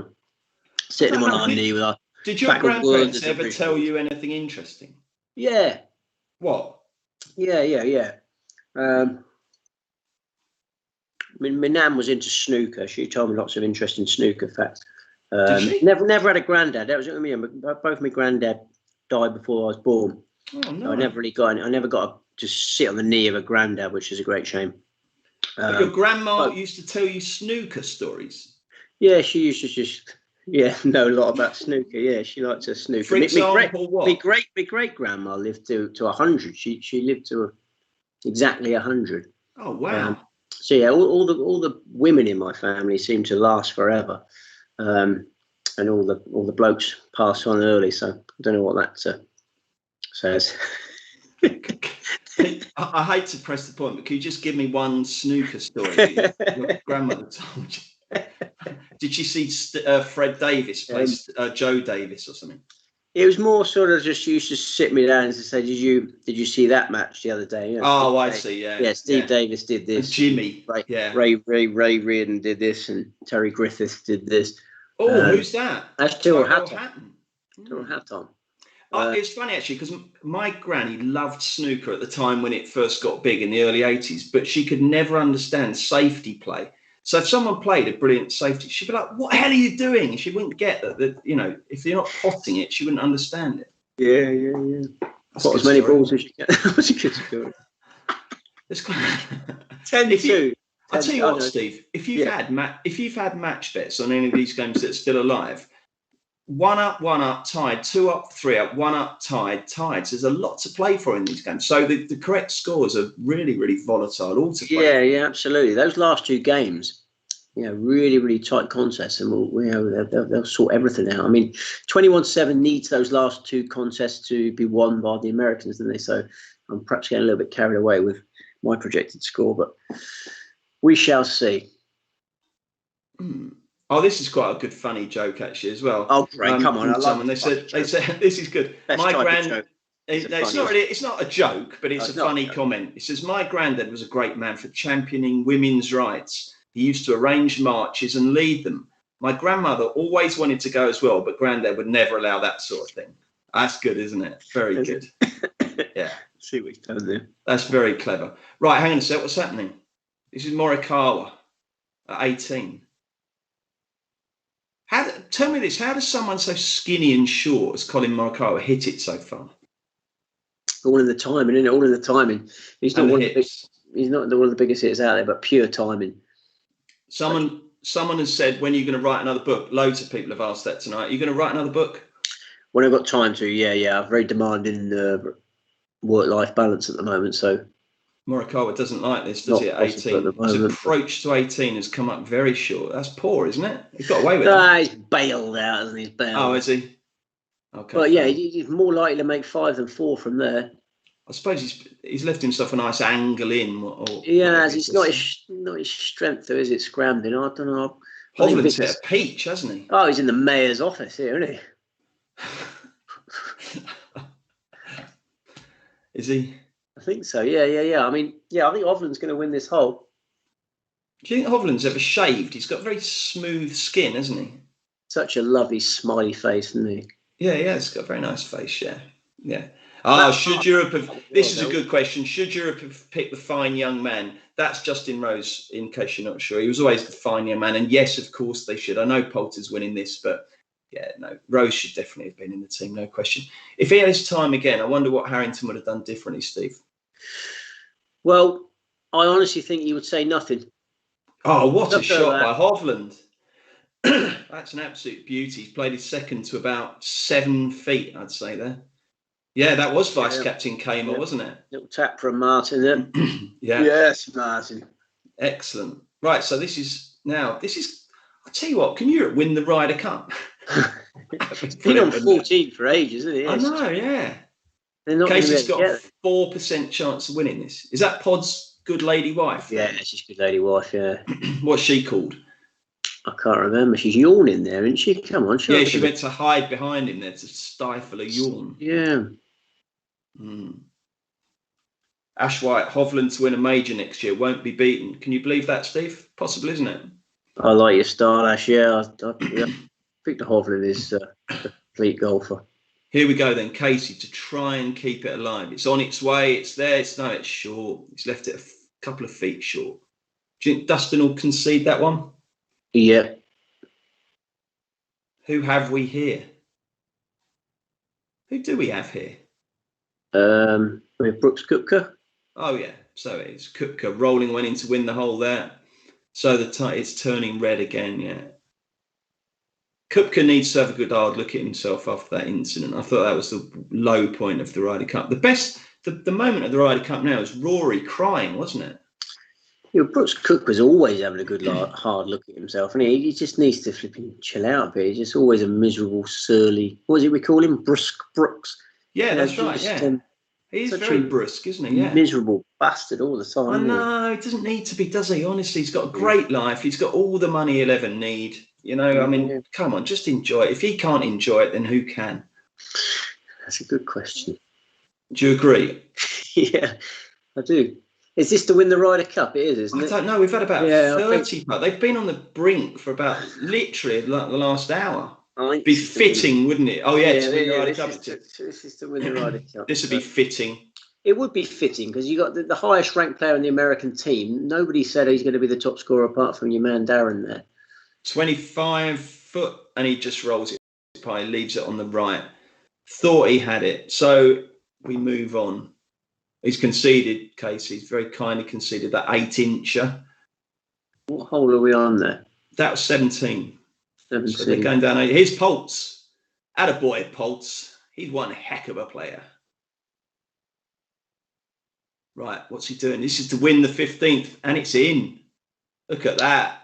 Poulter's not doing the chest thumping, he's doing those kind of glares, you know, those scowly glares. He is, isn't he? So DJ did just essentially win the Ryder Cup then, didn't he? I don't know. With that 2-putt. Are you able to essentially win it but not actually win it? Well, he's got the half point that's required, isn't he? He's going up the 18th, one up, isn't he? Yes, you're right. Yeah, exactly right. So, yes, that is true. So DJ just hold the winning putt. So the projected score's 28. Is that any good to you? Yeah, that's a 20-1 winner. Oh, well done, mate. That would be good, wouldn't it? Yeah, Golfwise Extra's been really good. Steve, just tell everyone about Golfwise Extra because it doesn't just run on Ryder Cup, does it, by any means? No. Before the final round of every golf tournament, you will go to racingpost.com sports section and you will find our analysis going into the final round. And for the Ryder Cup, we have one before every day. But the typical PGA Tour event, you get Saturday morning coverage as well as Sunday morning coverage. And then the European Tour event, post third round, we're always straight on the internet with tips for that. So, anyone who read Golfwise Extra this morning is on 28, 20.5, 8.5, and 21.7. Okay, excellent. Who is Steve? Lee wants to know who's Steve's all-time favourite Weymouth player. Oh, wow. Who's asked that one? Lee Giles. Lee Giles, yeah, great question. Blimey, well, settle in. There's some good ones, haven't there? Steve Claridge. Yeah, there have been some good ones. I mean, was Andy Townsend a Weymouth player? Yeah. Almost won. Oh my goodness, Brooks is almost aced. He's actually broken into a blooming smile. He is. He's cracked a smile. He's got a nice smile. He should smile more. He looks a bit like Russ Abbott. He does. He's got great teeth, hasn't he? Yeah. Steve Claridge is a good one. Tony Cook and Steve Clifford was an amazing partnership back in the day, set up front. And then Chris Shaw was an amazing schemer. Yeah, I could go on all day just naming players you'd never heard of, but hopefully one of them's watching this, and they're greatly appreciated. Can you explain why the commentators are reluctant to call a shank a shank? They say bladed or knifed. Oh, they're always trying to be nice to the. Hovland's missed it, but he's got another chance, hasn't he? He has got another chance, but apparently Morikawa's already won it on 17. We're hearing, because we haven't got the volume on because it interrupt what we're saying. Of course. Yeah, of course. Keith says, "Is Golfwise extra for members only?" No, it's not. It's free, so that's good, isn't it? And on Twitter, we always tweet a link, so that's nice. Yeah, of course. Russell says, when Brooks and Shambo inevitably come to blows, can they both lose, please? Oh, I don't think they will come to blows. I still think it's a little bit. Kind of, hammed up. Let's say. I don't know. They like each other. Who's that? There's Phil. Vice Captain Mickelson. Is that Amy Mickelson? Yeah, well? Amy looks well, doesn't she? She does look well. Yeah, it looks like she's got some very expensive sunglasses. So they're branding this to win the Ryder Cup when it's. How many putts have we had to win the Ryder Cup? He's got a very funny putting style, Morikawa. He's missed it. I'll tell you what, there's some meat left on that bone, isn't there? 5 foot left. Hovland wins the match. Oh, it's tied. Is it tied? Oh, is it tied? Oh, sorry, mate. Yeah, tied. Yeah. God, it'll be rubbish at this. Thank God we don't get paid for it. We've got to go easy on commentators because it's not easy, is it? They all look disappointed, don't they? Everyone there's going to burst into tears. Dry eye in the house. Mrs. Morikawa. Mrs. Morikawa's not bursting into tears. I think they tears. did get married, didn't they? They're childhood sweethearts, aren't they? I don't know. Morikawa and look at that. The real camaraderie, isn't there? Someone said that not having Mickelson and Woods playing this year has helped the team because they're so sort of alpha and dominant. Absolutely. No, I hear that. Yeah. Tiger Woods and Patrick Reed are two very difficult figures to have in your locker room, I guess. There's gentleman Jim, Jolly Jim. Oh yeah, Jolly Jim. Yeah. Yeah, I think it's helped Stricker not having Patrick Reed there, and Tiger Woods is not in a fit state to be there, unfortunately. No. All mates together. There seems to be some nice camaraderie now, doesn't there? Well, Phil Mickelson and Tiger Woods get on great now. Phil Mickelson and Tiger Woods are great buddies now. That there's no sort of playing rivalry there. That's good. Yeah. As you get older, you realise there's no point having enemies, don't you? Of course you do, mate. Exactly. That's what it's all about. Yeah. No question about that. Right, Steve. I think we're going to wrap it up, my friend. Well, the Ryder Cup has been won. Yeah, the Ryder Cup has been won. Well done to USA backers. And hopefully there might be a bit of correct score joy coming later on. Okay. We wish everyone well with their investments. Not everyone can win, but let's hope most people do. Absolutely right. I mean, you wouldn't call it the greatest Ryder Cup because it wasn't really close, was it? The first 3 sessions were all 1-3-1, and that pretty much put it to bed. A fantastic course. You've got to say fair play to the Americans, haven't you? They're absolutely brilliant. And I would just like to say thank you to everybody who's watched and who's commented on this. We've had so many nice comments. Do you know what? I'm looking at the chat as it comes in, and normally you get a few silly ones and people trying to swear or be clever or act very juvenile. But we've had some really nice contributions from all of you. I'm very grateful indeed for that. We've had loads and loads of thumbs ups, 160 thumbs ups to 1 thumbs down, Steve. So that's good, isn't it? Yeah. And then we've got some really nice comments down on the right there. So if you haven't given us a like, please do before you go. And hopefully next year we'll be back for some more Sweet Spot Live. Steve, thank you very much indeed for your input. What are you going to do now? I'm going to finish my pork pie, and then I'm going to see if the USA get a record-breaking win. We haven't mentioned that, have we? The Ryder Cup record is 19.5, 8.5. So we'll see if they get the record win. And then I'm going to watch Vigil once the Ryder Cup correct score has been set in stone. All right, mate. Good stuff. We're back on Tuesday. Every Tuesday, we've got the Sweet Spot looking ahead to that week's tournaments. Thank you very much to Will Carey and to Ben Blackmore behind the glass. You do a great job, my friends. Thank you very much indeed. But most of all, thank you for watching. Thanks for your comments. And we'll see you on Tuesday for the Sweet Spot.